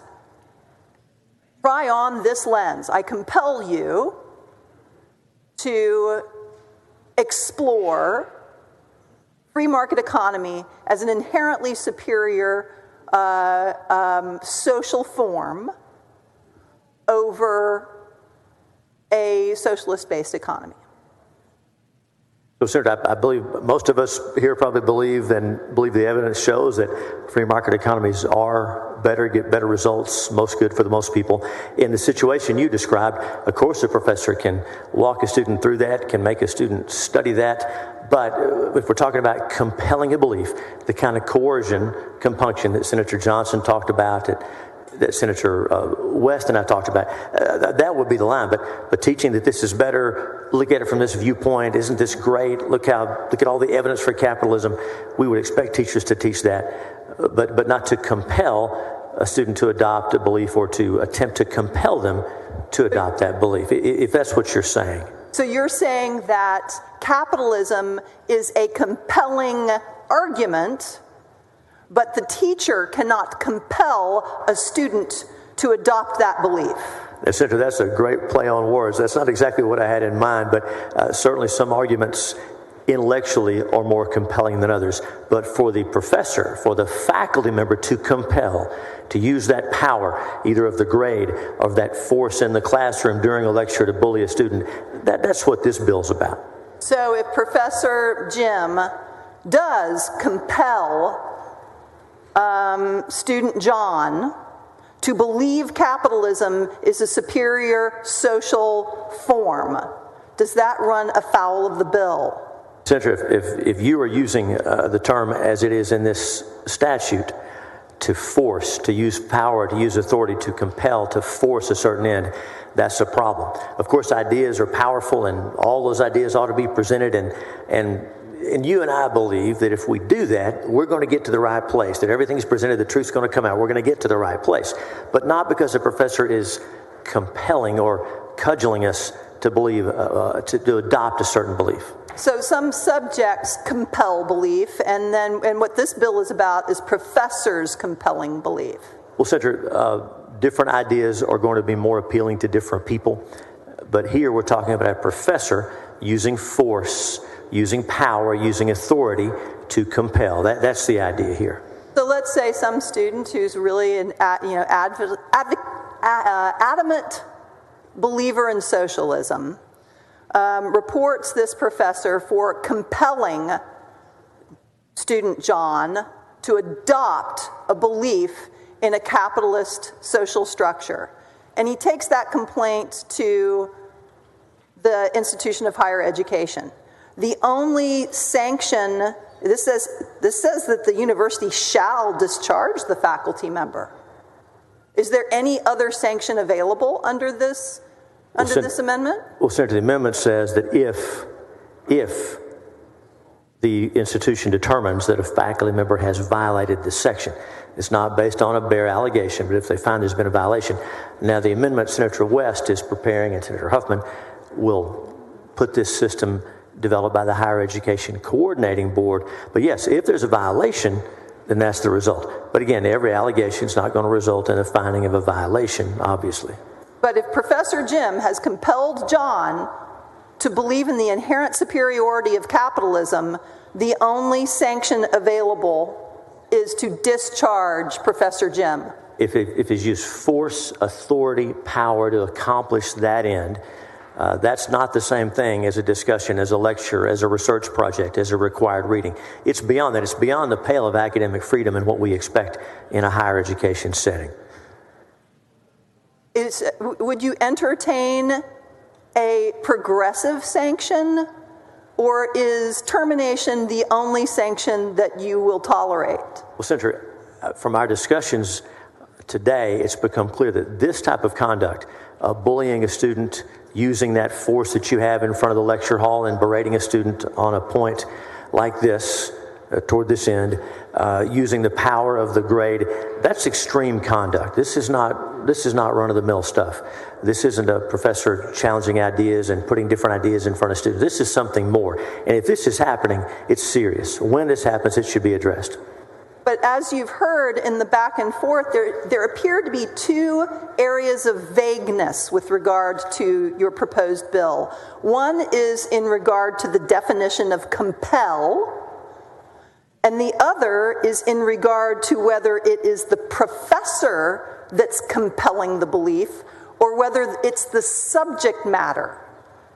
Because in your exchange with Senator Menendez, or actually it wasn't Senator Menendez, it was Senator Gutierrez, you seemed to be opining that some subjects were compelling belief in inherent superiority.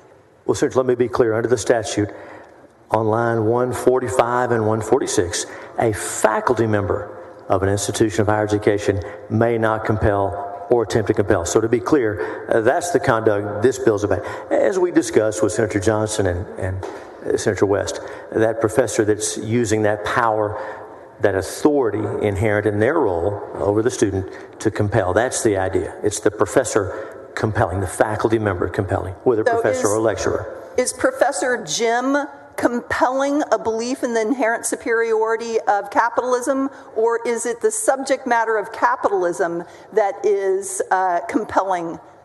Which is it? The example you gave was not the professor compelling under the statute. The example that I gave was not the professor compelling?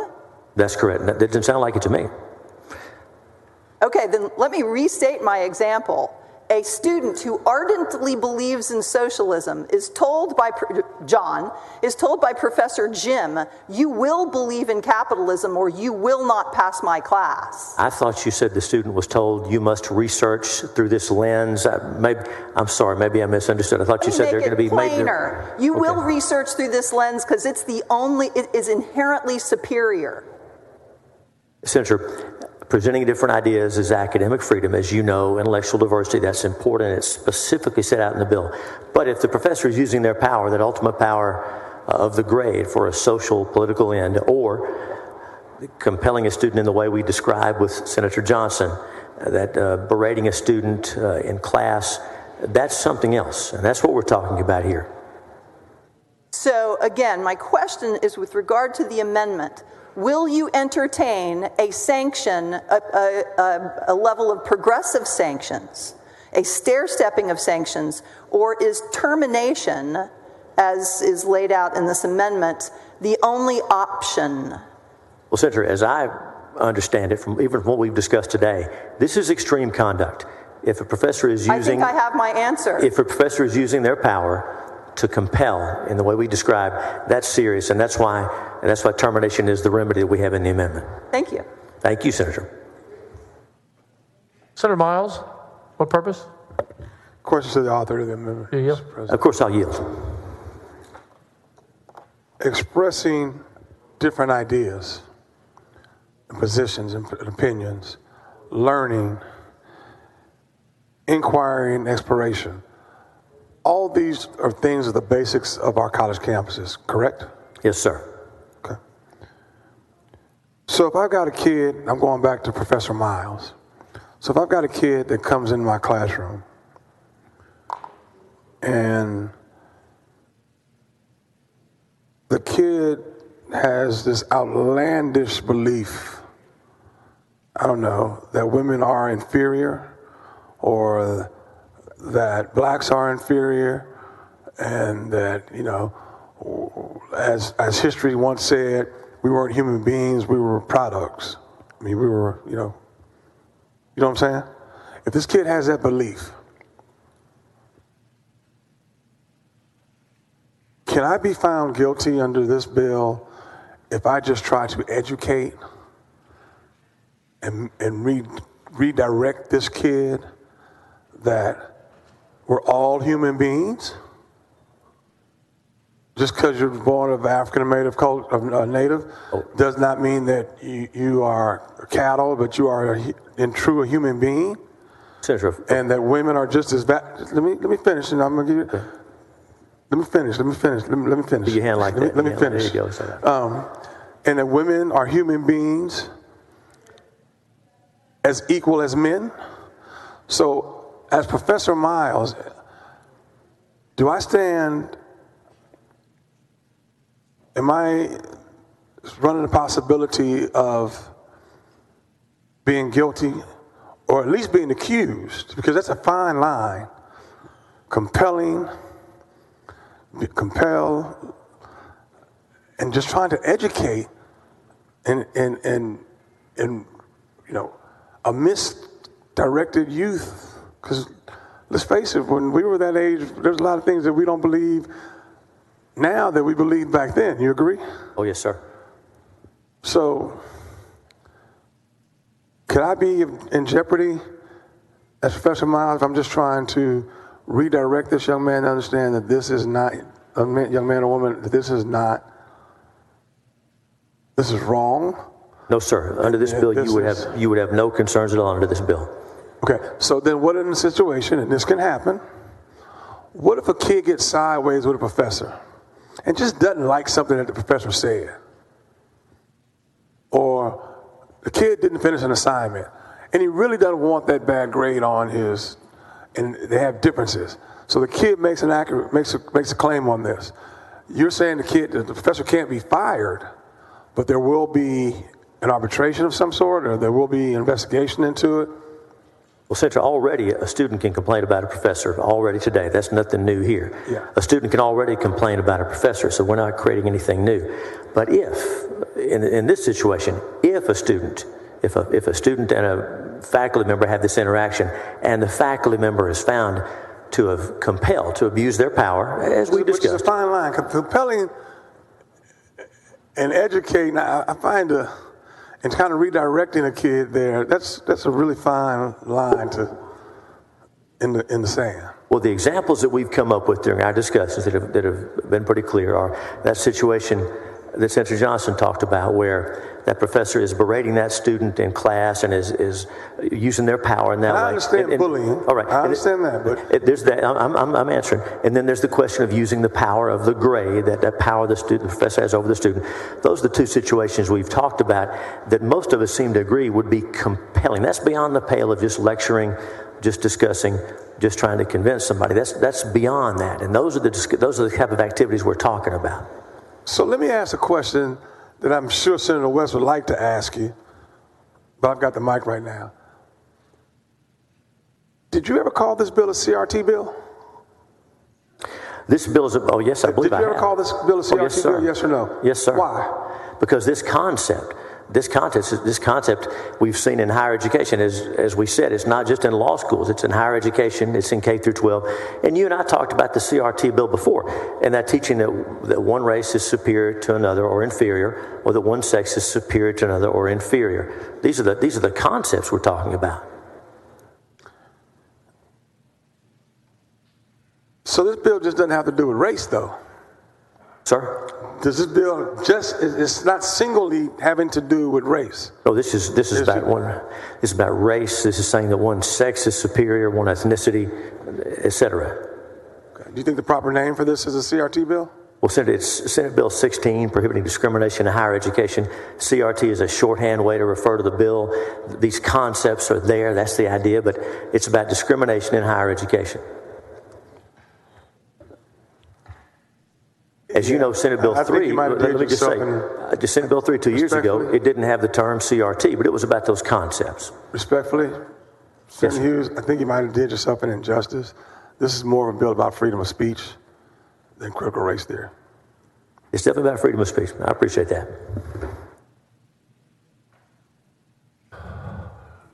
Are we still waiting for that one amendment, the amendment to the amendment?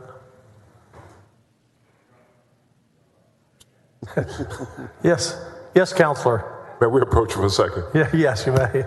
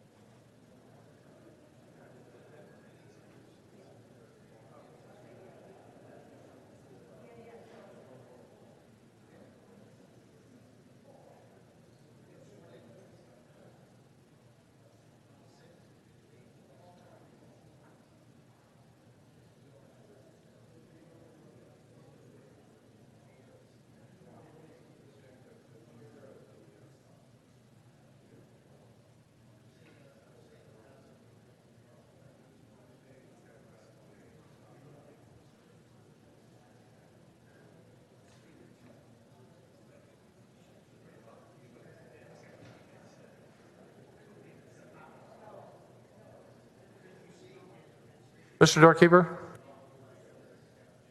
Mr. President, there's a message from the House. Mr. Messenger? Mr. President, I'm directed by the House to inform the Senate that the House has taken the following action. The House has passed. Thank you, sir. One of these days, I'm going to have you read everything that's in your hand. Make your job easier.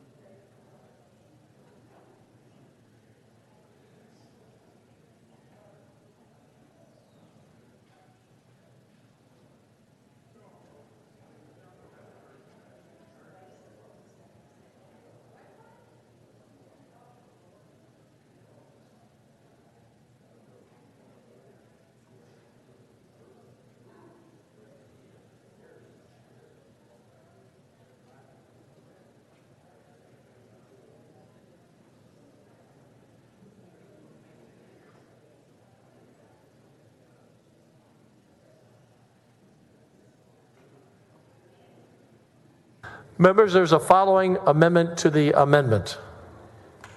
We're passing it out now. Shortest amendment you'll ever have. Secretary will read the caption. Floor Amendment 2 by Huffman, amending Floor Amendment number 1.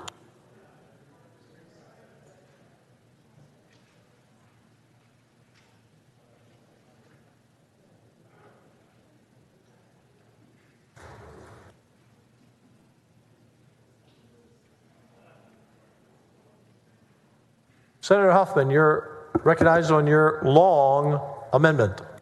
Thank you, Mr. President. Members, this amendment to the amendment simply removes the word students in a couple of places on Senator Hughes' amendment, which would facilitate more people being able to actually file a complaint. So it wouldn't have to be just a student. It could be another teacher. It could be some concerned member of the public. Again, I think when the next amendment goes on, I think tomorrow, that will establish the Higher Education Coordinating Board to make the rules that we want to send a signal to them that we want the complaint process to be open. Senator Hughes? Thank you, Mr. President. I thank Senator Huffman for this amendment. It's a great amendment. It will make clear that complaints under this statute are not limited to students, but faculty members, others can bring complaints under this statute. It's a great amendment, and it's acceptable to the author. Any objection to the amendment to the amendment? Hearing none. Senator Hughes, do you wish to mention Senator West, have a brief conversation about the plan for tomorrow so all the members know? Thank you, Mr. President. Some of you may recall Senator West and I had a discussion about asking the Higher Education Coordinating Board, or I should say tasking them with developing rules that would apply to all institutions. They'll have due process, and either party can appeal. And so because that amendment is somewhat involved, Ledge Council is drafting it. So Senator West and I have agreed that tomorrow on third reading, we'll offer that amendment jointly. It will require a 2/3 vote on third reading, but Senator West and I suspect we'll all agree, I hope we will, so we're asking members to support us tomorrow for a third reading amendment to say it's the Higher Education Coordinating Board that will develop the system, apply to all institutions, due process, either party can appeal. Is that right, Senator West? If I may yield, is that okay? Yield him, Senator? Yield. Senator West? That is correct, members. Okay. So, members, they're going to do that tomorrow. Now we're going to adopt the amendment, have a vote on the amendment as amended. Thank you, Mr. President. I move adoption of the amendment as amended. And again, we'll come back tomorrow for some more, but I move adoption of this amendment as amended.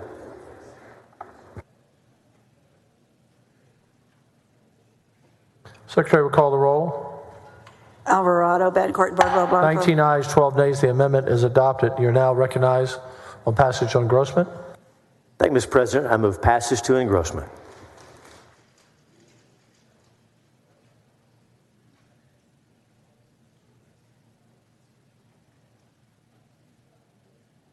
Secretary will call the roll. Alvarado, Bettencourt, Bardwell, Blanco. 19 ayes, 12 nays. The bill passes on engrossment. We'll hold there. Thank you, Mr. President. Thank you, members.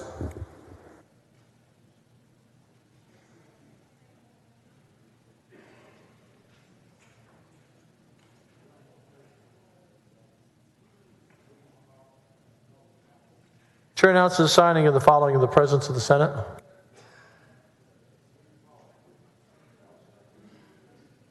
House Concurrent Resolution 102, House Concurrent Resolution 101, House Concurrent Resolution 95, House Concurrent Resolution 93, and House Concurrent Resolution 92.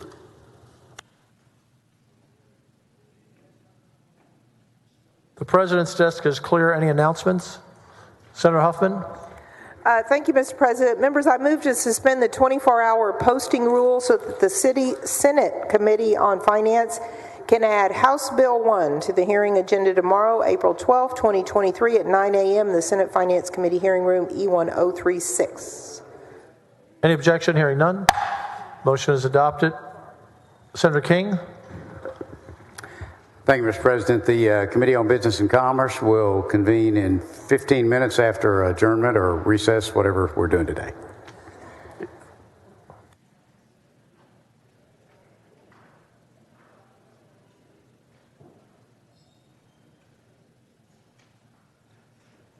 Senator Bettencourt. Thank you, Mr. President. The Senate Committee on Local Government will reconvene at 4:55. Take up pending business. Yes. Senator Swertner. Mr. President, the Senate Committee on Business and Commerce will reconvene 15 minutes upon adjournment, E1.012. Senator King just did that. Oh, great. Thank you, Mr. President. It's upon recess. Okay.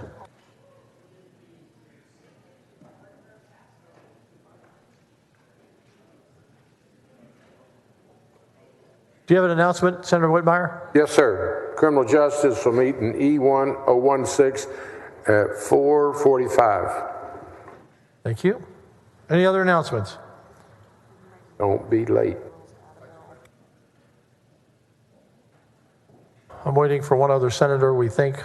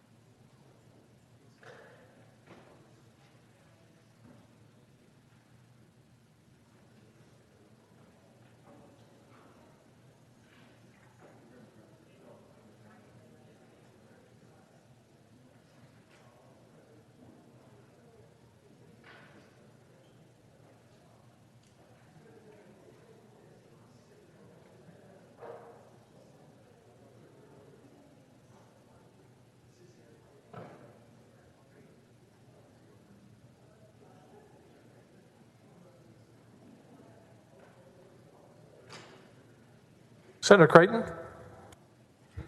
Thank you, Mr. President. Members, I move to suspend the posting rules to add Senate Bill 1072 by Senator Hughes to the agenda for Senate Education Committee hearing tomorrow, April 12th at 9 a.m. in E1028. Mr. President and members, if there's no questions, I move suspension. Any objection? Hearing none, motion adopted. President's justice clear. The chair recognizes the Dean of the Senate. Thank you. Motion. I move that the Senate recess until 8 a.m. Wednesday, April 12th for the consideration of a local and uncontested calendar. Upon conclusion of the local and uncontested calendar, I move that the Senate adjourn until 11 a.m. Wednesday, April 12th. Thank you. Is there an objection? The chair hears none. The Senate stands in recess until 11 a.m. Wednesday, April 12th for consideration of a local calendar. Upon the conclusion of the local calendar, the Senate stands adjourned until 11 a.m. Wednesday, April 12th. Thank you, members.